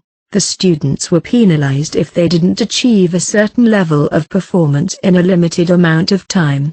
In addition, the students were also required to have good handwriting. Even if your handwriting was good, you won't receive any points if you get the answer wrong. But if you write poorly in a hurry, points will be deducted from your score. So we had to be careful. No one at this facility asked whether or not we can solve the problems we face. This is only true because the only children left were those that were capable of solving them. Those who couldn't were dropped at the age of 3. Our group, called the 4th generation, had a total of 74 students in the early years. However, as mentioned above, children who were deemed to be unable to do so at the age of 3 had already dropped out of the White Room. Therefore, all 61 of us then shared almost all of our time together, excluding bedtime. The written test was 30 minutes long, but there was enough time to complete it in about half to 2/3 of the time limit if we solved the questions without hesitation. This was true for all the previous written exams held in the White Room. Solve the equation and move on to the next. Determine the answer and write it down. At the same time, you review the previous question to see if you've made any mistakes. TL note: alphabet refers to the Latin alphabet 11. When I finished, I raised my right hand straight up. After signaling that I was done, I turned the paper over. Getting a perfect score on the written exam was the minimum requirement.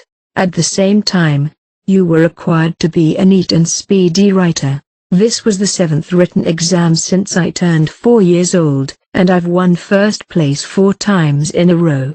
The first time I took the written test, I was ranked 24th, the second time 15th, and the third time 7th. I didn't have a good start. It took me a while to figure out how the written exams worked, its logic, and its efficiency. Once I solved that, I haven't been overtaken, and I myself have been improving my certainty even more. The gap between me and the second place finisher was widening with each written exam, and now the time gap was about 5 minutes. Regardless if I got a perfect score or first place, I would never be praised by anyone. When everyone finished, we moved on to the next part of the curriculum. Now we'll start judo. Everyone please change and follow the instructor to another room. Martial arts. This was another curriculum added when we turned 4, as was the written test. I've already been taught judo for 4 months. While being trained in the basics, we progressed to the stage where we had to fight in actual combat. My vision shook and I felt a strong pain in my back. In the confrontation with the instructor, the children were always made to taste this bitterness. I was no exception. Get up. The relentless slamming into the floor, making it impossible to breathe, didn't allow you a break. If I didn't get up immediately, I would be reprimanded again and again. Next, arms that were many times thicker than mine flew at me. I was slammed to the floor again, and I tried desperately to catch myself, but I couldn't absorb the damage. While I was being knocked down to the ground, Similar occurrences were happening all over the place. All the kids were crying and sobbing while being thrashed around. I can't stand up." As if begging for forgiveness, Mikaru clung weakly to the instructor's leg. "Still. Get up."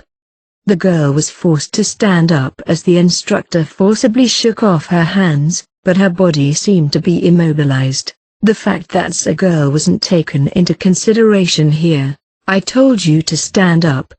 The girl was kicked, spun around and around on the floor, and sprayed vomit all over the place. Of course, the adults weren't kicking seriously. Even so, it was obvious to everyone that the force of the kick was unbelievably strong. "I don't give a damn, even if you're a kid. You already know that." The average mind would have a strong resistance to hurting a child this much, but the instructors who've been called to the White Room aren't ordinary. They were the kind of people who had no qualms about sending women and children to the brink of death. "No one will cry if you disappear. Stand up and face them on your own." Mikaru, convulsing and unfocused, put her hands on the floor and tried to get up. "Yes, that's it. Show some spirit." GH. But the previous kick Mikaru took was critical, and she collapsed and lost consciousness. "Damn you gutless bastard, get her out of here, get out of my way." The instructor, who had been making irritating footsteps, shouted angrily as he forcibly removed Mikaru from the room. "Do you believe such a scene is tragic? If so, you should change how you think." This is only the beginning. Excessive reactions like Mikaru's were decreasing day by day, and even the expression of pain was fading away. Even human instincts were eliminated by the brain as superfluous functions. It was natural to be thrown. It was natural to have difficulty breathing. It was natural to hurt yourself to the point of sobbing. And even thinking about it was a waste. The only way out of the situation was to keep trying to reduce the number of times you get thrown within the time limit. Of course, the most ideal situation was to defeat your opponent. But the opponent was far superior in strength, size, and skill. Needless to say, it wasn't easy to bridge the gap between adults and children. After being forced to fight intensely and breathlessly, everyone rose to their feet, battered and bruised. After an intense education from our instructors, we were obliged to take part in hand-to-hand combat with 3 others at the end of the day. The children never looked tired. I've learned that any prey that seems weak was doomed to be hunted by the strong.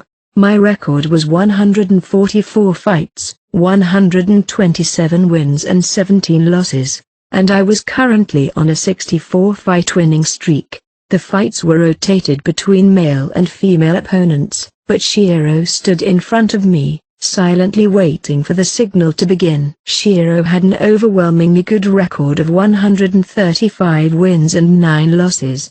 I've played against Shiro twice, winning once and losing once. I lost my first Randry 12 match, but I had not lost since the first rotation. However, among the other students, Shiro had the best judo skills. Because he was a formidable opponent, he was able to sharpen his sensitivity even more. Shiro had always been aggressive and took the initiative in his fights against others, but today, in his 3rd match, he seemed to be taking a wait-and-see attitude, aiming to create counterattacks. TL note, Randary, basically a 1v3 judo match 12.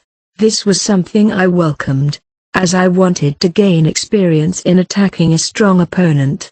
Begin. At the instructor's announcement, we fought each other to the bitter end with defeat on our backs.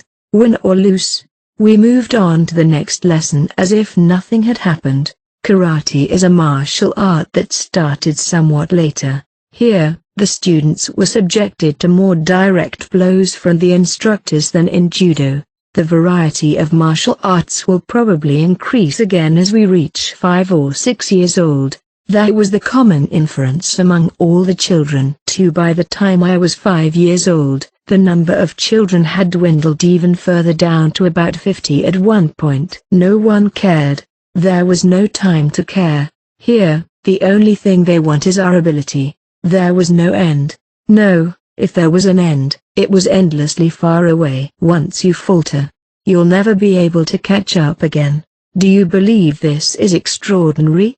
I don't. This was everyday life for me. One day, when the number of people in the group had already decreased considerably, we had dinner together. The meal was being served with everyone present. During the meal, the instructor left the table and the children were left alone. However, we've never had a direct conversation. The whole time, I've only heard their voices through the instructor. Why don't we talk to each other? It wasn't forbidden by the instructors. We just didn't have conversations because there wasn't a need to talk in the first place. We knew each other's names through the instructors. We knew how good each one was in their studies, and we knew how athletic each of us was. All of our inabilities were laid bare. There was no food that they like or dislike.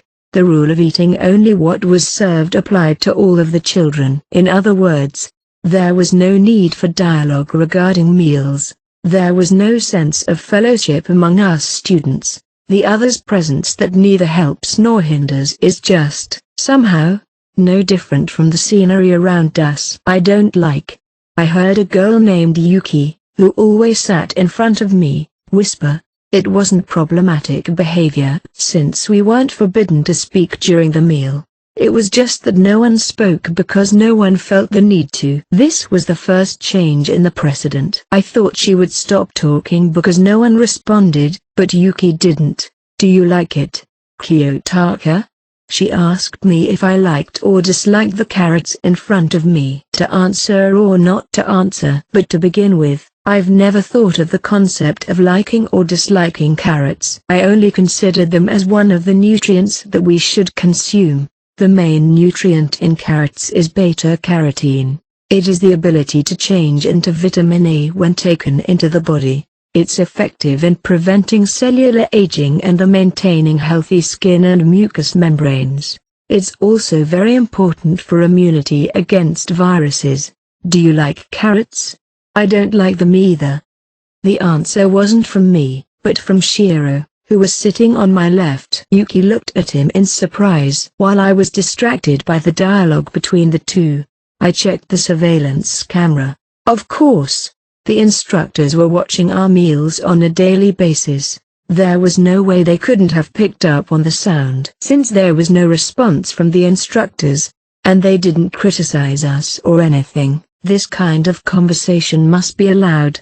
However, we've never been asked to engage in dialogue with each other. As long as there was no merit in bothering to engage in dialogue, there was no need to follow the two and respond. Still, I thought about it for a moment. You either like carrots or you don't. The answer was, I don't hate them. After the meal, I've always had a little trouble. I never learned how to kill time. Just sitting and waiting was the easiest and only option I had. However, Yuki wasn't like that, and after dinner, she walked around the room by herself. I thought it was a waste of energy to walk, but I kept silent and watched her. She walked around the small room for about 3 laps when she passed right in front of me. Whoa! Yuki almost tripped and fell in front of me. I instantly stretched my arm and prevented her from falling down. It's strange to fall down in the middle of nowhere, isn't it? After I analyzed the situation, Yuki widened her eyes and looked surprised. Or is it just fatigue? No, it doesn't look like that to me. I couldn't understand why she fell down. And it seemed the same was true for Yuki. Yeah, I'm not tired, but I fell down. Weird, isn't it? When she said this, a look came over her face that I had never seen before. It was the first expression created by her facial muscles, the orbicularis oculi muscle around her eyes, and the wrinkled brow muscles near her eyebrows. I had never seen such a look on the other students' or adults' faces. The girl herself seemed to understand my wonder. Now, you can see the confusion and bewilderment on her face. I can see why. I never learned that. I was never taught that look. But I know it. It didn't take me long to realize that it was a smile. It was an instinct that we're born with. or perhaps even before we are born. That may be why she could express it without having to learn it. 3. The White Room children aren't taught many of the rules required to survive in this world. However, there were a few strict regulations. This didn't change even in the latter half of our 5th year. 7 a.m. It's time to get up. The timer rang without a second's delay, accompanied by an uncaring voice announcing the time, and the children in the small room began to wake up. Before we rose from our beds, a staff member would come into the room and remove the electrodes attached to our bodies. Then he'd get up and immediately check our health. The busy, mundane daily routine unfolded in front of us. After checking for any changes in height, weight, etc., we would go to the bathroom to urinate. Urine samples were taken once a month, and a small amount of blood would be drawn at the same time. After the examination, the staff members leave the building without exchanging greetings. We were then rehydrated and warmed up with 30 minutes of basic training. After keeping daily physical records such as grip strength measurements, everyone would step into the training room at the same time and complete the quota assigned to each gender. There was no option as to what would happen if the quota wasn't achieved. The quotas were to be met by everyone because it was a given that everyone would meet their quotas. Those who fail to do so won't be allowed to set foot in this room from tomorrow onwards. By the time these steps were fulfilled, it would be 8 a.m. At the time, breakfast was more nutritionally oriented and more efficient than it was in my earlier childhood, with supplements and blocked nutrition. To eat well or not to eat well, whether I liked it or not, it was as irrelevant as ever. Eat the food in the order in which it was served. That was all there was to it. After the meal, the day's curriculum would begin. The fields of study were diverse, ranging from Japanese and mathematics to economics and political science. The day's curriculum was repeated until noon, with small breaks in between. Lunch was the same as breakfast, and the curriculum resumed in the afternoon. After sitting at our desks studying until 5 p.m., the physical training began. It all ended at 7 p.m. During this time, we don't speak a single word of our own accord. After dinner, bathing, and physical examinations, it would be 9 p.m. This would be the first time we held what's called a meeting, a time for conversing to review the day.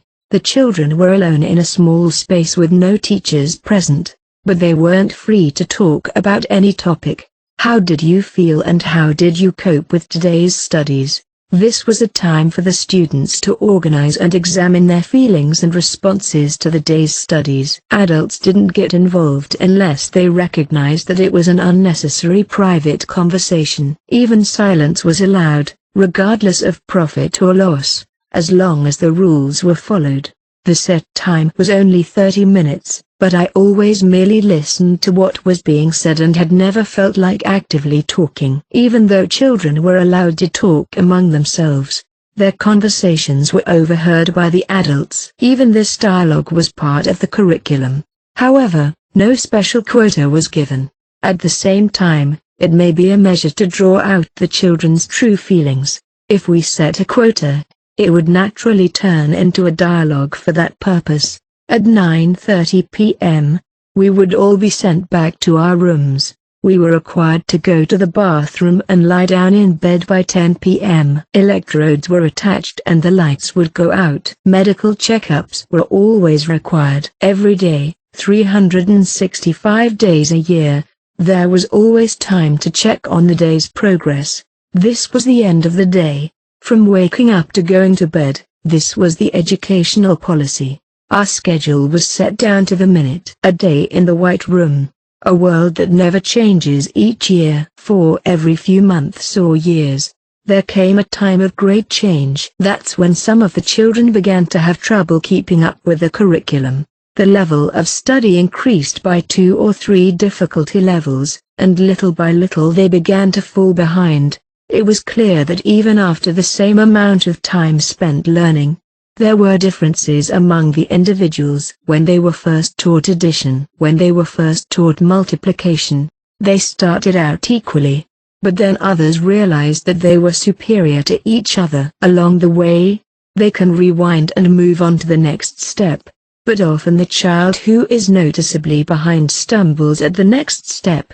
I'm sure that the adults didn't welcome the children dropping out. However, they couldn't keep children who weren't keeping up with the program in the same place indefinitely. Leaving a child who wasn't keeping up created dissonance.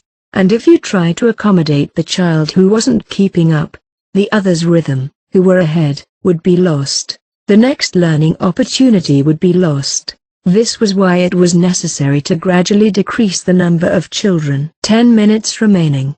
Prior to the many children dropouts, one of the many tests was a special high-difficulty written curriculum. During the course of repeated daily study, I noticed something. The difficulty level of this special written test was raised according to the top score. In other words, a perfect score slid up the scale.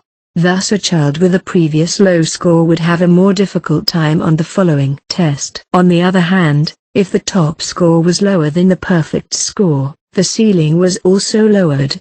No matter how tough the questions were, there was no room for minor miscalculations, careless omissions, or excuses. That was why children repeatedly checked their answers even after they solved all the problems on time. They desperately clutched at their test papers, because even a single mistake would mean the end of the test. While others around me were busy, I kept staring at the front of the room with a pen in my hand. I kept pretending that I was still taking the test. In reality, I had already finished answering all the questions and was spending the remaining time idly. I wasn't worried about the possibility of making a mistake, because I knew I didn't make such a mistake. The questions on the test paper and the answers I wrote down were imprinted in my mind word for word. 5 minutes to go. With the announcement, the sound of brushing around me became more intense. You hear the sound of the eraser's pressure getting stronger from the seat next to you as if they were in an impatient state of mind. The difficulty of this test had increased by several levels from the previous exam. During math class, when the students were solving problems such as the equality conditions of additive and synergistic averages, something unusual happened. I had almost half of the 30 minutes left to answer the final problem and was staring at the front of the room for the rest of the time, waiting for the signal to finish. Suddenly a man, a representative of the White Room, entered the room with a grim look on his face.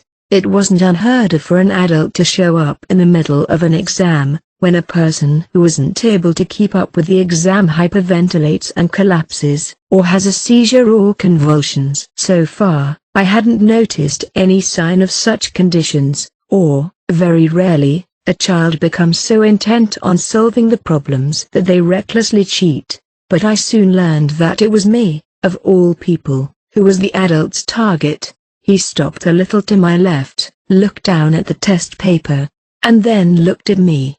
Kiyotaka. I looked up as he called my name. Remember well, a person who has power yet neglects to use it is a fool. Of course they knew what I was doing. Leave the room. I followed the man out of the room. What the hell are you doing, Kiyotaka? What do you mean? What do you mean? You don't understand what I'm asking, do you? I was shown to a small private room where I was made to sit down. I see you've completed all the questions. Yes. Are you sure you're going to get a perfect score? No. Of course not.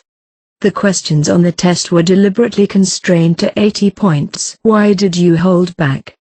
You didn't instruct me not to hold back. I knew that I wasn't going to fall behind the wayside just because I didn't get a perfect score. You do realize that you're already leading this term, don't you? Yes. Then there's only one reason why you held back. The man pointed at me and said, because you noticed how this curriculum works. If you get a perfect score, the curriculum for the 4th generation will become more difficult. Naturally, the number of dropouts will increase. Is that what you wanted to prevent? That was the correct assumption. Surely you haven't developed a sense of camaraderie with the kids. I see. So that's the conclusion the adults have drawn. Is that what it looks like? Yes, that's what I see. And how did Ayanokuji-sensei feel about it? I was interested in his answer. Holding yourself back to assist your fellow students isn't helping him at all. Is that really true? I asked myself. You're wrong. I denied it. Then try to convince me. When ordered to do so, I put my own thoughts into words. In the first place, I've never recognized the children around me as my friends. Then why didn't you try to get a perfect score? The instructors already knew that I would get a perfect score this time. There's no need to write the answers down on paper every time. It's more time efficient to leave it blank. Using unnecessary energy was nothing but a waste. It's hubris. Knowledge fades with time. That's why you always do your best to remember. Even if you have the ability to get a perfect score, making mistakes and misremembering can happen. You need to show me your best at all times. I won't make a mistake. That's a bold statement. And that's not the only reason I hold back. What? I know that if I hadn't held back, the percentage of kids who would drop out would be much higher than it is now. So, if I cut corners, we're replacing a world where kids who would normally have dropped out are still here. Yes, that's called camaraderie. No, it's not. I thought of it as a loss of experience, a loss of contact with the children who are going to drop out. The instructors looked at each other with questioning looks on their faces. The knowledge-hungry brain wants to both analyze patterns and seek answers. It's easy to dismiss them at this stage, but I'm still in the learning stage. I want to know what I can see and feel from the weak. So you think it's too early for them to drop out? I nodded. Soon most of the kids around here won't be able to keep up. You think your plan is above ours? It's up to us to decide who is dropping out. Of course it's your choice. That's how the White Room is. It was futile to try to crush this man with logic. All that matters was that there was never a rule against holding back. But it wouldn't be easy to add a rule against cutting corners. Even if I got a score of 0, the instructor, who's a third party, would be the one to judge me for holding back. They won't fail the exam because of that. However, it doesn't mean that the instructor can treat a person who got a score of 0 as if they had scored a 100, either. Is it okay with you? If he thinks this way, let's see what happens. What do you think, Suzuki? I agree with Ishida-san. If he does something we haven't thought of, I'll be very happy. The man was silent for a while and then dropped his gaze on me. Do what you want, but don't forget what I said. Not utilizing one's power is a fool's errand. Whether it was true or not, I decided to remember it as a moment of interest. At the same time, however, another emotion peeked out. I was beginning to feel that I didn't like this man. I began to understand how Yuki felt when she said she didn't like carrots a little more. Just as I was being taken back to the rooms to sit down, the buzzer sounded. All at once, the children placed their pens on their desks. That was the rule, but there was one sound that didn't vanish after the buzzer sounded. The sound of a pen crunching on a piece of paper. This wasn't unusual. A boy continued his test, breathing hard and sobbing. His attitude to continue the test didn't change even when the door opened and the adults entered the room. He was forcibly grabbed by his right arm. No, let go of me. No, I can still solve it. I can do it. I don't want to drop out. In addition to the excessive pressure, he realized his defeat and sprayed his gastric juice all over the test paper. The vomit spread from the instructors' necks and down onto their clothes. But the adults didn't care. They restrained the child from both sides and dragged them out without regard to the child's resistance. The children were emotionless, with the only exception being when they drop out. In this case, the inevitable end arouses their survival instincts and they lose their rationality. Some of the children looked at each other, but most of them stared ahead without taking any action. You were. A scream never heard before reverberated through the room and permeated through the automatic door. As soon as he was taken out, the door closed and silence returned. They really don't know anything, do they? They can get any number of points in this particular curriculum and never drop out. If they can't even recognize that, it's inevitable that they'll drop out. 5. I had no likes or dislikes. It not only applied to food, the curriculum was no different as well. Music, piano, violin, etc., calligraphy, tea ceremony, and other traditional cultural pursuits. The only thing that I was unenthusiastic about was the altered curriculum, which was newly introduced after I turned 6. It introduced a half-day class held only once or twice a month. It was a class called Travel using a virtual console. All the children stood up and put on large goggles at the same time. Our vision went black, but soon the screen lit up and the program was displayed, and it began after a few moments. The curriculum will now focus on Japan, whereas in the past we've studied American cities such as New York and Hawaii. First, we'll start with public transportation. This was the basic premise of the course. It introduced a world that wasn't just a white room. This was still learning time, and children were told early on that they won't leave this place until they become adults. The virtual console reproduced the same outside scenery in 360 degrees with such quality that it could be mistaken for the real thing, and the sound was combined with the visuals to create a sense of presence. Even the people passing by were reproduced, showing a businessman in a suit, an old man with a cane, an elderly woman trying to get into a cab, and other street scenes. Of course, children were also present, but unlike the reality outside, they didn't appear to be playing or having fun at all.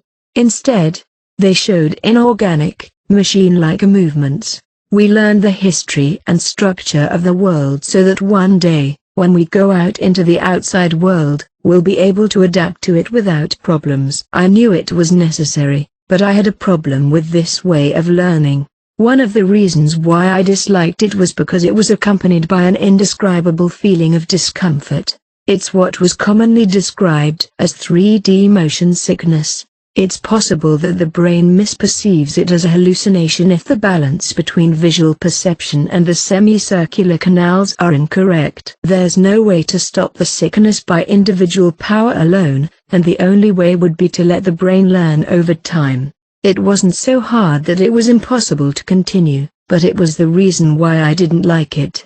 Of course, the virtual console wasn't only used as a device to perceive the outside world visually but also as a tool to train observation and insight. We were asked to detect unnatural points in the views that unfolded in various locations. If what we pointed out was wrong or the unnatural point itself couldn't be found, the instructors gave us unrelenting guidance. The methods of guidance varied, but it mainly consisted of those that caused pain to the students themselves. That's why we used our eyes to thoroughly observe, not even sparing the blink of an eye. The more we feared for our lives, the more our senses sharpened and we began to see things that we couldn't see before. Next, let's take a walk in Tokyo on the virtual console.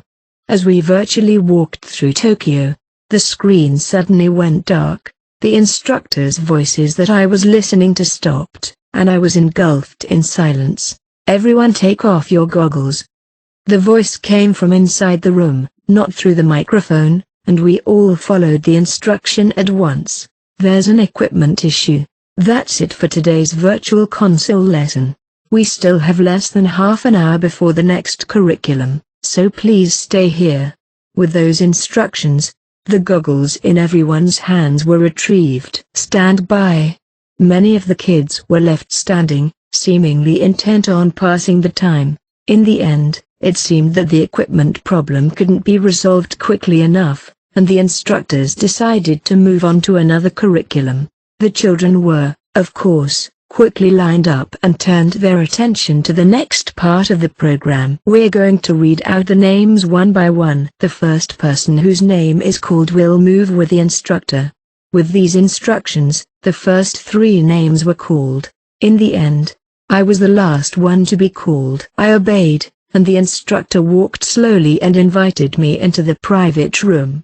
There were no other children in the room, and it was a one-on-one with the instructor. In the center of the room was a small table and 2 pipe chairs. "Come on, sit down," the instructor said, tapping the table and ordering me to immediately sit down. I sat down in front of the instructor and the 5 cards in his hands were placed on the table. Each card had a different symbol on it. From left to right it showed a circle, square, cross, star, and wave. "I'm going to put into practice what I'll ask of you to do. Watch carefully." The instructor faced me, and he took the lead in turning over all the cards. Since the backs of the 5 cards displayed the same pattern, it was impossible to tell which card had which mark when the cards were shuffled in this state. Was he asking me to guess and show him a particular card among them? That was what I thought, but the 5 cards were rearranged. "You'll be given only 10 seconds each time. Square." The instructor then flipped the leftmost card. A star came out. The instructor continued to flip the cards, stating the symbols circle, star, cross, wave. The second to the 5th cards were a wave, square, cross, and circle, respectively. Only the 4th one, a cross, matched and was thus correct. The percentage of correct answers was 20%. "This is one round, and it'll be repeated 10 times. Watch carefully." 5 guesses, 10 times. It was 50 times in total. The same thing was repeated without any hesitation. The final percentage of correct answers was about 30% with 15 correct answers out of 50. "So, now it's your turn, Kiyotaka." "Yes." I took my seat in place of the instructor, who got up from his seat. What was the purpose of this practice? I don't think it was to develop psychic abilities. In other words, to train intuition? No. It was hard to think of that as legitimate or realistic training. The 5 cards were mixed by the instructor. When mixing the cards, the instructor always used an overhand shuffle. Was this just a habit? Or was it intentional? It was impossible to judge, but it was easy to dismiss it as meaningless. I wondered, if it did have a meaning, what it was. The table's material made it seem smooth and easy to do a wash shuffle while it was on the table. Should I dare to use an overhand shuffle? Another thing that bothered me was that the instructor didn't always line up the cards from the same position. Sometimes he started from the left end, sometimes from the middle, then from the right end, then from the left end. I didn't think there were any kind of rules as far as I saw from the 10 times. This couldn't be dismissed as a habit. On the other side of the card, I didn't feel any difference even if I stared at it carefully. In other words, I didn't think that either the instructor or I could distinguish between the two. However, there was a big difference between me and the instructor. That is, whether we can or can't touch the cards. When mixing the cards, when distributing the cards, when flipping the cards, only the instructor was doing all the motions. What if the instructor didn't want it to be sensed? It was only because the instructor could see the card, whose answer should be invisible to him. But even if I could see it, I still couldn't touch it. I wasn't forbidden from reaching out and touching it, but would that be the proper move? It was now clear that this wasn't just an exercise in intuition. Then, a possible rule of thumb was, 5 cards were laid out and the 10-second count began. In order to increase the percentage of correct answers by even 1%, the first conspicuous mark must be decided upon, a star. I answered, and the instructor flipped over the leftmost card with an unchanging expression on his face. "It's a star." "It's still just 1/5 correct." "Wave, square, cross, circle."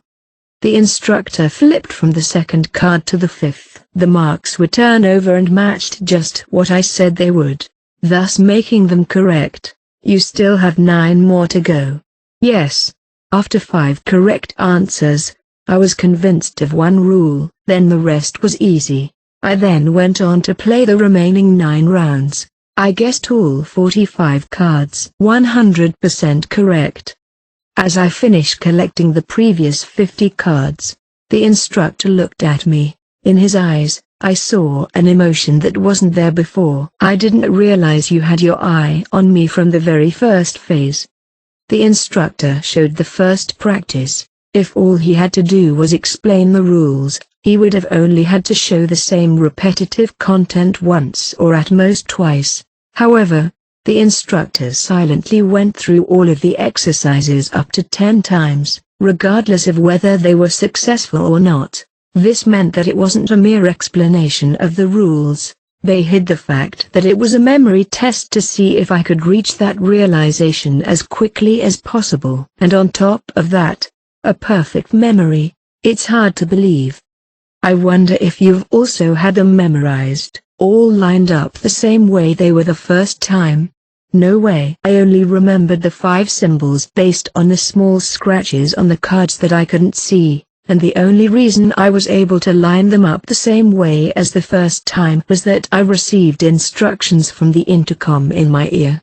So that's why the cameras were installed in the ceiling. You were aware of that as well. I knew it was strange because it was like that guy was talking to me. When I entered the room, I was approached by a man who seemed to squeeze my free gaze toward a certain part of the room. It was also unnatural that the instructor urged me to hurry up and sit down. If for some reason he wanted to proceed with the curriculum quickly, he could have done it faster by rushing me even before I entered the room, or by showing me the practices. You're the first one to pass this curriculum in one shot. You can go back. Excuse me. Considering it was an alternative to my least favorite curriculum, the virtual console, I could say that it was many times more enjoyable. 6 inside the White Room. There were rooms dedicated to various curricula. One of them was a heated swimming pool where one could swim all year round. Swimming was considered to play a very important role in developing physical skills. Swimming was also ideal for children's immature bodies because of its low impact on the body itself. The time spent in contact with the water was valuable for the children to relieve stress. Swimming was taught for 2 hours at a time, with a 30-minute lesson at the beginning, a 10-minute break afterward, and 30 minutes of competitive swimming with races and target times. After that, the children were given 30 minutes of free time. They could swim in the water or take a break. I always made it a habit to spend the remaining 30 minutes by the pool, observing the children. I knew I'd find you here. You set a new record again today. I haven't reached the time that the instructor set yet. We're children. They're adults. It's not strange that we can't reach it. It's just a little frustrating that I can't beat Kiyotaka anymore. Until a few weeks ago, Yuki was the fastest swimmer, regardless of how she swam. Once you passed me, the gap between our records has been widening. How can you swim so well? I've been practicing just as hard. Breath hold. What? Your form is perfect when you're swimming, but it's when you take a breath that your form is off. If you improve your form, you can improve your time a little more. Yes, I see. My instructor didn't point that out to me. Swimming instructors don't tell you everything. I think they make you aware that you have to find out for yourself.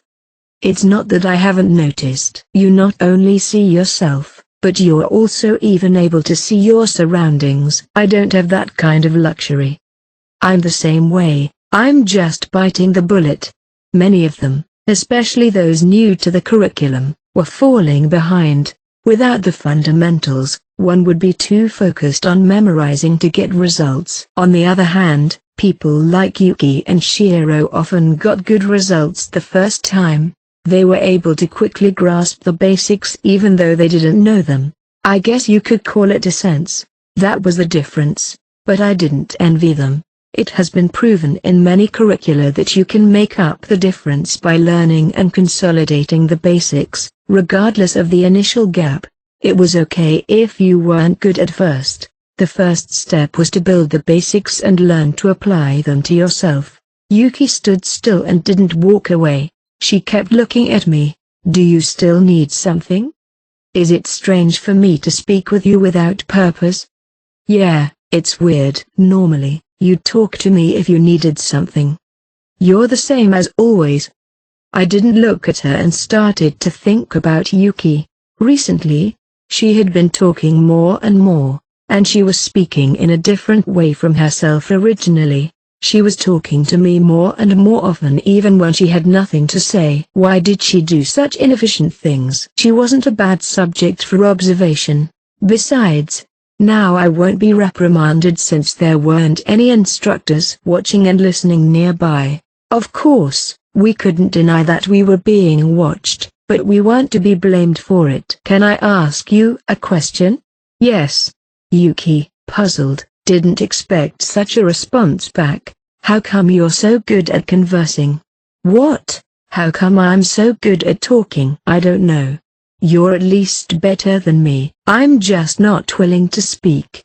I'm not really motivated either, but I don't know.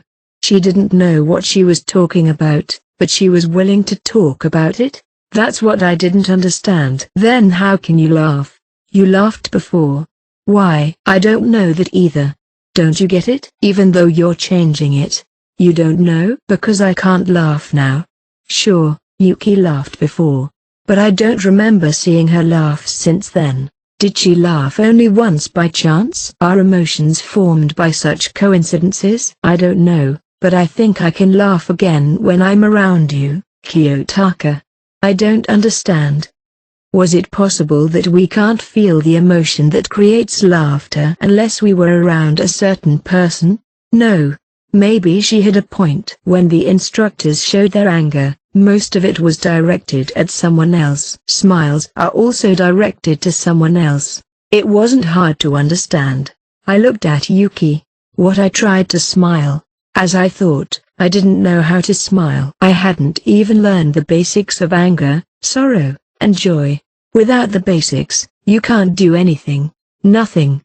If we haven't learned it, then we don't need to feel it. I had already stopped thinking about this. 7 children are designed to forget most of their memories from their early childhood, such as when they're 1 or 2 years old. This is called infantile amnesia. The youngest memories that can be recalled in detail are usually those from around the age of 3. However, it isn't true that infants can't remember anything at all. Some of them can remember details of their early childhood.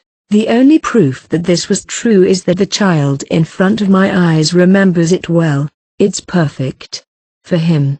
He was just looking back at his memories and putting them into words. But that's something no ordinary human being could ever do. An experiment with gummy bears at the age of 2 and the curriculum that followed.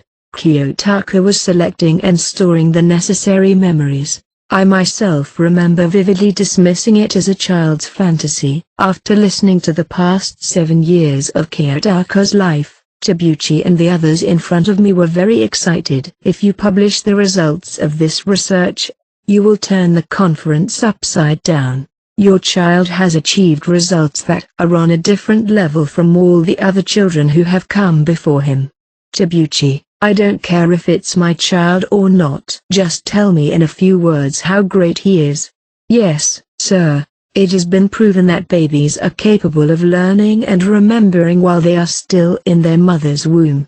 However, it was commonly believed that the ability to learn during infancy is very unripe and unstable and that memories cannot be fixed, or memories are stored, but as they develop, they are buried in the depths and cannot be retrieved. It was thought to be one or the other. However, your son, no, Kiyotaka can retrieve them without difficulty. How does that make him superior?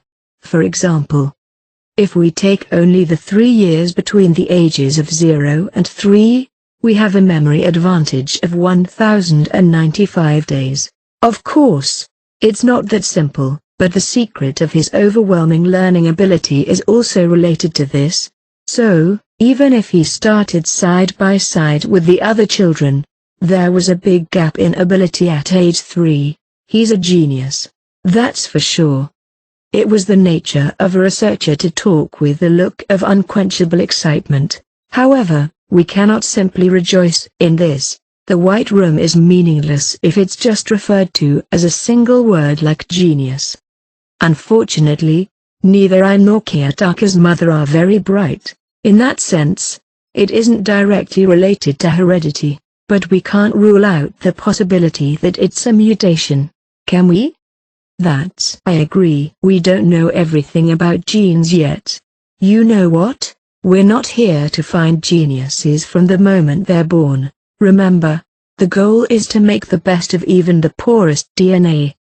The fact that such an entity exists is a good thing in itself, but I wished it wasn't my child. A third party would think that I had given my own child a special education. It's lamentable that most of my peers' children, who went through the same curriculum, have turned out to be useless pieces of junk. I gave the word and brought Kiyotaka back to the 4th generation. I have plans to show Sakayo Nagi, who had been invited as a guest, the current state of the experiment. I have a suggestion on how to make use of his talent. How about making the non-4th generations aware of his existence? Competition will help them to improve. It would be especially exciting for the kids who are competing for first place in their respective terms. There's certainly nothing wrong with having high ambitions. It's not surprising that having a limited mindset while being in the top environment makes one's room for growth doubtful. Many researchers, including Ishida and his colleagues, agreed with this opinion. However, Suzuki voiced a negative opinion. Not a bad idea. I agree that it's important to have a goal, but it's meaningless if the goal is unattainable. That's how big the gap is between Kiyotaka and the rest of the kids. You have a point. It's important to make them believe that they may be able to catch up with him even though they feel it's a high goal. We should control the information we disclose and make him appear less capable than he really is. The top kids will still doubt his very existence, but you can show them evidence of his actual existence so that they can only understand through indirect scenes. So the rest of them will automatically continue to fight in a world of rivalry and non-communion. You can do whatever you want, but please don't favor Kiyotaka and continue to educate the remaining 4th generation students as you've always done. Even if the number of dropouts continues to increase? I don't care even if Kiyotaka drops out. If we can see the results of our efforts, we can determine a line of defense in the event that more talented students are born in the future. We must not be satisfied with immediate results. We must instead aim for even greater heights. If my son goes down in the process, he may be able to gain some sympathy from outside. We'll make our enthusiasm for this project known. The 4th generation students are being given the beta curriculum, but there's some cause for concern. The end result of this rigorous education is that they will mentally mature quickly. When Suzuki responded, Tabuchi immediately began to offer additional explanations. Perhaps by the time they reach the age of junior high and high school students, they may reach the mental age of 20.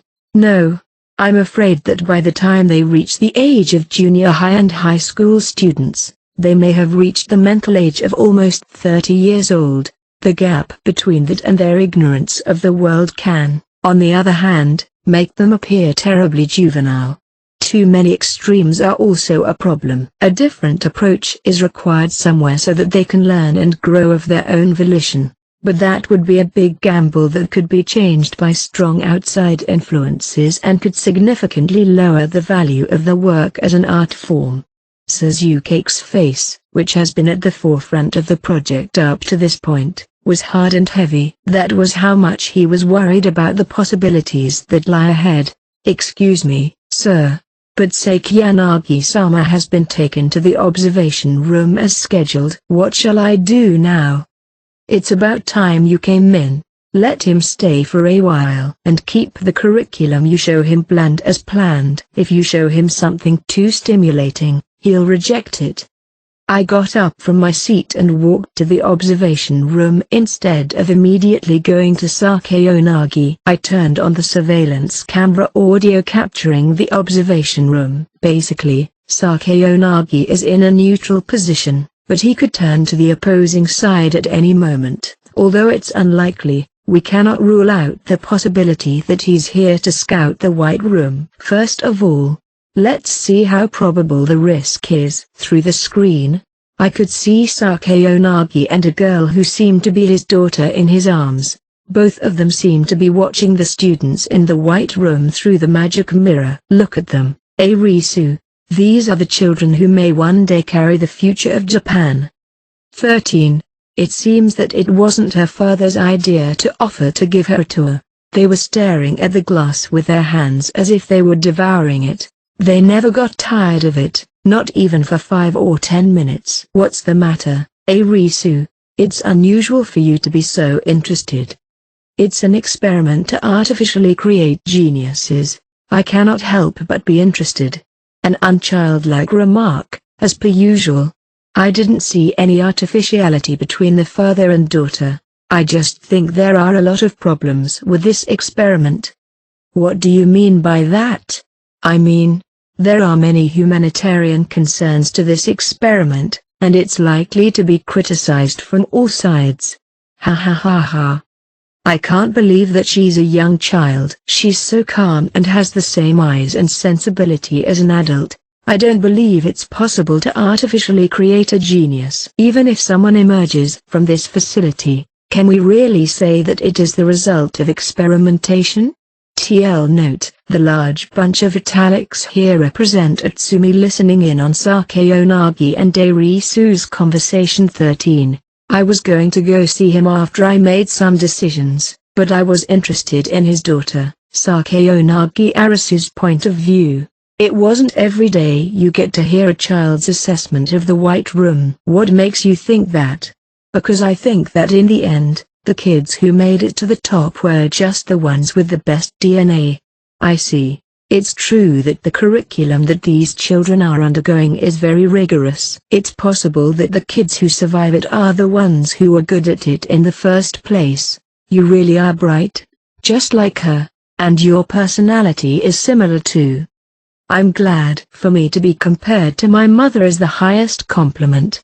As she pointed out, it's difficult to pinpoint where the line between genius and mediocrity lies. It's precisely the genes and environment that are essential in the human development process. It's true that not all children who were given the White Room environment were necessarily superior at the prenatal stage. After all, some children survive the curriculum, but only because their parents are gifted. Sakayanagi seemed genuinely puzzled by a question that even an adult couldn't immediately answer. Well, I don't know. Maybe it's true, maybe it isn't, but I can't dismiss the possibility that the children here are destined for the future. He explained, but his daughter didn't seem to be interested. The girl was looking at the student in the White Room more intensely than before.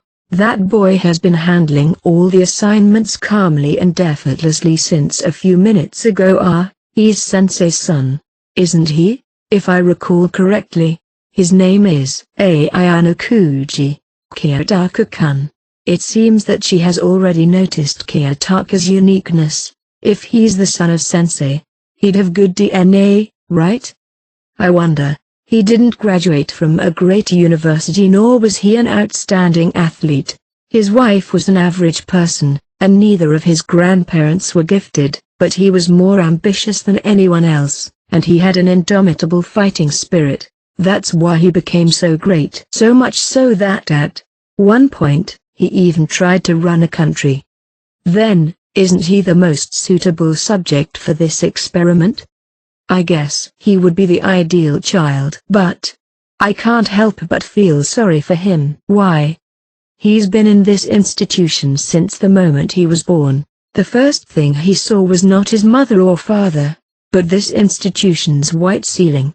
If he'd dropped out early, he could have lived with Sensei. Or maybe it's the fact that he's still here that keeps him in the Sensei's favor. If so, it's very likely that the ultimate goal of this institution is to raise all the children they educate as geniuses. But right now, it's still in the experimental stage. It's a battle that will end up looking 50 to 100 years into the future. The children aren't here to showcase their talents when they grow up, but to live for the children of the future. Survivors and dropouts are all just a sampling.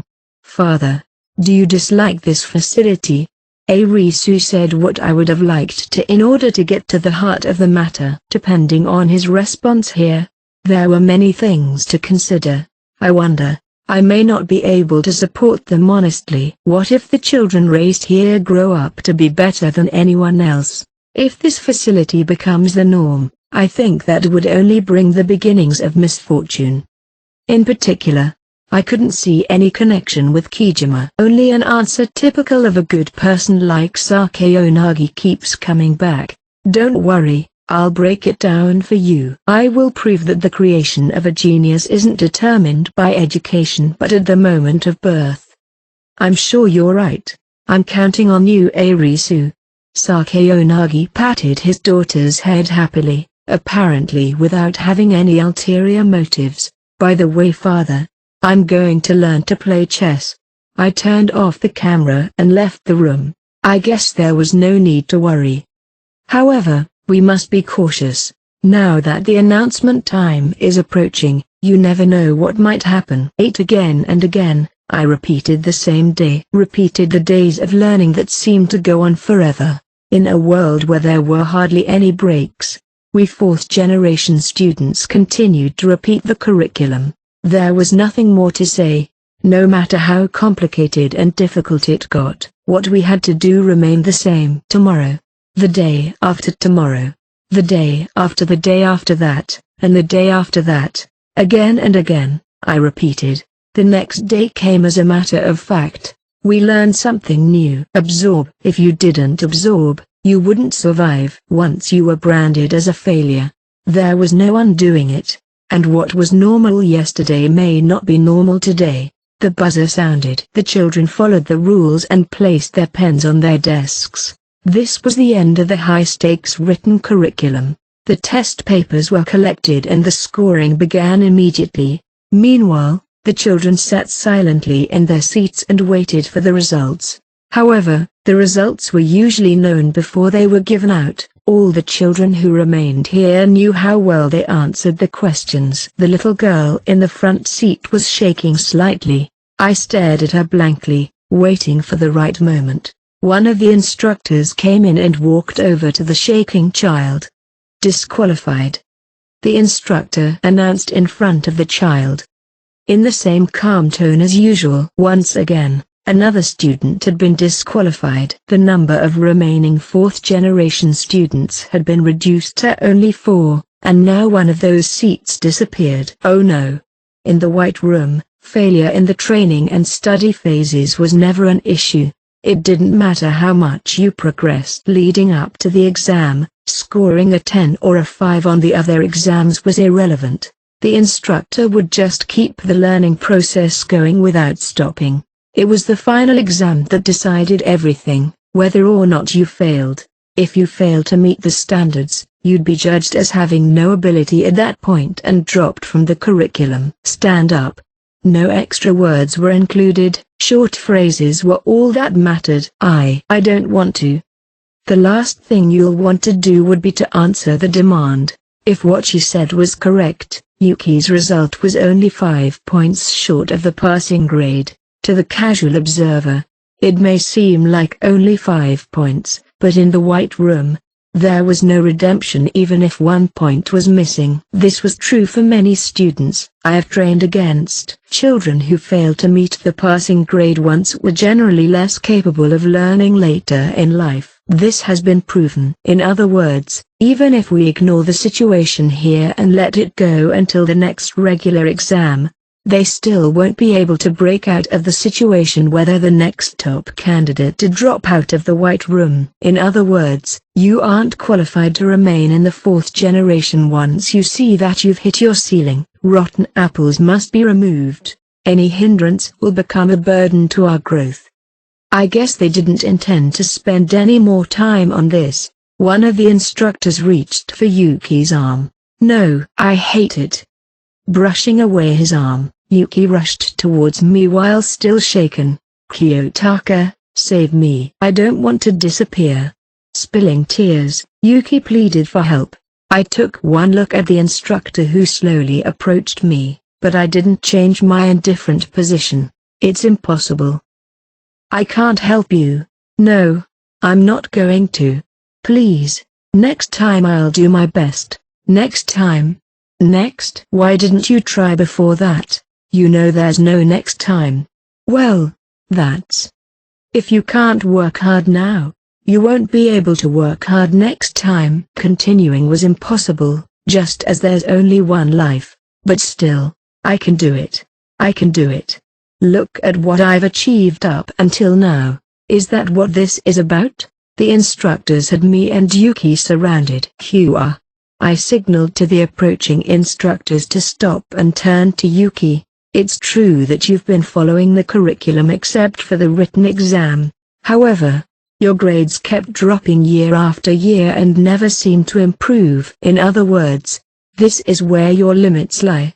Even if she were to be saved and remained, it would be the instructor's decision, not the decision of the kid that wants to be saved. I could only assume that Yuki was making a mistake by hanging on to me like this. Come here.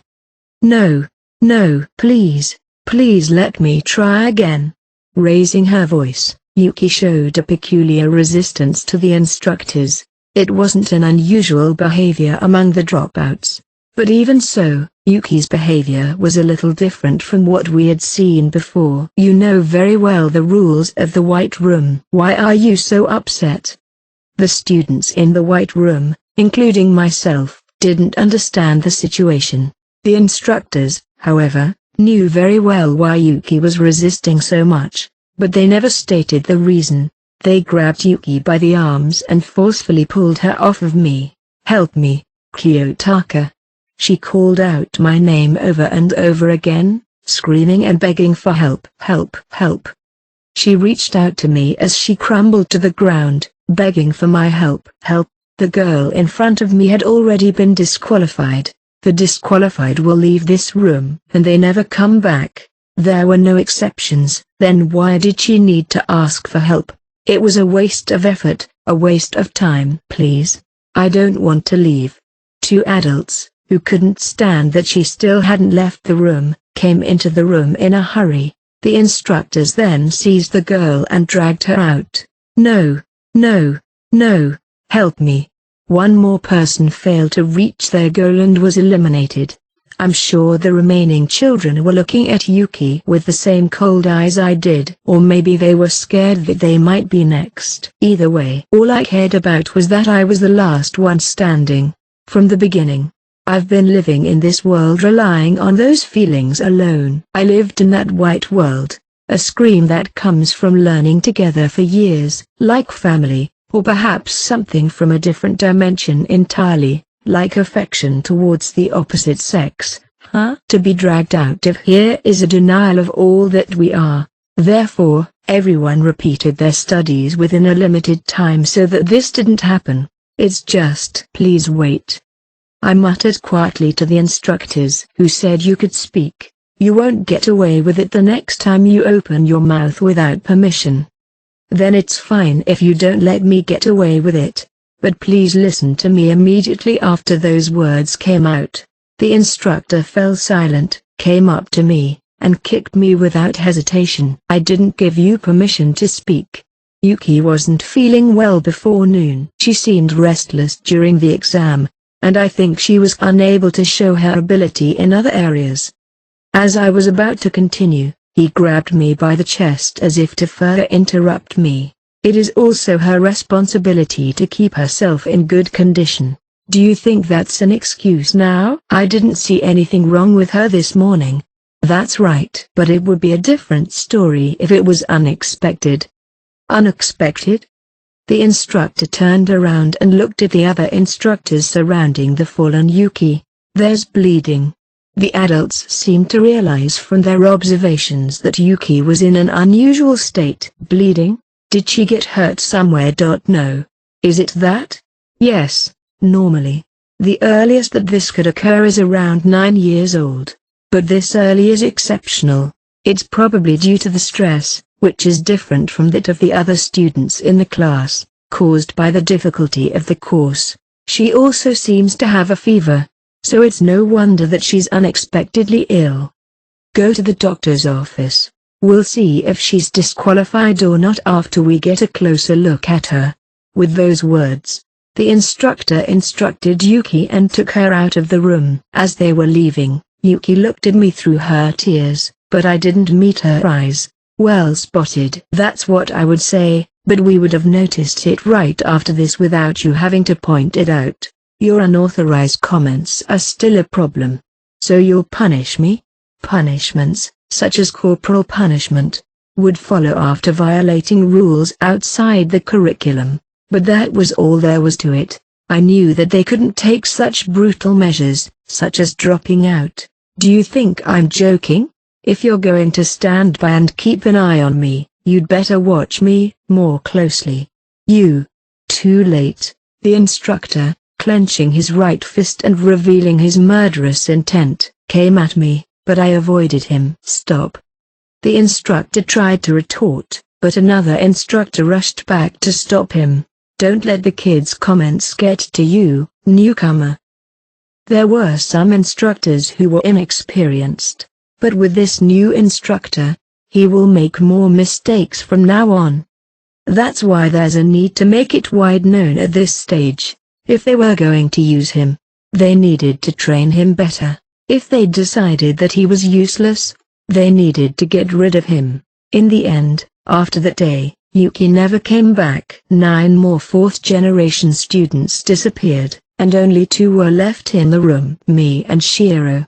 It had been several months since the 2 of us were the last ones alone. We never spoke to each other once during that time, and every day was just silence. But I didn't mind. I even thought it was better. With Yuki's chatter gone, I was able to focus more on my own learning. That day was the first judo lesson in a few days. Due to the heightened curriculum, certain events are only offered once every few days. Still, both Shiro and I were improving our skills. Even though the competitions were different, our training allowed us to become familiar with our skills and we could apply them to many martial arts. "You 2 are going to continue with your usual sparring sessions. I'll be out of the room for a bit." The instructor who was acting as the referee left the room in a hurry as if he'd been summoned. We were left behind and started our Andri as instructed. We clutched each other's judogi. Shiro and I had done the same thing dozens and hundreds of times. "Can I have a word?"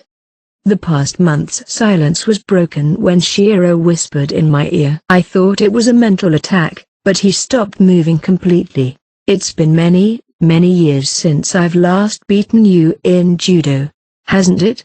"That's right. I had been winning since the 2nd round after I lost my first fight. Boxing, karate, jiu-jitsu, it's the same for everything. I'll win the first 1 or 2 fights. But once you turn the tables on me, I can't do anything about it." "You're really great." "Why would he say that in the middle of a brawl like this?" "I have one thing to say to you." What I listened to the mumbling, which continued at such a close distance that the adults couldn't pick it up. "I've decided to leave this facility. Only the outcasts get out of here. So I'm going to drop out and get out of here." If you look at the dropouts' tendencies and the adults who have to deal with them, you can imagine what kind of paths they take. "At least I won't be killed." "What are you going to do out there? Is there a point to that?" "Yes, I want freedom." "Freedom? I want to be free. I want to have friends. Isn't it normal to feel that way?" "Look around you. It's just me and you. We're going to be like this for over 10 years. I didn't understand what Shiro meant. Why would he want that? Don't you care about the outside world? Or are you able to withstand this pain in the first place? I had never had any such interest or doubts. One-sided knowledge and this small space. Are you satisfied with that? At least I'm not complaining. I'm definitely growing every day in the White Room." Didn't he want to know how far he could grow and what his limits were? You can't get this kind of education in the outside world. This means that you will lose efficiency and self-improvement. You're weird. I want to see the real world, not the virtual one.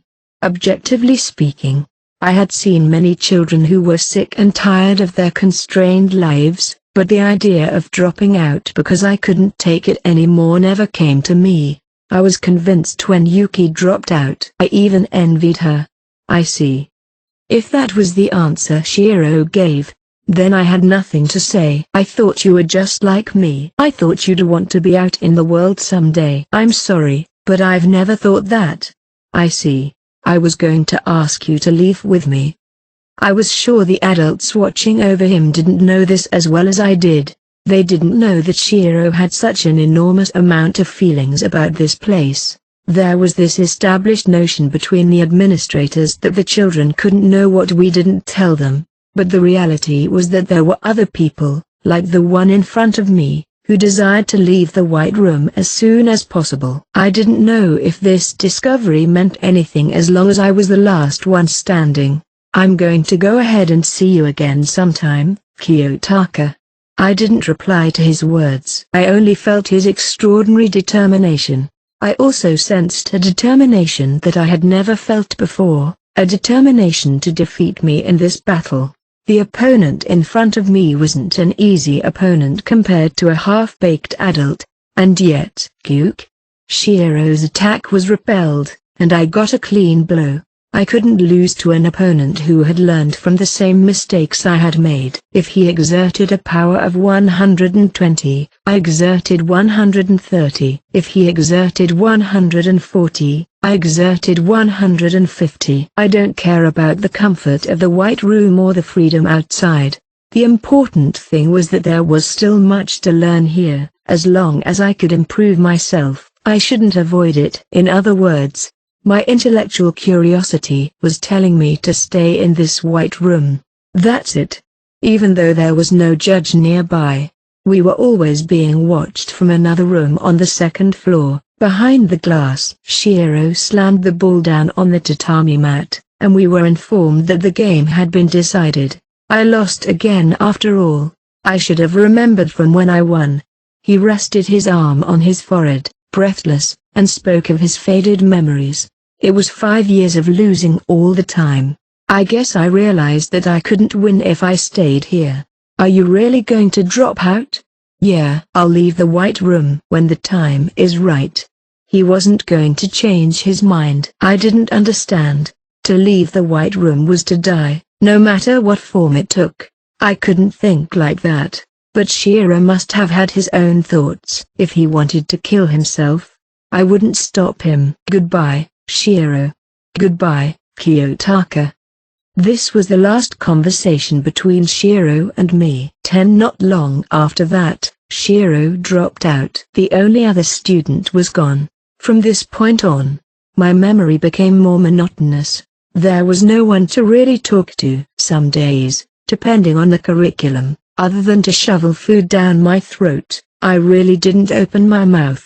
But even after being alone, what I did hadn't changed. If anything had changed, it was the general martial arts. Up until now, I had been competing with the same White Room students, but now that they were no longer with me, all of my opponents became adults. By the time I turned 9 years old, I had defeated all the instructors who had taught me everything I knew about martial arts. That was probably why the instructors were in a hurry to gather up in the room. Kiyotaka, you are now going to fight several people in a real battle. This is the culmination of everything you've learned so far. You are permitted to use any means necessary. Yes. Also, don't hold back at all. You can do it with the intention to kill them. Does that mean I can actually kill them? Unless we stop you. You can take us at our word. Be very careful. Yes. I was in a large training room and a group of adults in suits walked in. I had never seen them before. When they saw me, they made silly faces and started laughing. I thought it was a joke when they said we're really supposed to fight this kid seriously. They were clearly different from the adults I had seen teaching fighting techniques. Their movements weren't fluid, but rough and spirited. These were opponents who were capable of irregular fights in an uphill battle rather than an even playing field. Unlike previously, pure physical strength was no match for them. The difference in muscle mass is obvious. They were the kind of guys that, in a head-on fight, you'd have no chance of winning 100 out of 100 times against. Yes, it's ridiculous. But don't cut corners. We're talking about people paying that kind of money just to subdue one kid. You'd think they'd have unusual skills. It was one of the men who seemed to have some standing among the men that spoke. Listen, come at us with the intention of killing us. No, try to kill us with that much spirit and determination. If you don't come at me with a general idea of what to do, I'd be a little heartbroken beating you up. The man who seemed to be the leader of the group instructed me to do so. I was going to do it. I already had my orders. We'll give you some weapons if you need them, he said, and placed his shoes on the ground. The sound of metal scraping against metal echoed off the floor. I don't need it. You want to do it with your bare hands? Yes. You're probably not joking around, but I'm serious too. Just pick one. Sir, is that an order? I turned to the instructor, who was looking down at me from upstairs, and asked for orders. That's an order. Do as the man says. I'm sure you should have been taught how to use all of them already. Then I'll just obey. I looked in the bag. Baton, stun gun, knife, whatever you want. Sure enough, I had seen them, held them, and learned how to use them in past courses. For simple killing power, I'd go for the knife, but I wanted more reach. I'll take this one. Without hesitation, I reached for the baton and grabbed it. The baton was about 30 centimeters long. Do you know how to use it? You swing it and it grows to about 80 centimeters. You hit with it, right? That's right.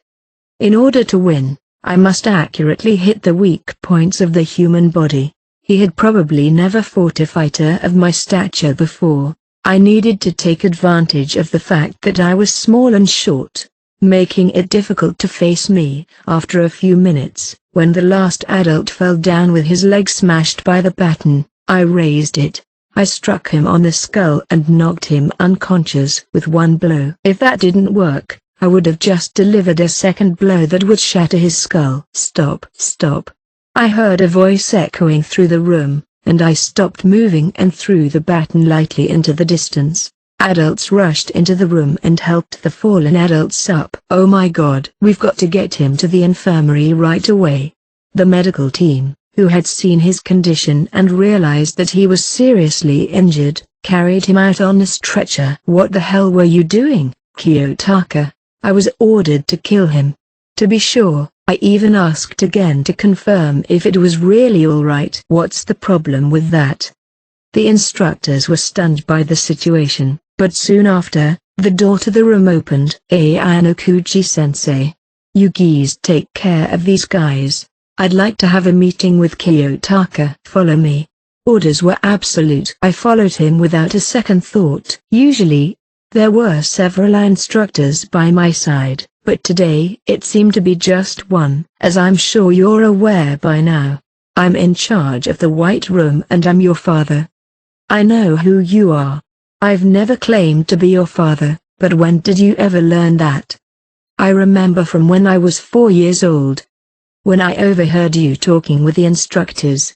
I see. You're a 4th-generation student and you continued to dominate, and the next thing you know, you're the only one left, just silently perfecting the curriculum. No, you continue to exceed it. To me, the existence of a father was nothing special. It was just a fact, nothing more, nothing less. You are special to me. The White Room has only been in operation for a short period of time, about 14 or 15 years, but even so, I don't see a vision of a genius like you being born in the next few years or so. Of course, with each successive term, they are steadily reducing their shortcomings and overcoming their problems one step at a time. It seemed certain that I was being praised, just like the talk about being my father. These were simply facts. You can go back now. Excuse me. What was the meaning of that conversation? Perhaps it had something to do with the device attached to my arm. As if to confirm this, the man said, "How did it go?" During the fight and during the conversation with Ayanokuji-sensei, There was not even the slightest disturbance in Kiyotaka's pulse. His heartbeat was untouched even though I said he was special, or, no. I think it's safe to say that his human emotions have completely stopped functioning. It's both a strength and an indelible weakness for Kiyotaka. Ishida is right. Emotions are a low priority, but they're still essential. Even half of what's left in an average person is enough, but in Kiyotaka's case, there's almost none. He's suitable and unsuitable at the same time to be an educator, politician, or any other use. The two talked about various things in front of me, without hiding anything. I wondered if this was part of the curriculum. It didn't matter what was praised and what was criticized. All that mattered was whether I dropped out or not. It's probably impossible for him to learn to feel emotions in the white room environment, isn't it? Yes, but he can use lies to his advantage when necessary. He may not have a lot of emotion, but he's mastered the art of pretending to be something he's not. That's the problem. It's too late for him to learn to express his emotions now in the white room. Then we have no choice but to drastically change the environment. I don't understand. You don't understand? We've educated many children from the first generation to the 13th generation that's currently in progress. The difficulty level of the curriculum has been very different, but clearly, Ayanokuji Kiyotaka is different. This isn't because he's the son of Ayanokuji sensei, but because he's an anomaly. Indeed, that's true.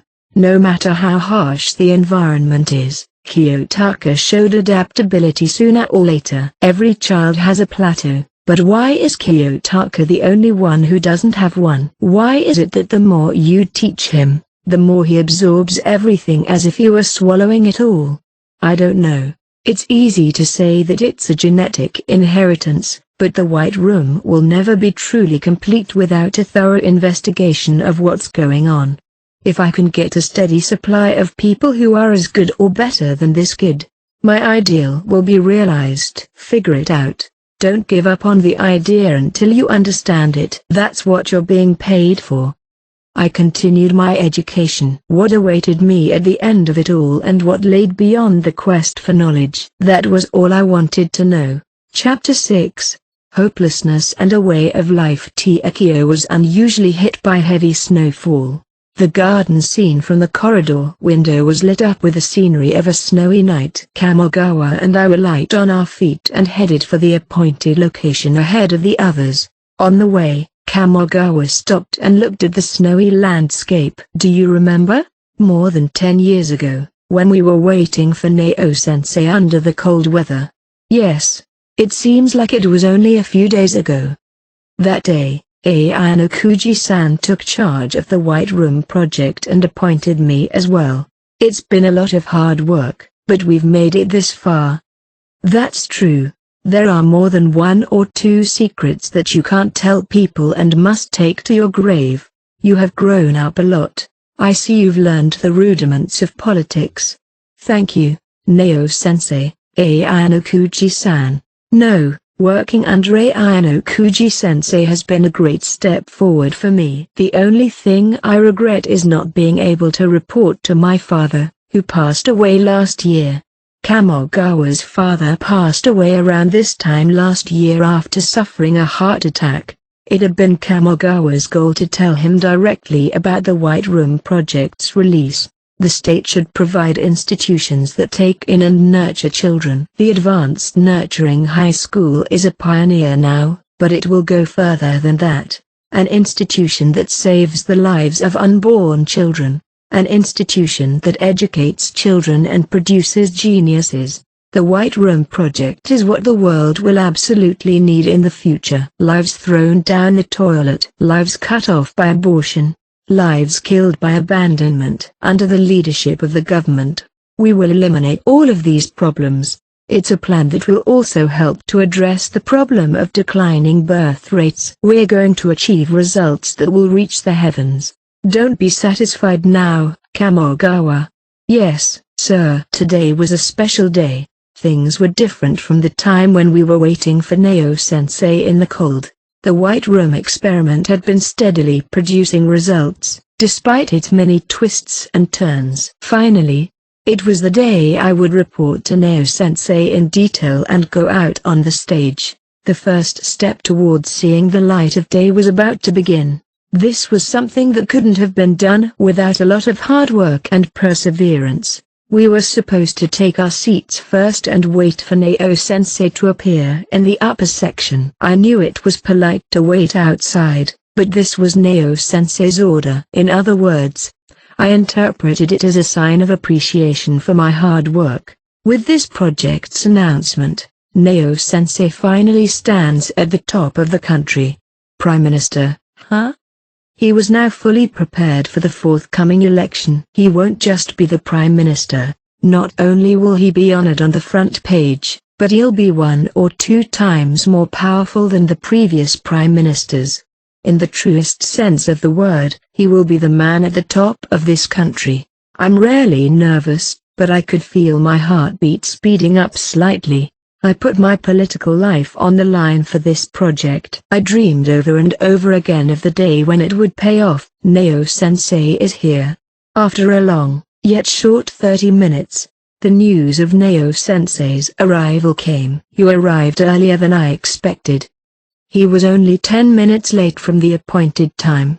I had planned to wait an hour or 2 without worrying about him being late. But I was surprised. Is that how interested Neo-sensei is in you? I lightly warned Kamogawa as he happily spoke. From that point on, we put aside our loose feelings and began a serious discussion with Neo-sensei. Before the shoji was opened, we sat on our knees and bowed our heads, rubbing our foreheads against the ground. I heard Neo-sensei's dignified, quiet footsteps. I'm sorry for keeping you waiting. Neo-sensei appeared and apologized for his tardiness. I couldn't help but feel a strange tugging at my insides when he said those words. No, sir. Of course not. Thank you for coming all the way here today in the cold. As I said this, I shook the unnecessary thoughts out of my head. I shouldn't worry about it. I was definitely on my way up the stairs to fulfill my ambitions. Just raise your head. We're not getting anywhere. Yes, Kamogawa and I raised our heads and quickly reached for our glasses to pour Neo-sensei a beer, but Neo-sensei stopped us. Before you do that, I need to talk to you, he said. I beg your pardon? Kamogawa quickly stepped aside and returned to listening to what sensei had to say. I have a few things to tell you. Well, let's start with that. After a slight pause, Neo-sensei muttered as if remembering something he forgot. As for the next election, I've decided not to run. For a moment, I didn't understand what Neo-sensei said, and for the first time, I gave a dumb reply. I guess it was the same for Kamogawa, who was sat next to me. The ringing in my ears was intense in the silence. Sensei, that's some kind of a joke, isn't it? The words came out naturally from Kamogawa's mouth rather than as a confirmation. I would have said the same thing even if he hadn't taken the liberty of saying it. It's true. The day after tomorrow, when the candidates will be announced, I will vote for Kijima. Kijima? Why is Neo-sensei choosing Kijima-sensei? No matter how promising he was, Neo-sensei was in a better position than Kijima-sensei. Wait a minute. You've made a lot of preparations for this moment. As I leaned forward, I couldn't hold back my emotions. I knew that becoming the Prime Minister wasn't everything. In fact, the Neo-sensei that was in front of me had his chances in the past, but he remained a fixer in the shadows for many years without sticking to his post. Still, it was a foregone conclusion that he would be the Prime Minister this time around. In fact, if he didn't run for the Prime Minister's office, he would be practically giving up his Prime Minister's seat. Once Kijima-sensei takes over the position, he would surely hold on to it. Neo-sensei's faction would start to lose its cohesive power and he would never have the opportunity to become Prime Minister again. Considering the fact that he had withdrawn his position, one can't help but think that something bad had happened. and that could have a huge impact on the White Room. I had to check because I knew instinctively. What surprised me the most was that it was Kijima-sensei that Neo-sensei decided to support. Oh, that Kijima-sensei. You're a clear adversary of his, right?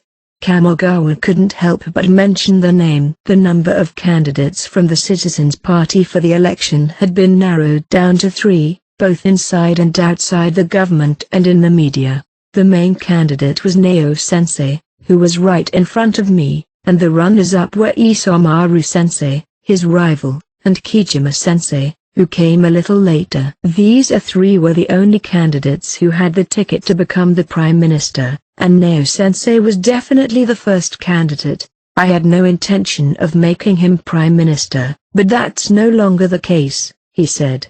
You think you won't be able to get votes? That's how it is. The votes for me, Isamaru, and Kijima were nicely divided among the Citizens' Party, but now it seems that some of the opposition parties have decided to destroy me. I've calculated that I won't even get 20 to 30 votes. After trying all the strategies, Neo-sensei had a resigned smile on his face. Even if I do well, if I fail, I'll lose a lot of my appeal. If that's the case, I'll have no choice but to support him instead of running for office while protecting my current position, right? He's still young, but he has momentum and power. I thoroughly fumbled around for scandals, but not a single speck of dust has turned up.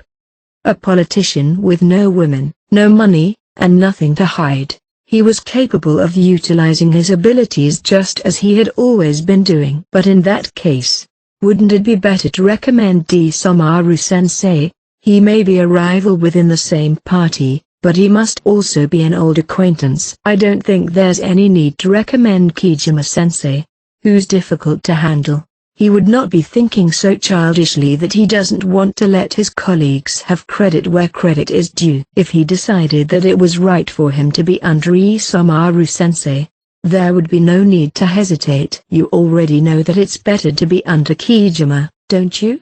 If we try to force our way onto Isamaru's ship, there's a strong possibility that we'll fall together. There are many voices from our faction saying that Kijima is the best choice between the two. Even Neo-sensei was afraid of defection if he tried to force his way into Isamaru-sensei's side. I had no idea that he had been pushed to this point. I thought I had been in on the political scene, but it seems that even I hadn't been exposed to the other side of the story. Oh, it's too early to give up, Neo-sensei. We have the White Room project. Stop it, Kamogawa. Kamogawa tried to talk back, but I strongly restrained him. If you've made that decision, then we will abide by it. But you know that the White Room project is a different matter, don't you? Neo-sensei's support for Kijima-sensei was promised.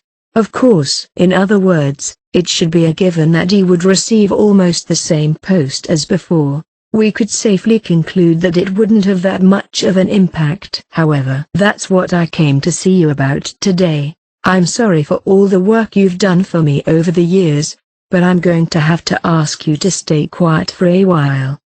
He spoke what I least wanted to hear, and my cold sweat began to pour out of me. What do you mean, Neo-sensei? Even though I was beginning to understand the situation, I couldn't admit it. You know what I mean. I know what you're going to say, but all of that will only happen if I can maintain my position. You understand that, don't you? Of course. Sure. I've been unofficially promised my next post, but that's not a fort that's been won. It is the last stronghold that I defended in the face of defeat in the factional war. We can't promote the White Room project, which has the potential to generate controversy here. If Neo-sensei were to make a bad move, Kijima-sensei's side won't remain silent. It was obvious that we would be suspected of trying to gain more centrality by taking the credit. The logic is quite understandable. Ayano Kuji. You are an excellent man. Thank you very much. You know very well that I don't judge you only by your educational background since I picked you up from the have-nots. In the world of politics, both now and in the past, a specific level of academic background is required, And if it weren't for your way of thinking, you wouldn't have used a man like me. Neo-sensei nodded and took a breath. For better or worse, people who have been in politics for a long time are all copycats who imitate what the people around them do. They're incompetent people with only their academic backgrounds to them. They come to think that it's enough to maintain the politician title and a high income. Politicians who aspire to be righteous or aim to be villains are equally engulfed. Neo-sensei reached for his empty glass but quickly withdrew his hand. But Kijima has never changed. He's serious about politics. I wondered if Neo-sensei had ever praised his opponent in such a straightforward way. He was no longer thinking about the battle after it was over. I feel the same way about you. You are the same, just in a different way. Yes, my beliefs and principles will never change. To be the best in the country. That's your goal, isn't it? Yes. I have no doubts, but that would mean we have to beat Kijima. He's a real piece of work, isn't he? He is. He's got ambition. But if Neo-sensei supports Kijima-sensei, let me follow suit from now on, for the sake of Neo-sensei and Kijima-sensei. As I said before, you'd better lay low for a while. Oh, is that so? I had a bad feeling about this. I guess it turned out to be true. I don't understand. You've become an eyesore for Kijima. He's heard about all the fancy things you've been doing with the business community over the past few years. Do you understand? I can't have a guy like that working for me. That's just what you told me to do. To build a facility beyond the high school, to change this country. Didn't you tell us to do it thoroughly? Neo-sensei's face changed. You've been running the White Room enough and amassed quite a bit of money. You've got deep connections to the Yakuza and you're becoming more than just a politician. Aren't I right? Did I tell you to go that far? You've been going around doing all that fuss to protect yourself. Do you know how many times I've had to put out fires behind the scenes over the last few years? His tone of voice changed, and before I knew it, strong reprimands began to fly. So, what are you going to do about the White Room project? It's a done deal. That's a blank piece of paper. You can't tell me that. It's a blank piece of paper. Kamogawa's expression, which had still been half joyful earlier, had turned to one of despair. I remained as firm as a Buddha statue, but there was no denying that I still had a grim look on my face. The White Room project, a blank sheet of paper? Did he know how much effort I put into the project? I couldn't let that be reduced to a single phrase, a blank paper. No, it had always been that way. With a single word from Neo-sensei, any case could be moved to the right or to the left. There was nothing special about it. If we showed any kind of defiance here, we would only offend Neo-sensei. He was disrespectful to us young people, and that was why he came up to us like this. If we didn't act maturely and calmly, we would be caught flat-footed. If you were kicked out for being a cocky guy, you would never get a chance to be useful again. I had enough money to be the envy of others. Even if Neo-sensei discarded me, it was possible that I couldn't encounter any issues living my life. But as a politician, I could never make a comeback. Then my ambition won't be realized. That's the way it is. No hard feelings. So this is how it all ends. Neo-sensei seemingly has no intention of taking his time meeting here. So at last, I didn't care to even hold my glass. When Kijima acknowledges that you don't have fangs, I'll bring you forward again. It's all right. To survive as a politician, throw out the White Room and start over. It was my only choice. I know. Don't be ridiculous. This time, I couldn't be as calm and smart as I usually am. I couldn't have done that. Did he know how hard I worked for this project? More than a decade of hard work in order to make it a reality just to end up giving up everything? I won't let it all go to waste. The White Room has received a lot of funding and is still operating. There's no way we can withdraw it now. Oh? Who are you talking to, Anakuji? He was so overbearing that it was hard to believe that he was just an old man. He was neither intimidated nor offended by my bluster, but simply turned his dark eyes on me. For Neo, who had been in politics for decades, this kind of thing was a common occurrence. But it would be the same if I pulled out now that I had drawn my bow. There was no backing out. I told you to go back to the drawing board. Bow down and writhe to undo your mistakes. If you can't do that, hang yourself. You're telling me this now? What the hell do you expect me to say? I'm not convinced. I don't care if you agree with me or not. I said I'm calling it off.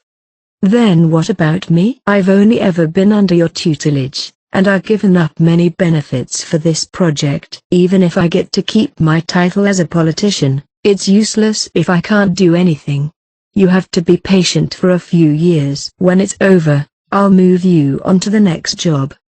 Could I believe that? I couldn't believe it. Under your directions, I have been working solely on this project. I can't allow this absurdity to continue. I could only mourn. I couldn't help but lament. I know how you feel, but you know better. That's the way this world works. And I've given you my full backing. I helped you get re-elected so that you could move forward with your project. That's how you got re-elected with the least amount of effort. Isn't that right? It was true that I entrusted Neo-sensei with all of the campaigning that would normally be required. And I owed him a debt of gratitude for getting me elected. But if he overturned the tables at this point, that favor alone wouldn't be enough. I am grateful for that. But, if you get too attached to one project, you'll lose your footing. Why was I hanging on so tightly?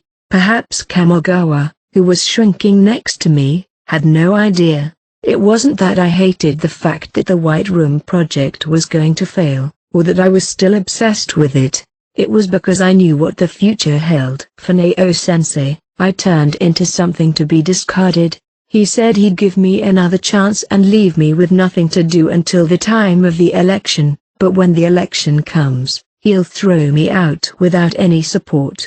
How many times have I seen politicians cut in front of my eyes in the same way? In other words, my fate as a politician was sealed as soon as the White Room was presented as a blank piece of paper. My instinct was to resist at least until the end. And I chose to fight. So I am the only one who has to cover my tracks. You mean to say I'm the only one who can get muddled? You're still young. Unlike me, you'll get many more chances. But for me, it's now or never. I can't back down now. I'm going to die a politician. Sensei. I'm not asking you to quit politics. I'm just asking you to be quiet. You're not going to cut me off, are you? Of course not. I won't harm you. Kijima was very harsh with you, but he seemed to think highly of you, too. If you keep quiet for a while, your time will come. I'll ask you to show me what you can do then. I guess it's all over. I understand. Okay, that's good. You're right. The White Room project is over with. I will start working on the cleanup tomorrow. I bowed deeply. Thank you for your cooperation.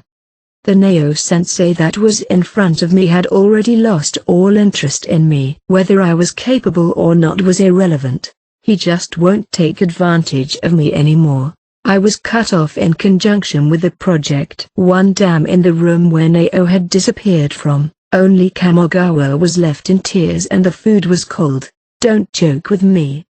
I shouted out my unexplained thoughts. You're going to give me a hand one of these days, huh? Don't make me laugh. Once you drop out of politics, it's all over. Once you try to make a comeback, you'll be crushed. What's going to happen to us now? Is this the end of everything? I don't know. Should I have punched him first? No.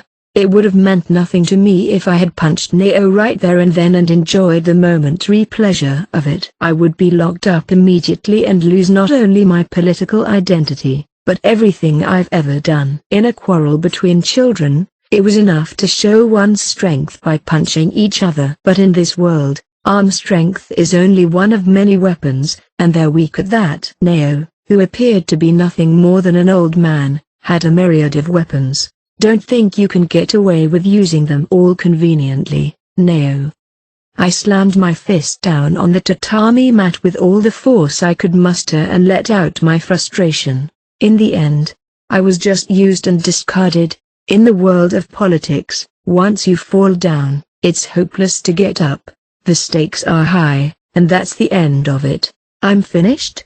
Even if I put it into words, I would never feel the reality of it. Did he have any idea how much I've suffered in order to change this country? To rise to the top of this country? How much humiliation, ostracism, and contempt I had suffered. The man was no longer of any use to me, but if I tried to make a new move, I'd be crushed. Neo and I were two sides of the same coin. If you destroy him on the front end, you automatically destroy me on the other side until he retires or even dies. I was completely blocked from coming back. Then, if he dies, it meant I'd have a chance to get moving again. Should I call Oba and have him take care of Neo? I'm an idiot. If I make such a request, Oba would just cut me off. I don't even need to think about which side would benefit him more. Kamogawa. You'll have to start all over again tomorrow. That's the only way. What are you going to do? Ayanokuchi-sensei, you're not going to ignore Neo-sensei's order, are you? I'm finished anyway. Stopping my resistance now won't change the way I'm treated. I'll quit politics and continue to run the White Room. Wait a minute. I respect you, Ayanokuchi-sensei. I think you'll surpass Neo-sensei one day, someday. Please don't tell me you're quitting.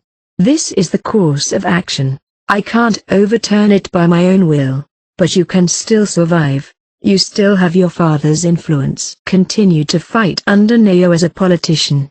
Ayanokuchi-sensei. I'm not giving up the White Room or politics. That was the only way. No matter how powerful Neo is, he can't win against his lifespan. He'll die before we will. If it is to take so long, so be it. I'll let him enjoy his short political life to the fullest. But when it's over, I'm gonna. I laughed and slapped Kamogawa on the shoulder. It's not just Kijima. When I come back to politics, I'll make his son goes up in smokes too. Ha ha ha. When you say it, it doesn't sound like a joke. Kamogawa's cheeks relaxed as he wiped away his tears.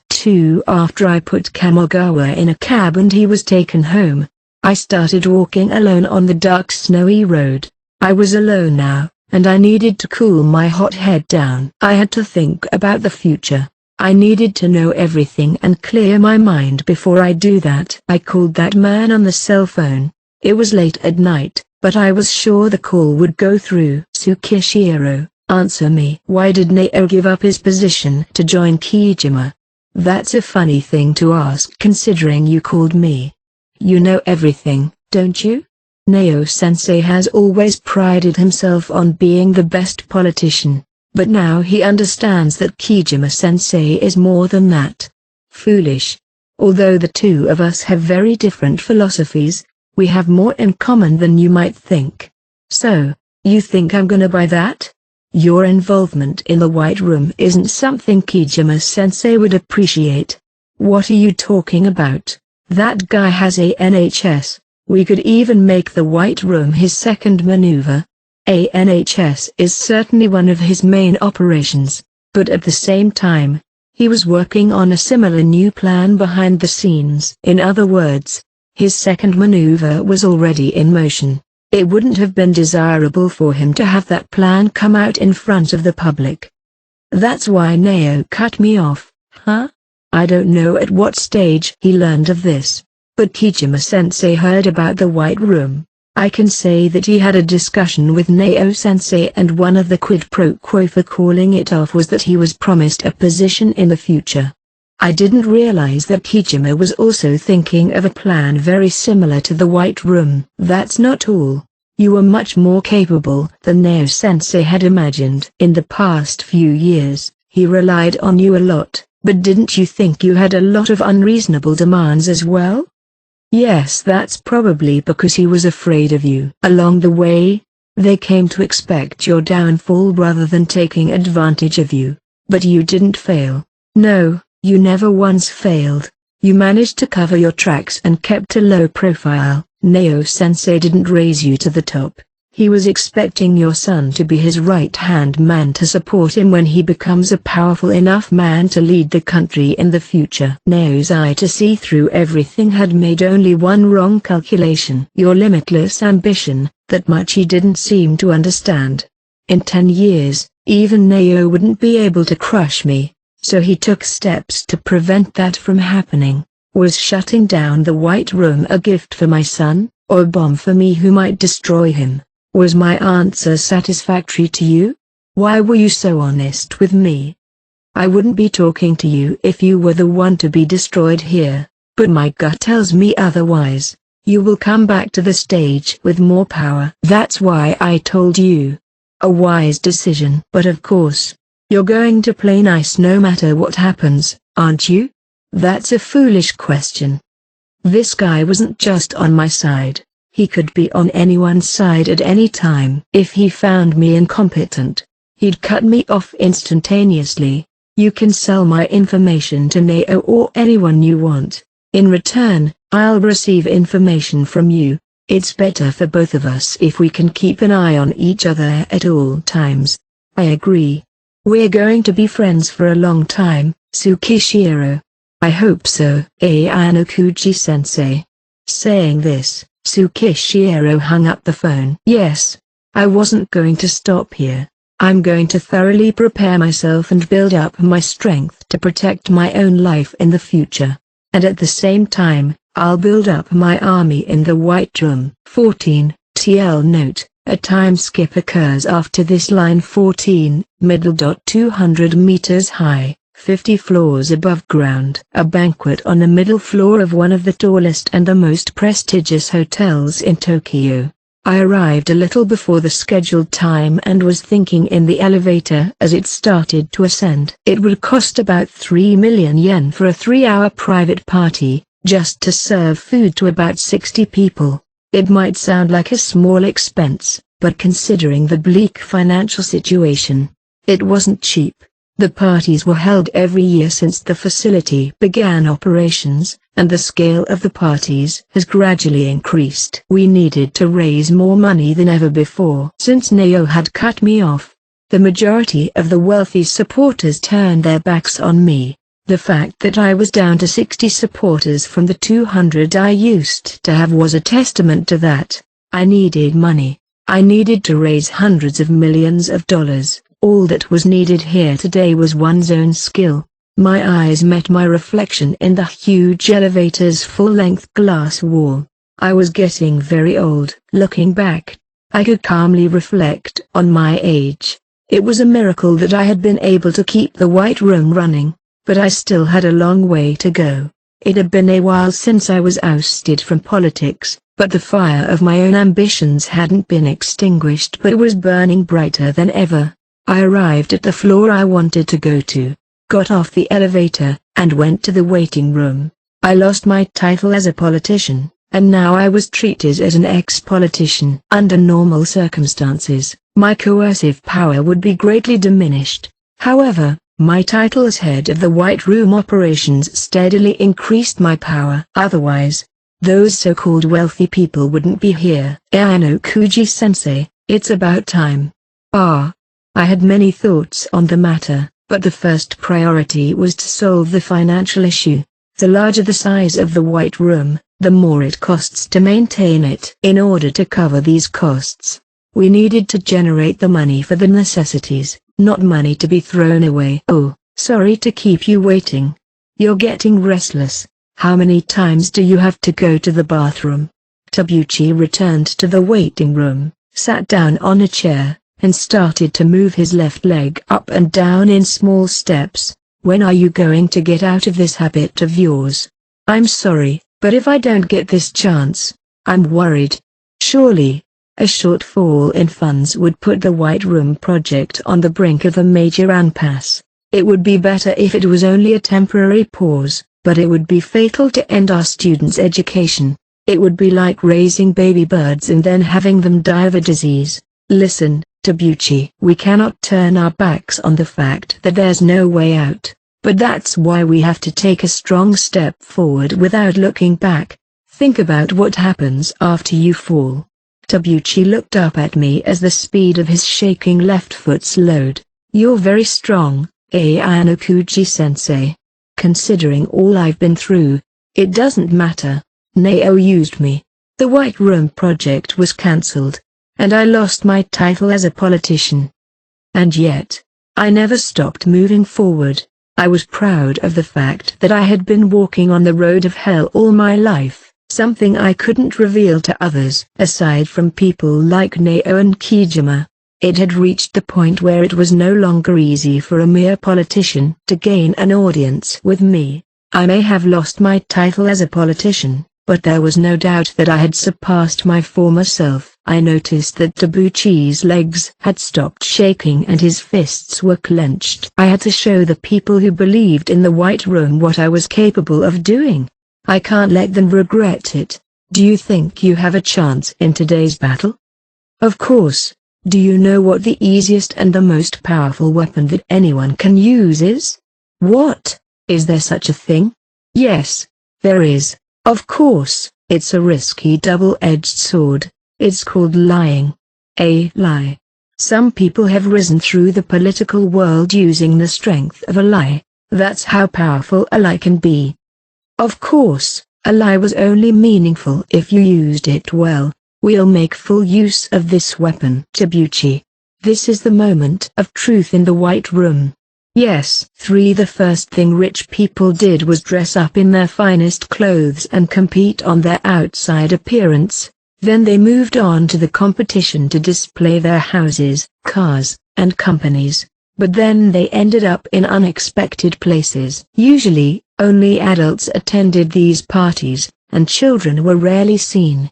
However, when it came to the business world's top echelon, the opposite was true and the number of children attendees immediately increased. This was because the children were expected to meet each other in the future. Companies that cooperated with each other. Companies that were rivals. It wasn't always bad to have their successors face to face in advance, regardless of their positions. Above all, the more highly the parents thought of their children, the more often they brought them in. The parents there would play their unique cards as if they were showing off their prize toys. That was why the White Room had been accepted by the business world. Ironic, isn't it? I learned all this from Neo. He may be a detested enemy now, but his power was undeniably top-notch and genuine. The party had just begun. First of all, I greeted everyone while I showed my face to the whole floor. It's been a long time, Ayanokuji-sensei. A man with a flashy hair color, unbefitting his middle-aged face, approached me with a cheerful attitude. I quickly switched to my business face, turned around, and offered him my right hand. It's been a while, President Tomasawa. I sent you an invitation, but I was afraid you might not come. I'm sorry I couldn't make it last year. My child really wanted to spend her birthday in Hawaii. I've been so busy with work that I just couldn't find the time, so we ended up buying a house in Hawaii and have been there ever since. I'm glad to hear that your work and personal life are going well. He should be a little older than me, but in an unpleasant manner. I didn't feel that way. He was dressed in a brand favored by young people and wore sandals that didn't suit the occasion. With that kind of attire, which couldn't even be considered within the dress code, it was no wonder that he'd be turned away at the door if he was greeted by a stranger. He wasn't normal. He was trying to show that he was a unique and original person. I didn't like this man's clothes or his way of thinking at all, but I couldn't resent him because he was one of the people who had given a large sum of money to the White Room. He didn't attend the party last year, but he was able to offer funding for the White Room. He was a welcome person and should be treated with care. It seems like you're no longer a politician, however. It doesn't feel that way to me. You're an evil politician no matter which way you look at it.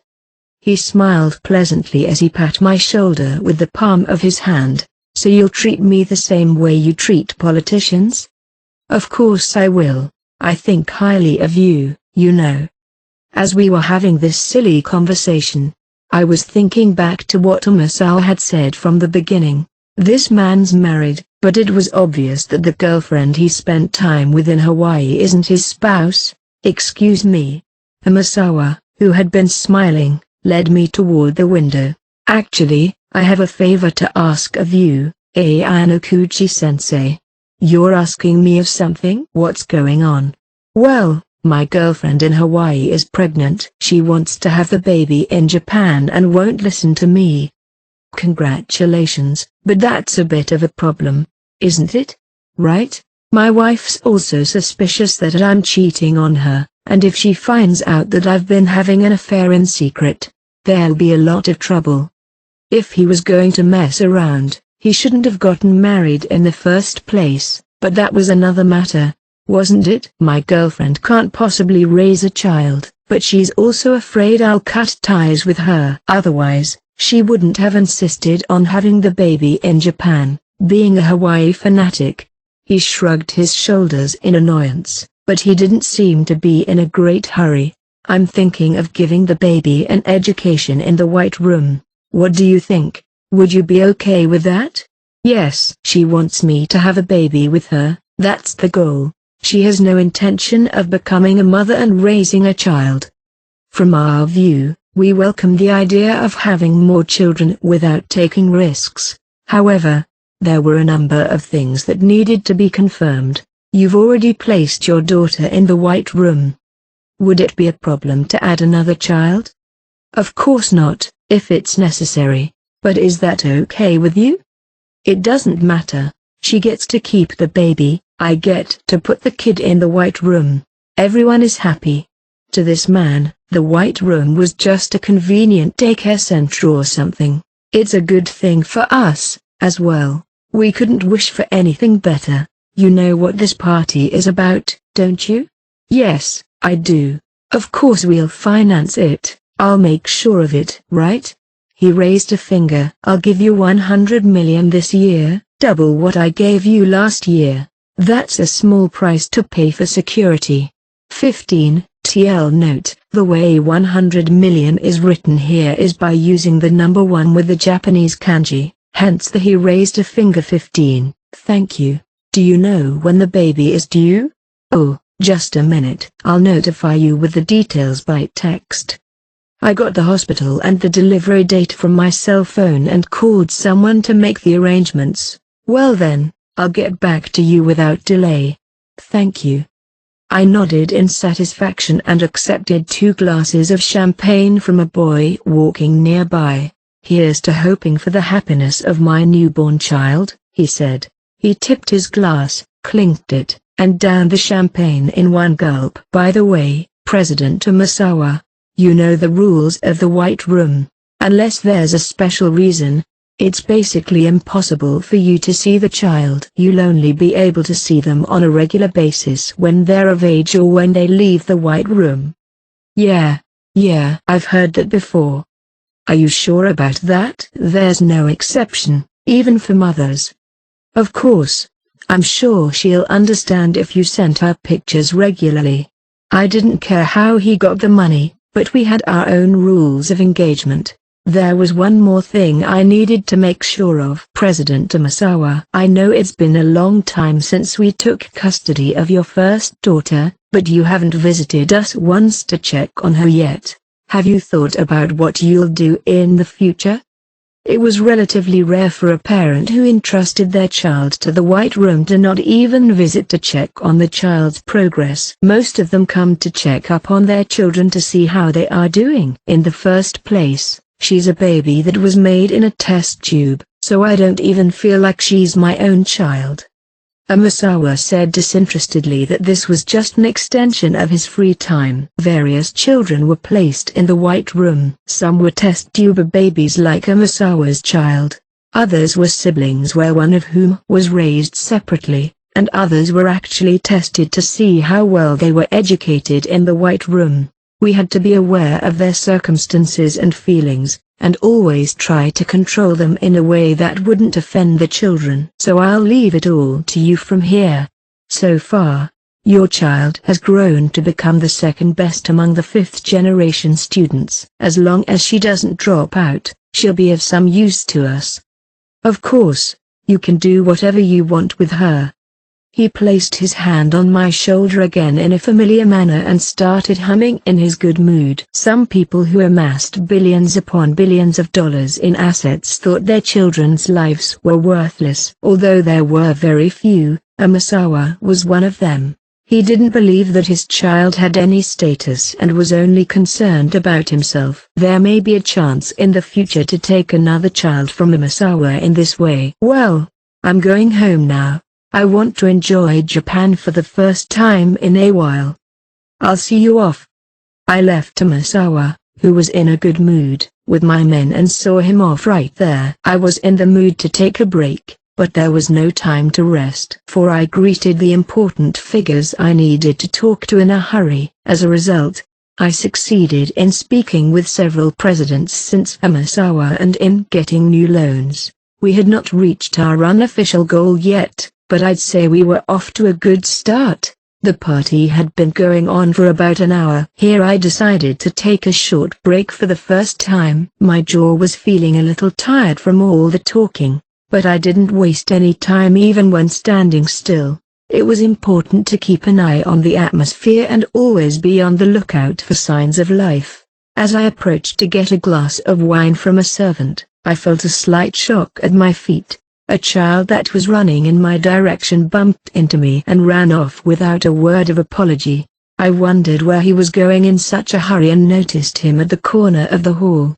It seemed that there were several children clustered around there. Most of the parents knew each other from various parties, so it was no surprise that all the children taken to the party were connected to each other. Although the children were somewhat separated from the parents, their high-pitched voices often echoed through the room, especially when they screamed. More and more screams piled up. There was no way of stopping a group like this after it formed. I approached to warn them, but I realized that they weren't playing with each other. They were all boys, including the kid who rushed to the scene. 3 of the 5 boys were surrounding another child, yelling at him and accusing him of something. The remaining one watched from a distance, but there was no fear in his expression. I stopped because I was afraid that the children might have noticed me listening in on their situation if I got any closer. The children all seemed to be around the same age as Kiyotaka. I have no contact with ordinary children, so it was interesting to compare them with the children in the white room. When I slowly approached the children, I could see that they weren't talking in a friendly manner. Most children don't know when and where the right time to fight is and easily start conflicts, usually over unimportant things. "Did you really ever get Kazuya's autograph?" The kid who rushed to the scene seemed to be the leader of the group, and he approached the group with his friends and family in tow. "Yes, I did," he replied while averting his gaze. At first glance, it didn't seem like he was telling the truth. "That's a lie." "When I met Kazuya, he said he doesn't usually sign autographs." "Really? I'm sure he does. Where did you get him to sign it?" "He came to my house." "He came to your house?" "What? That's a lie." "Kazuya told me that I was the first kid he signed an autograph for outside of the venue." "He really did do it." "He signed a soccer ball for me." The conversation seemed to be discussing whether or not they had ever gotten an autograph from a Japanese soccer player named Kazuya who plays overseas. The 3 of them, including the leader, were suspicious of one timid-looking child. The suspected child's suspicious behavior must have been felt by the rest of the boys. It seems that a cheap lie told for the sake of bragging led him into a tight corner. "Then let's take a majority vote on whether we think he's lying or not." Immediately, the 3 children raised their hands in unison as they laughed. The boy who had been watching the conversation didn't raise his hand, so of course he was asked for his stance on the matter. "Which side are you on, Ryuji?" The leader of the group, a kid who called the others by their first names, asked for his opinion. "I don't care." "I don't need to pick a side." "What do you mean you don't care? I'm asking you if you also think he's lying." "If I'm being objective, I think you're lying. You'd better apologize as soon as possible. The child called Ryuji decided that the other boy was lying and urged him to apologize. The difference in the number of people in the group made it less advantageous for one to cover for him. It's true that the best thing to do would be to apologize right then and there, but that isn't that easy for human beings. I'm not lying. Ryuji sighed in exasperation at the child's stubborn refusal to admit that it was a lie. Why don't you forgive him already? It's obvious he's lying, so there's no need to go on with this any longer. What? I'm going to ask my father to shut down your parents' company if you keep acting like a big shot, okay? He flaunted his parents' power as if it was his own and acted like a king. Nogi-kun, if you make fun of me, you'll get in real trouble. Nogi? The Nogi Pharmaceuticals, huh? They're one of the most powerful and accomplished of all the wealthy individuals who were attending here today. It was a ridiculous claim, but it's true that his father has some power. He seems to have failed miserably in his children's education. Then how can you be satisfied? What do you want from Fuji? The three of them, Ryuji, Fuji, and Nogi, were acquainted with each other's groups. 16. TL note, groups is written with the loan word but it seems to refer to the companies their parents own. 16. Get on your knees. Get on your knees. I'll forgive you if you get on your knees and tell me you're sorry for lying. That was really cliché. I don't think President Nogi's the kind of person who would normally force people to get down on their knees, but it was understandable for a child to say something like this. As I said, I didn't do such a thing as telling a lie. Then show me proof. If you can't give me proof or refuse to get down on your knees, I'll beat you up. Growing increasingly frustrated, Nogi licked his lips in frustration. You'd better get down on your knees as soon as possible.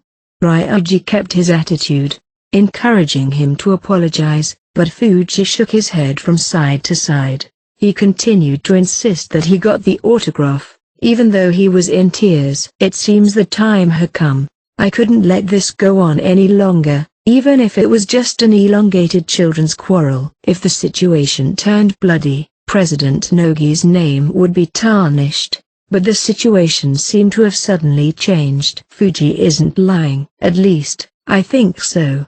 With the conclusion thought to have already been decided, a sixth child appeared. All four of them, including the passive Ryuji, had already decided that he was lying. The appearance of the one who insisted that he wasn't lying, of course, ended that mood. What's wrong with you? Whoever you are, you're defending this guy?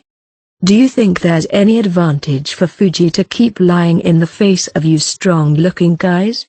The kid insisted that it was strange for him to be stubborn. I don't know whether or not he's your friend, but you're just trying to cover for him, aren't you?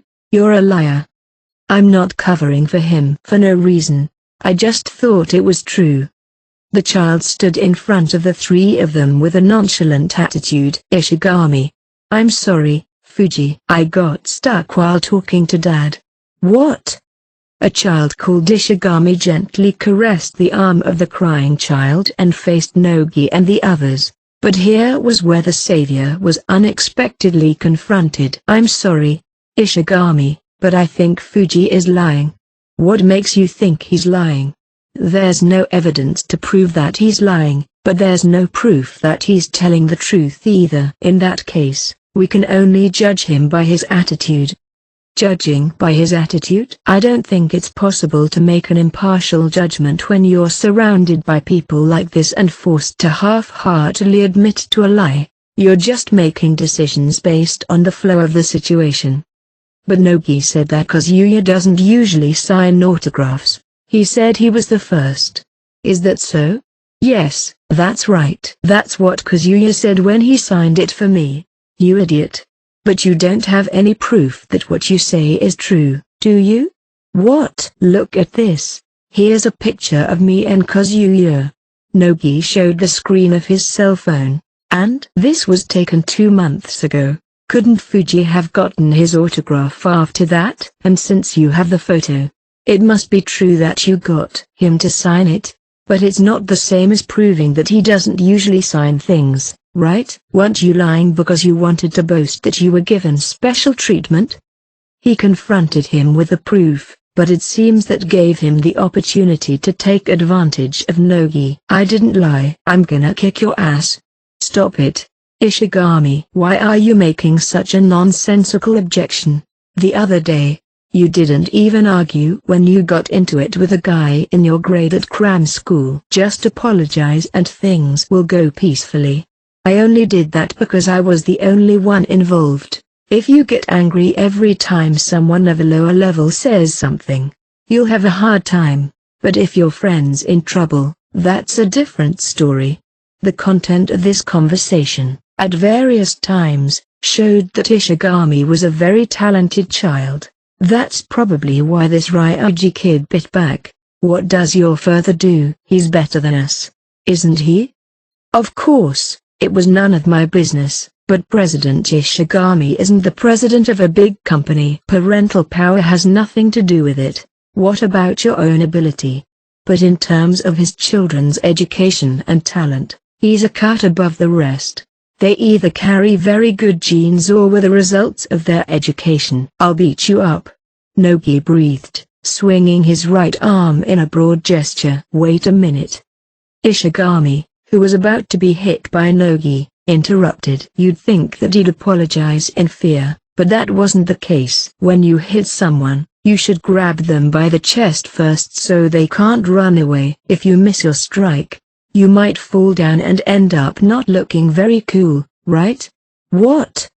The boy froze, his fists clenched. I'm not proud of it, but I've never been in a fight.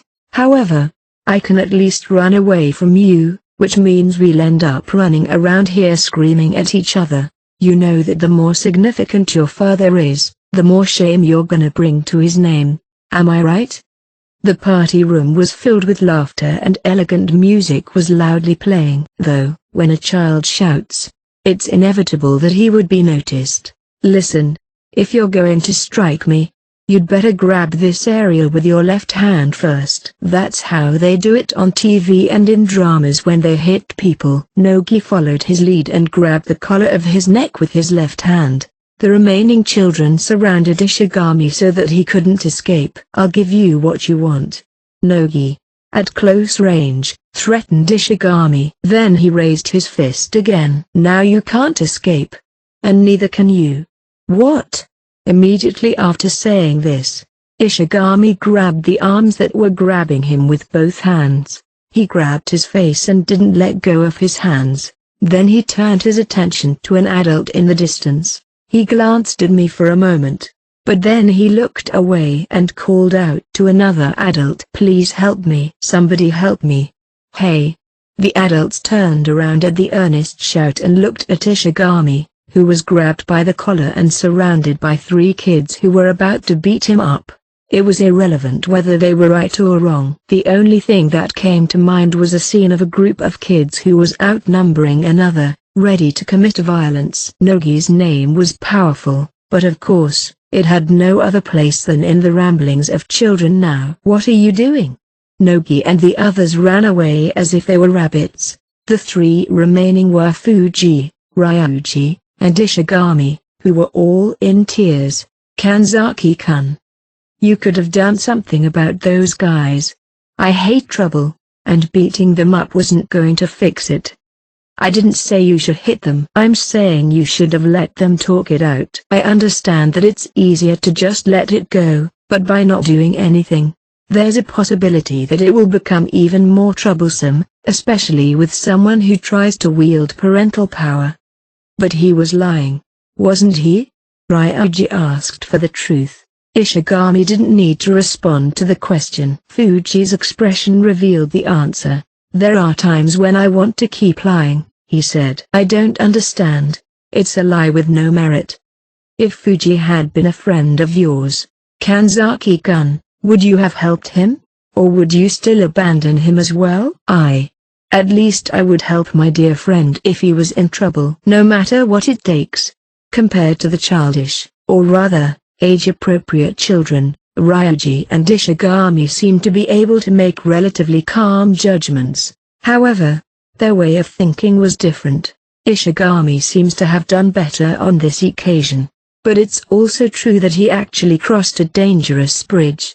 If Fuji had admitted to lying and apologized, as Ryuji said, Nogi and the others might have forgiven him earlier. Of course, he must be prepared to be laughed at. Ayanokuji-sensei, I apologize for the delay. I was just about to finish observing the children when Sakeonagi came walking toward me, slightly out of breath. You came, Sakeonagi? Of course I came. Even though we may have started to go in different directions, my respect for you has not changed.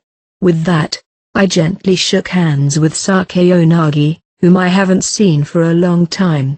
The welcoming party began as the adults started to move about, and there was movement on the children's side as well. Good evening, Kanzaki-kun.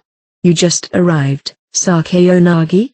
Hello. Sorry, I already have to get going. Kanzaki-kun, I'll see you at Gram School. Oh, you have a rather grim look on your face. What's wrong?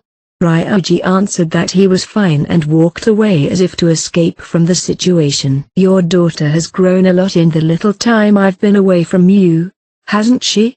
As a parent, I'm often bewildered by her many precocious ways, he said. Although she seems to be intelligent, she seems to have a long history of dealing with the disease, her birth handicap.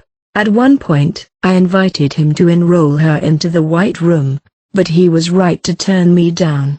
The facility requires, at a minimum, that you be above average in all aspects. I know it's a problem for you in your position to be too close to me, but I really appreciate you coming.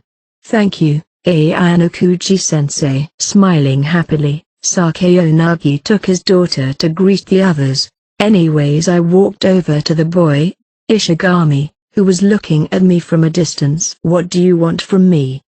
The same goes to you. You've been looking at me. What did you want with me? You noticed? I didn't think he had the time to look around in that situation. I have something I want to ask. Why didn't you call out to me when you asked for help from an adult? I was aware that you heard Fuji's call for help from early on, but you remained silent. I couldn't guarantee that you'd be on my side. There was no denying that if I had turned away while offering a helping hand, the child could have been beaten up in the meantime. So, at that stage, with less than a few seconds to go before he would have been beaten up, Ishigami selected an adult who would surely help Fuji. Hey, Kyo, I hope you're not giving any trouble to Ayanokuji-sensei. With a panicked voice, the chairman of the Ishigami group appeared. I thought you were an exceedingly smart child. You're the son of Chairman Ishigami, aren't you? Guru Ishigami, who was over 60 years old, was still the chairman of the Ishigami group, yet his power remained strong. He had no children with his ex-wife. Was he a child conceived from another wife whom he married after his bereavement? Go eat your dinner over there. Okay, father. Bowing lightly, Chairman Ishigami's son left. I hope Akiyo didn't give you any trouble, did he? I've been rather impressed with him. That's fine, but since he's old enough to be my grandson, I'm not too happy about it. It's understandable that he's so fond of him, but what I appreciated most was his calmness. You seem to have given him a good upbringing. Thank you, sir. He was far superior to me in terms of position, but his manner was soft and polite. If he grows up properly, the Ishigami group will be succeeded by that child, and a solid generational transition will be possible. The only concern is his age. He will take over in his early 20s at the earliest. If he's going to proceed with caution, he would have to be over 30 years old. By then, President Ishigami would be over 90 years old. You're planning to return to politics at some point, aren't you, President Ishigami? Of course I intend to. Then, will you have your son by your side someday? My son? By my side? He thought I was joking, but he couldn't see any deception in my expression. Yes, He seems to be interested in politics. As a parent, I try to understand my son's feelings as much as I can since he doesn't usually pay much attention to things. He smiled, wrinkling his cheeks as he said that he was more than happy for him to follow in his footsteps. If he wants to go into politics when he grows up, then I will welcome him. They were just a few comments, but I could see a glimpse of talent in the kid. Whether or not he's suited for politics is another matter entirely, though. The 3-hour party was now down to its last 30 minutes. I was able to secure enough financing to run the party. The party also included a reunion with Sakeo Nagi. It was also good to know that there were people who were waiting for my return to politics. Ayanokuji-sensei, may I have a moment of your time? You are? I'm Tomohiro Kanzaki of Kanzaki Engineers. It's a great honor to meet you. Are you President Kanzaki? It's a pleasure to meet you too. I remember that when the White Room project was launched and the particulars of the project were passed on to some conglomerates, one of them was willing to invest in the project. However, since the company didn't have much history as an established company and had little connection with the political world, we eventually rejected the offer for our own reasons. 2 years later, however, the same company raised a small amount of money for the project without any interference or guidance from outside parties. This is my son, Ryuji, he said. Say hello, Ryuji. My name is Ryuji Kanzaki. The child averted his eyes from me and greeted me quietly. I see. The kid from earlier, he seems to be a bright boy. I'm very proud of him. I want him to become both a literary and martial artist, so I teach him everything I can at cram schools, private tutoring, etc., not to mention karate and judo. I had a hunch that you were passionate about education, President Kanzaki. As for karate, he was recently praised by the head instructor as having the ability to be a black belt at this point in his training. Well, he seems to have grown up well.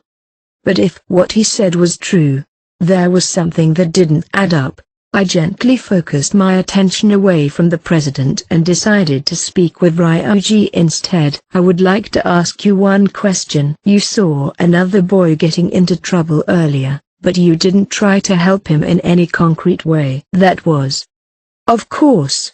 They outnumbered you, but President Kanzaki told me that you're very good at what you do. You could have come up with any number of ways to deal with them, couldn't you? Pretending to be ignorant of the circumstances, I asked him this question. It was none of my business. He looked away awkwardly. It's true that you weren't the one who started the conflict, but if you had helped, the other party would have been in your debt. A debt that you could potentially make use of in the future. If you don't have the power to help, you can run away or ignore it, but if you have the power and don't use it, you are a fool. 17. TL Note. This quote is taken directly from Kanzaki's monologue in White 2v8:17. I had no interest in this child, but I spoke passionately and put my hand on the boy's head. Think hard, worry hard, and become a good adult. Be a man who can help others. Support your father, and eventually, you'll be able to lead the company yourself. If I preached this in front of President Kanzaki, he wouldn't be able to be rude to me and he'd have a hard time withdrawing his investment. There's nothing better than pulling in as much money as you can. Thank you very much for your time. I'll see what I can do. Impressed by my words, he bowed his head happily. This was very much unlike his stiff expression at the beginning of our conversation. 6. After the party ended, I went into the waiting room and leaned back in my chair, not bothering to hide my tiredness. I'm sorry to be looking like this. I was so shaken that I lost my nerve. Don't worry about it. I'm sure you haven't had a good night's sleep in the last few days. Seems like you've seen through me. You aren't afraid of pushing yourself to the very limits, am I right, Ayanokuji-sensei? Besides, this is a time of great crisis for the White Room. I expected that you'd remain calm until the end, no matter what the situation. I'm truly amazed at your mental strength. I faintly waved Sakayanagi off and told him to stop with the pleasantries. Tell me why you came here. I'm sure you didn't just come here to say goodbye. I've spoken with my father and he's agreed to let me be the president of the Advanced Nurturing High School in the near future. Oh, you're finally taking the stage. You've seen it all, and your final choice is to follow in your father's footsteps. It's not a very interesting ending, but it's just like you, Sakayanagi. Thank you very much. I'm grateful to have been able to study under you for so many years, Ayanokuji-sensei. He didn't look happy, but I guess that was because of what I was going to tell him next. Now that he turned out to be the successor, it wasn't necessary to speculate on the reasons for this. It would be very problematic for the president of a high school if it became known that he was cooperating with a man like me. It's a good time to break off the relationship. Although we have different views, I hold you in the highest regard, Ayanokuji-sensei. I was really surprised when you defied Neo-sensei, but it made me realize how genuine your passion for the white room is. That's why. It's a shame that we have to keep our distance. It was a bit of a cliché line, but it's the kind of thing Sakayanagi would say. I'm not obsessed with the white room. I may have not. I just know that if I didn't resist Neo, he would have taken it all away from me. Even if I survive as a politician, there would be no hope for my career. Japan is too tied to the seniority system. No matter how capable you are, if you're young, you'll be sifted out. Or if you try to force your way out, they'll try to cut off your wings. But if you look around the world, you'll see that it's becoming increasingly common for people in their 20s to be in important positions and some in their 30s at the top of their countries.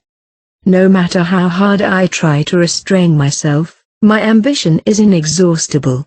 How can we leave the world of politics any longer in the hands of a bunch of old fools who have only a short time left to live? They think it's enough if they're able to secure themselves for the time they have left to live out the rest of their lives. They're willing to give up the flesh and blood of their country to protect themselves for the next 10 or 20 years. Then what will happen 30 years from now? And 40 years from now? Japan will be devoured by other nations, and there won't be anything left to salvage. If I judge people to be competent, I will hire and use them. Of course, there will be a lot of ambitious people who will come to take advantage of me in my sleep, or people who will do things in the dark under someone else's orders. But as long as they're competent, I will use them. Otherwise, the corrupted blood in the political world won't be replaced and will remain stagnant forever. Fighting for one's own position doesn't do any good to the nation. Indeed, that's what I'm wondering, too. You're only qualified to be the head of a country when you're in your 60s or 70s. I can understand why you might be suspicious of that. We will make the White Room firm and resolute, then send in enough people to rewrite this country's organizational system. We're going to overhaul the system from the ground up. It may be mocked as a pipe dream, but I'm going to get there in the end. It's a grand plan. It may take more than 10 or 20 years to complete. I know, it may take more than my generation to change everything. For this, we will need someone to take over the White Room. It's also important to create educators who can create more perfect human beings than we have now.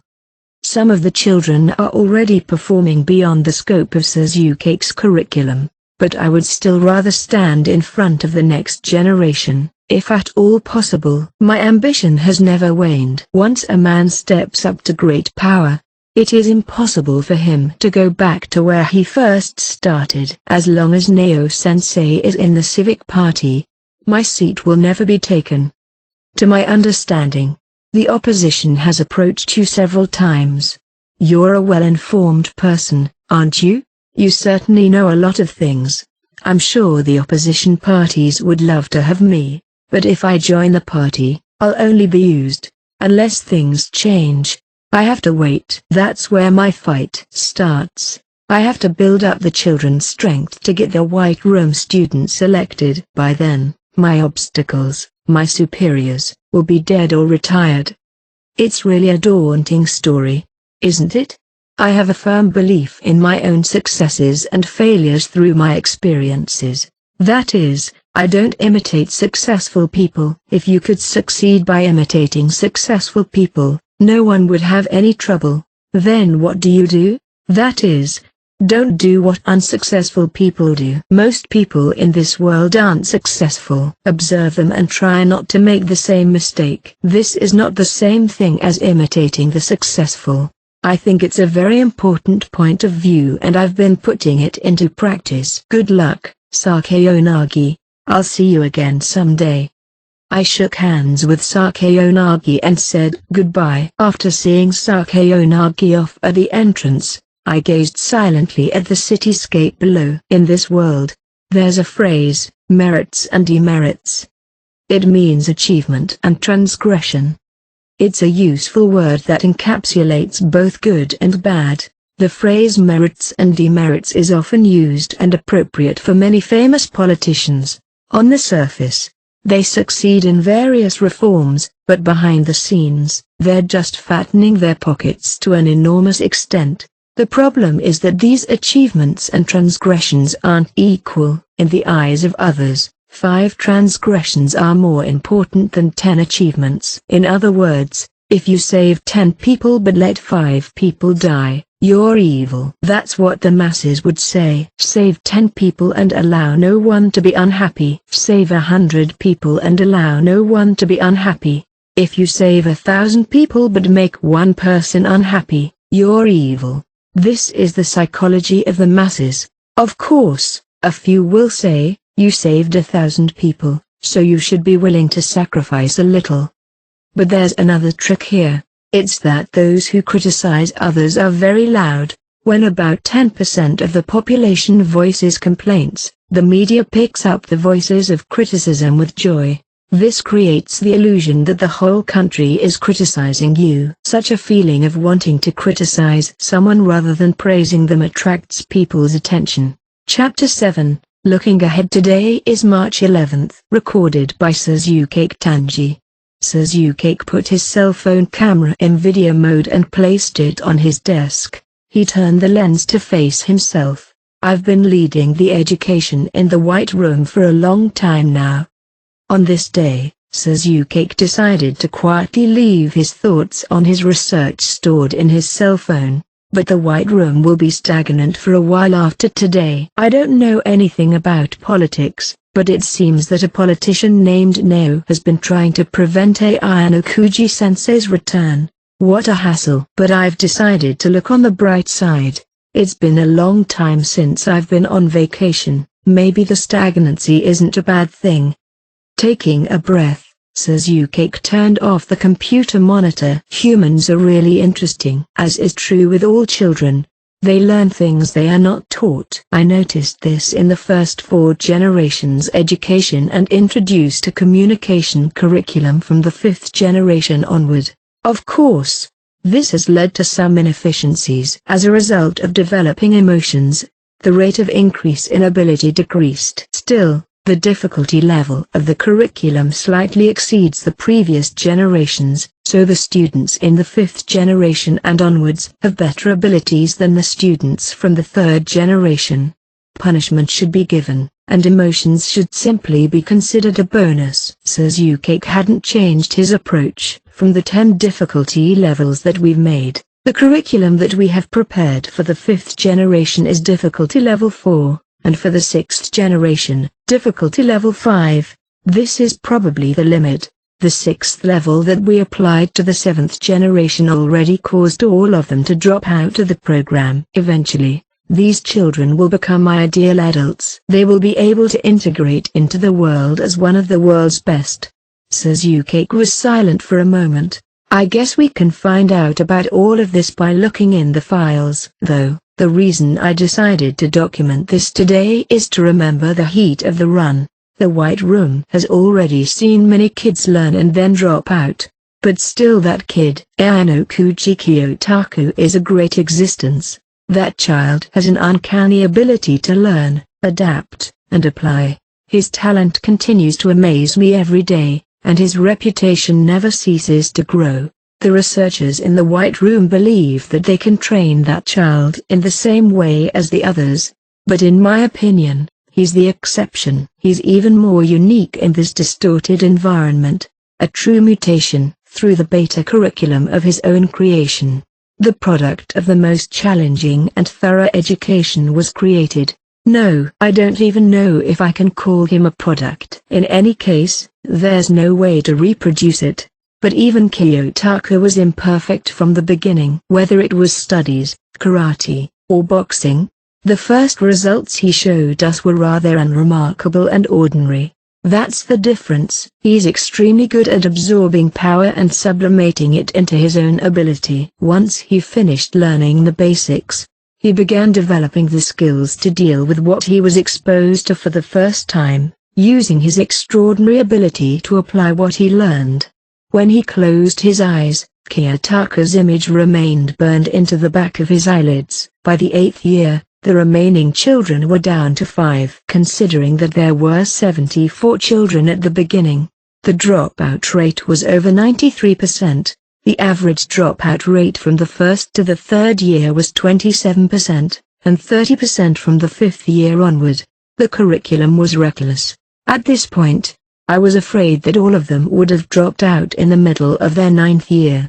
No, I was rather hoping that they'd drop out. In the case where there was a child who could stay and continued to follow a curriculum that no human being should ever follow, that child would no longer be human, they'd be a monster that cannot exist. As if to bring that reality into existence, when the new spring arrived, there was only one child left. But here's the problem. That one remaining child hasn't shown any sign of dropping out after 10, 11, 12 years. On the contrary, he's come to outperform us researchers and leaders. The adults with superficial knowledge left the White Room in less than a few days, holding their heads in their hands. The original purpose of the White Room was to continue education into adulthood, but the thought of 6 more years, I can't do it. That kid is going to outgrow us in the near future. This isn't a hunch, it's a certainty. And at the same time, I don't know why that's possible. Is it the product of my curriculum or a genetic mutation? I can't prove why he didn't drop out and continued to survive. It's driving me crazy. So, how should the existence of the White Room and Kiyotaka be viewed in the future? The final decision will be made by Ayano Kujitsumi, the head of this facility. But the debate among the researchers will be sharply divided. The question of whether or not it was possible to create artificial geniuses remained unanswered, but it had been proven that it was possible to create brilliant people through the White Room. However, there's always a ceiling on every child's abilities. Suzukake looked at the empty cup that, until a few minutes ago, contained sencha tea. He opened the cap of the brand new mineral water and put both the cup and bottle cap in his hand. This is the size of the educator's talent, Suzukake said. This small cap is, so to speak, the limit of an ordinary educator's talent. The much larger cup, compared to this cap, can be easily understood as the talent of the educators in the White Room. The children who receive education raise their own limits according to the limits of the educator's talents. If the average person is cap-sized, the education here allows them to develop their talent to the size of this cup. He poured fresh mineral water into the cup. Once you hit the limit, there's basically no room for further growth. The water overflows and there's no new information to absorb. No, that isn't the correct expression. Every time we absorb new knowledge, we lose a little of our old talent, and we don't even realize that it's happening. Suzukake sighed as he watched the water flow over the desk and disperse. There are many problems ahead. First, there are only a limited number of people with talent the size of this cup. Secondly, even if they have the talent, they don't necessarily have the skills to teach it. Thirdly, it's not always possible to obtain talents of the same magnitude between educators and students. The upper limit is the size of a cup, but some individuals are often 1 or 2 times smaller than it. Of course, There are cases of children who are 1 or 2 sizes larger than the upper limit, but the probability is less than the former. And then the most important part. The most important part is that the geniuses in this world are not limited to the size of a cup. They're more talented than this bottle of mineral water. There's no one who has such a talent while also having a talent for educating. Even if they did, the children would probably never grow to be bigger than the cup. This was also true of the data from previous studies. A generous education that takes care of children, or the exact opposite, a strict education. In either case, both show that there's a limit to a child's potential. The White Room's goal is to create geniuses out of ordinary people and train them to be competitive in the world. It's possible to intentionally create people in humanity's top 10%. In this sense, the White Room's an institution that can produce solid results. But it may not be able to create people who are in the top 0.01% to compete with the rest of the world. A true sense of failure as a researcher. Suzuki keenly felt that when he thought about the existence of Ayanokuji Kiyotaka. At the moment, I can't see the upper limit of talent in that child. He absorbs as much as you teach him. It could be said that he was born as a genius, or that he was the result of his education in the White Room. Both of which I think are correct and incorrect. If Kiyotaka hadn't been educated in the White Room, he probably would have merely been a reasonably competent person. If either component was missing, he wouldn't have been as he is now. And, if Kiyotaka continues his education in the White Room, it's obvious that he'll be an asset to raise new generations' talent ceiling. If Kiyotaka were to stand in my place and nurture these children, they would grow up to be more like plastic bottles than cups. I would love to see that happen. Angels and demons asked the question in his mind.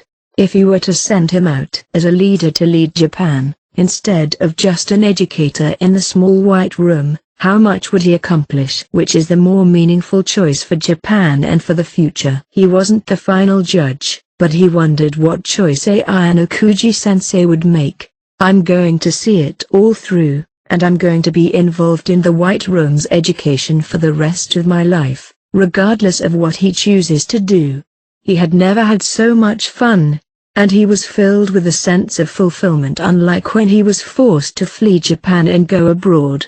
However good Ayanokuji Kiyotaka may be, the question remained as to whether he was a true genius or not. Emotionally, he was far below the average person, and he didn't know what most people did. He may learn by memorization, but it remains to be seen how much of a negative effect that will have on him. He was defective.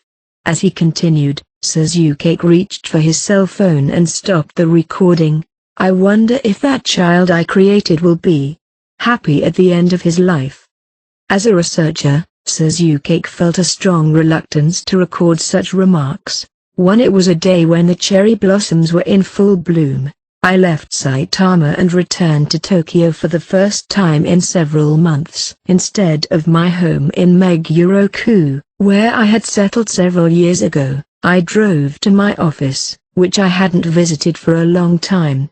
How long has it been since I last came here?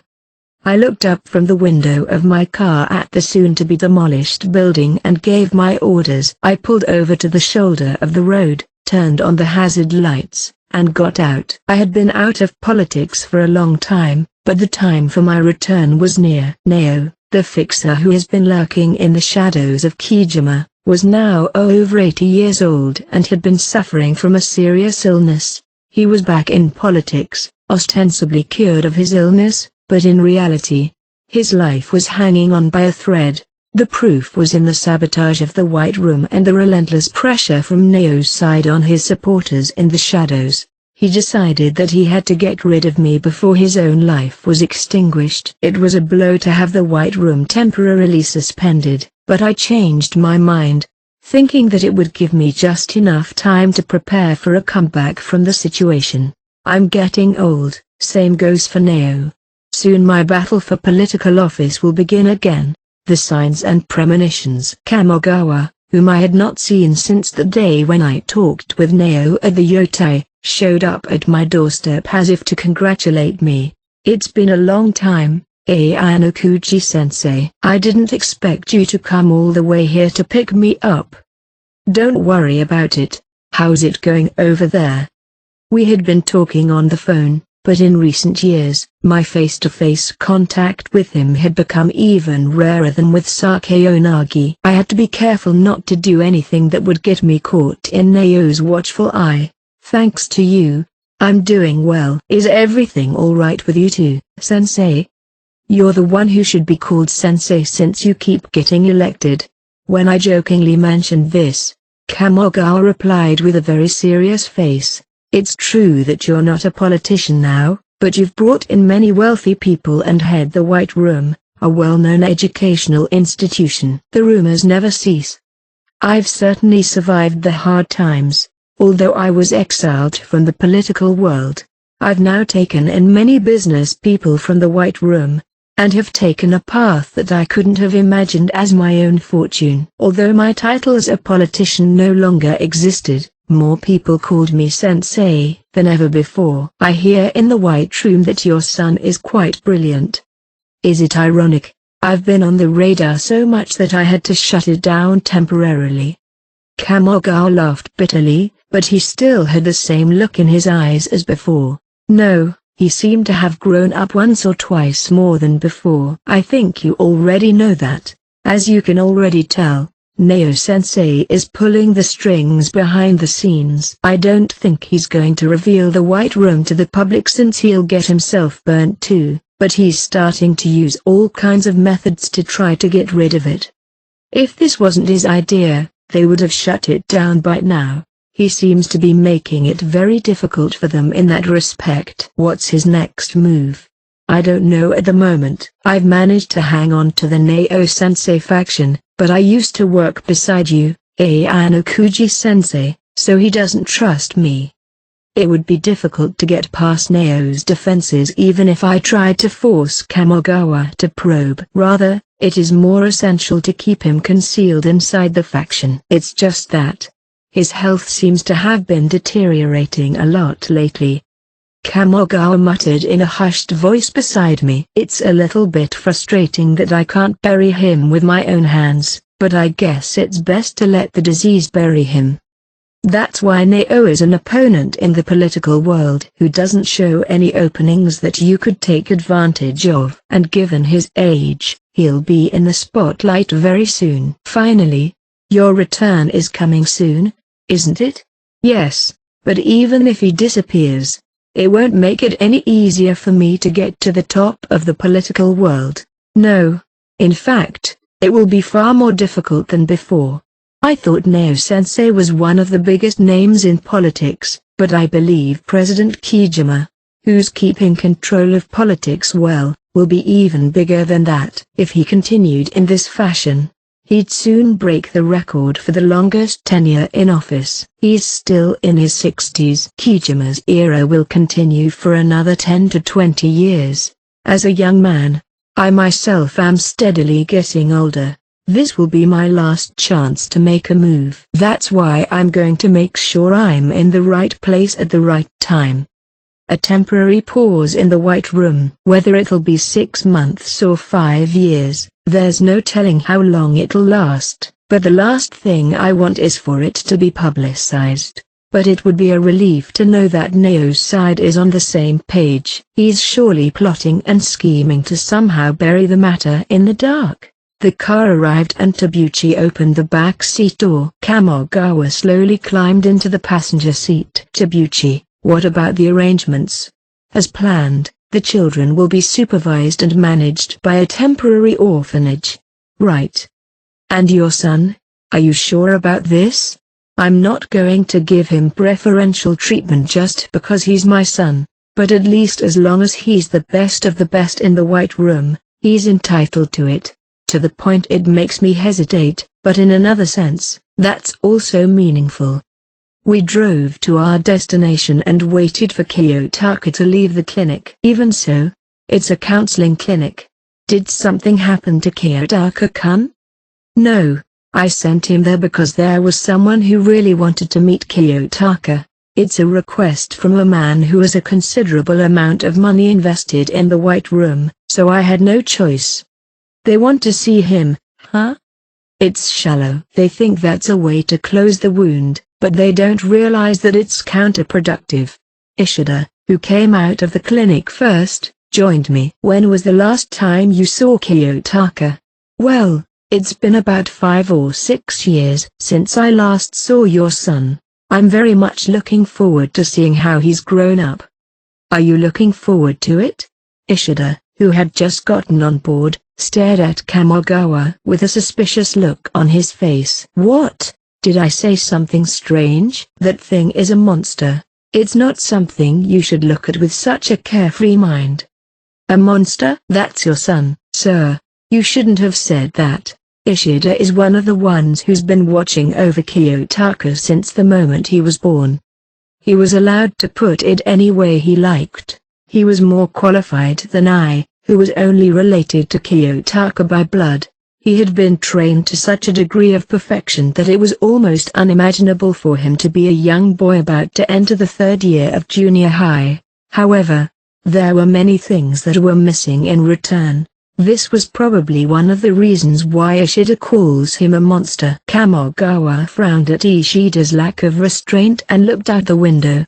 I've been living in the White Room for well over 14 years now and have completed what was commonly referred to as the 2nd year of junior high. The real world outside was different from the virtual world, but I found myself accepting it more comfortably than I thought I would. It was unclear whether this was due to the curriculum or some other factor. While I was waiting in an empty room, as instructed by Dr. Ishida, I was approached by a man. Sorry to keep you waiting, Ayanokuji Kiyotaka-kun. Thank you for coming today. Who are you? I had never seen him before. His calm face made it hard to believe that he was from the White Room. What caught my attention more was that he was holding a vase of flowers in his hand. This was also something I had never seen before. Something I had only learned and seen in images. There's a girl I really want you to meet, so I asked Ayanokuji-sensei for a favor. I don't understand what you're talking about. The girl has become so feeble-minded that she can't even go out. She can keep herself relatively calm at home and in this clinic. That's why I asked you to come here. Are those cherry blossoms? They used to hang in this room, but I had to change the water. It's her favorite flower. She should be back from her checkup soon. He put the vase on the shelf by the window. Kiyotaka. As I waited for him to return, the door to the room was opened and my name was shouted. A girl, about my age I guess, stared at me and her eyes were wide open. I've wanted to meet you all this time. I've missed you so much. You're Yuki. It's Yuki. Yuki. I knew that name. It belonged to a White Room student who had dropped out a long time ago. I've erased the name from my memory, but it was natural to remember some things since I can't intentionally erase them. Why are you here? Even if she didn't really die, the instant she dropped out, everything was over for her. Facing the dead, it was a strange feeling, but what was the purpose of this meeting? My daughter Yuki has been weak ever since she left the White. No. The same facility you're in. She's been depressed. She can't go outside and just keeps worrying about you. The man who was watching from a distance seemed to be Yuki's father. Her smile was a little different from the one she used to show when she was a child. It's been a long time, Kiyotaka. Were you at that place the whole time?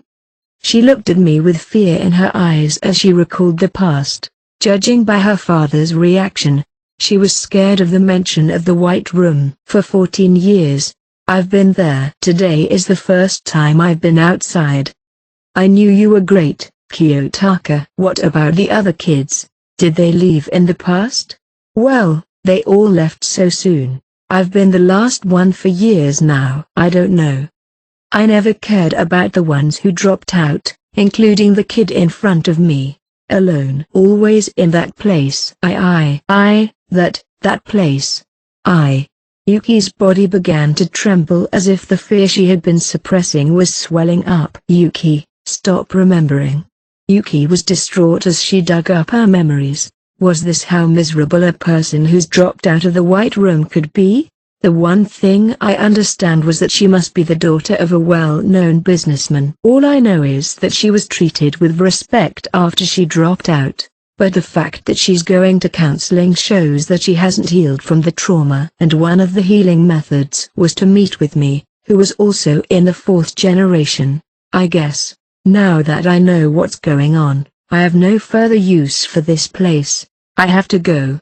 Wait, I finally got to meet you.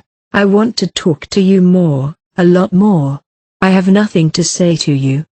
If she couldn't talk about the White Room, we couldn't have a conversation. Please, Ayano-kuji-kun. Can you talk with Yuki for a while? Yes. Any conversation is fine. A simple, insignificant conversation. What do you mean by insignificant conversation? You do understand that I'm new to the outside world, right? That's... Of course. I can tell her a story that's full of lies if you want. I'm willing to force myself to make something up to the best of my knowledge, whether it's about Japan or the rest of the world. But that's not what you want, is it? I am fine. I'm fine with talking about the White Room. Yuki grabbed my sleeve, hyperventilating, trying not to let me go. I don't think you should. You can't talk to me.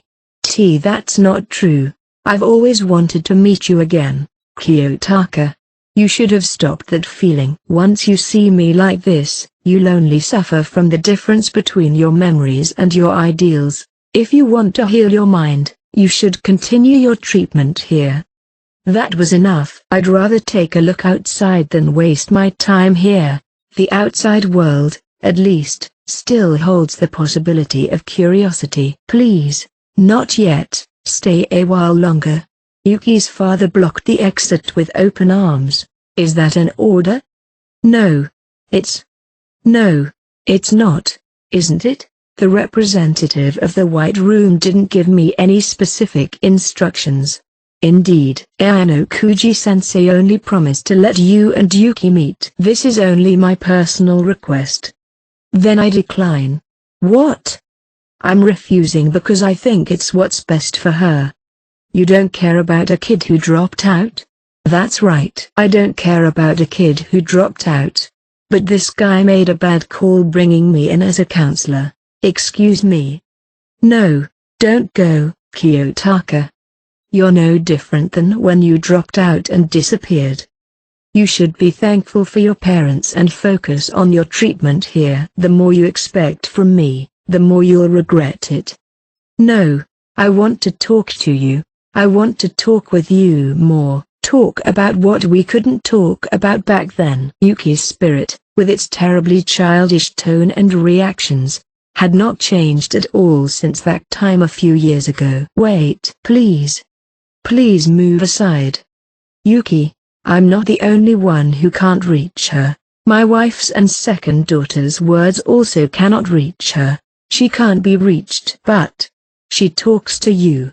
You don't know how much just that could save her. Goodbye. I hope I never see you again. I'll leave you to it. No, no, Kiyotaka, no. Her voice crying out and the voice of an adult yelling at her uncontrollably. Neither of them reached the depths of my ears. I wasn't interested. I left the hospital and returned to the waiting car. A figure came out of the passenger side, waving his hand in the air. Hey, Kiyotaka-kun. Nice to meet you.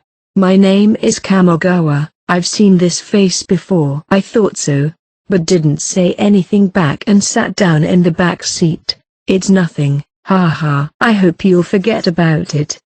He smiled, scratched his head, and looked forward. Start driving. Understood, sir.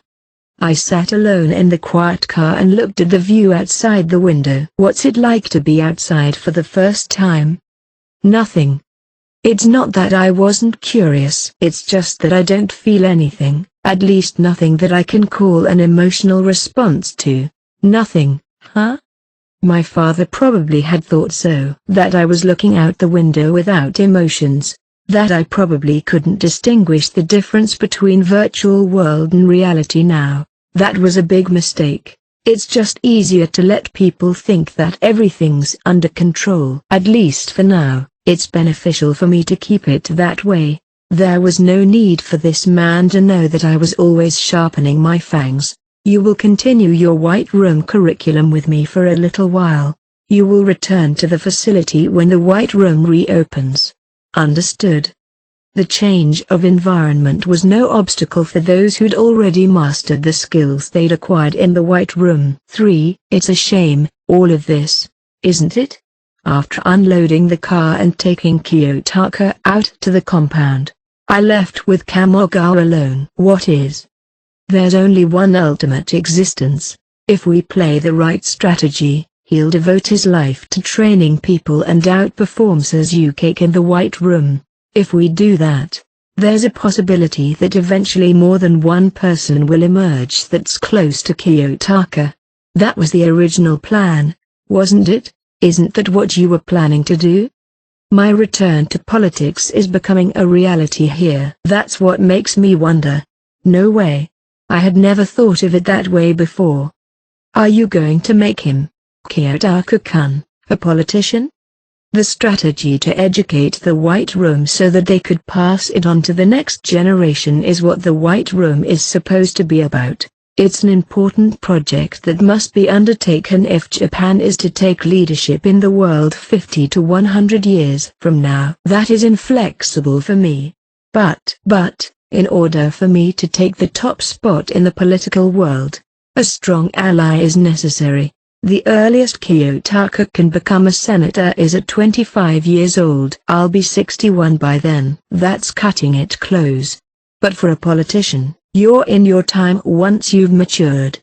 Of course, even if Kiyotaka becomes a parliament member, he won't be able to do anything immediately. In theory, however, he would have the right to be appointed prime minister at the age of 25. He has the potential to be of much more use than the usual assortment of mediocre legislators. What are you going to do? I don't have an answer. If Kiyotaka or I were in control of the political world, we could make a big difference in Japan, even if we aren't talking about the next 50 or 100 years. However, it's inevitable that there'll be a delay in the White Room's education. That's why I'm worried. The most frustrating thing was that he has the title of being my son. When he comes to politics, the public will think that I just want the next generation to follow in my footsteps. A big disadvantage, but I think there's a way to make the most of it. And his lack of joy, anger, sadness, and emotion is also a big concern. It's necessary to improve it. I'm sure Kiyotaka-kun will be obedient, and I'm tempted to expect a lot from him. How much control Kiyotaka has over himself, I can't say. His mind is already far ahead of ours. He may not have much emotion, but his thoughts are active, and he'll probably surpass us in 2 or 3 moves. On the other hand, he's fortunate in his ignorance of the world and naive in many aspects. He hasn't reached the level of thinking I'm at yet, as I'm cautious. From this stage onward, I was prepared to change my plans. My will to take over this country was strong and unshakable. Today, you're going to have to stay with me a little longer, Kamogawa. No matter what measures we decided to take, first of all, it was necessary to work on Kiyotaka regarding his personality. That's fine, but what are you going to do? Then a hand knocked lightly on the car window and Tsukishiro climbed into the vacant driver's seat with a natural ease. This man not only had contacts in the ruling and opposition parties but also in the business world. His attitude of doing whatever it takes to win made him risky and untrustworthy, but even in his old age, he was still very good at what he did. Ayanokuji-san, you seem to be in good health. I see that you're getting along very well with the Peace Party people these days. I don't care about that. What about that thing I asked you to do? The arrangements have been made. There will be no issues with the background checks. Good. And there's one more thing I need you to do for me in the future.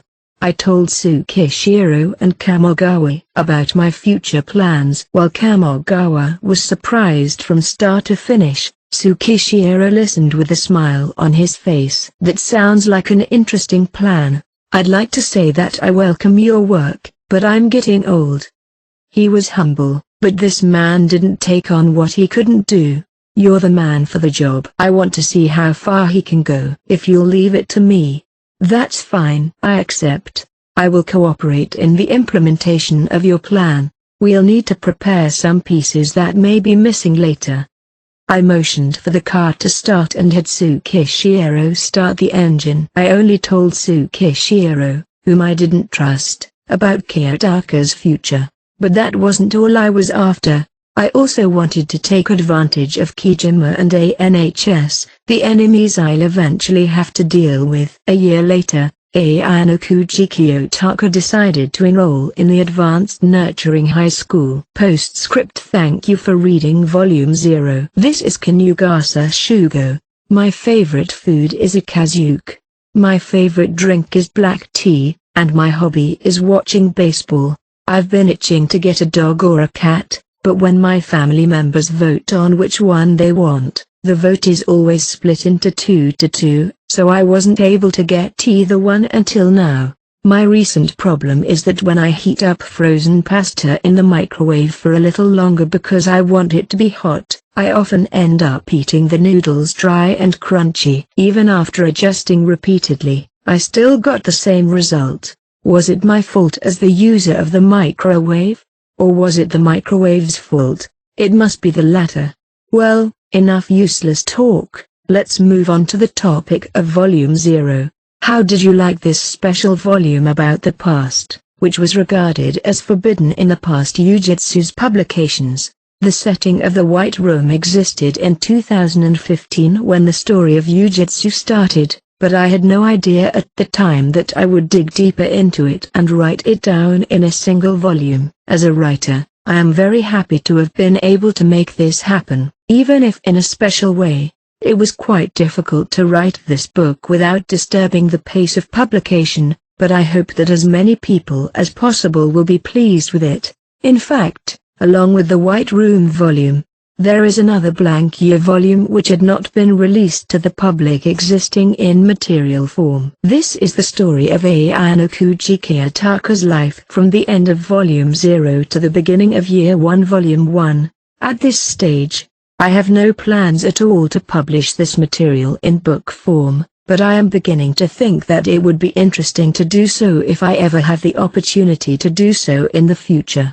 Well then, ladies and gentlemen, this is a short farewell. I will see you again in the postscript of the next volume. See you soon. Diamond, Diamond, Diamond. Hey guys, Skywish here once again. I want to thank Cast from Royal Translation for such a high quality translation this time around. If you haven't joined the Discord yet, I have all the volume PDFs in a channel and we have discussion and chess channels for you all. I will get Volume 20 out once it is released and translated, which should be translated in early March. As always, I will release the volumes the day the translations are complete. I hope you enjoyed the volume. Heart. See you all next time. Diamond, Diamond, Diamond.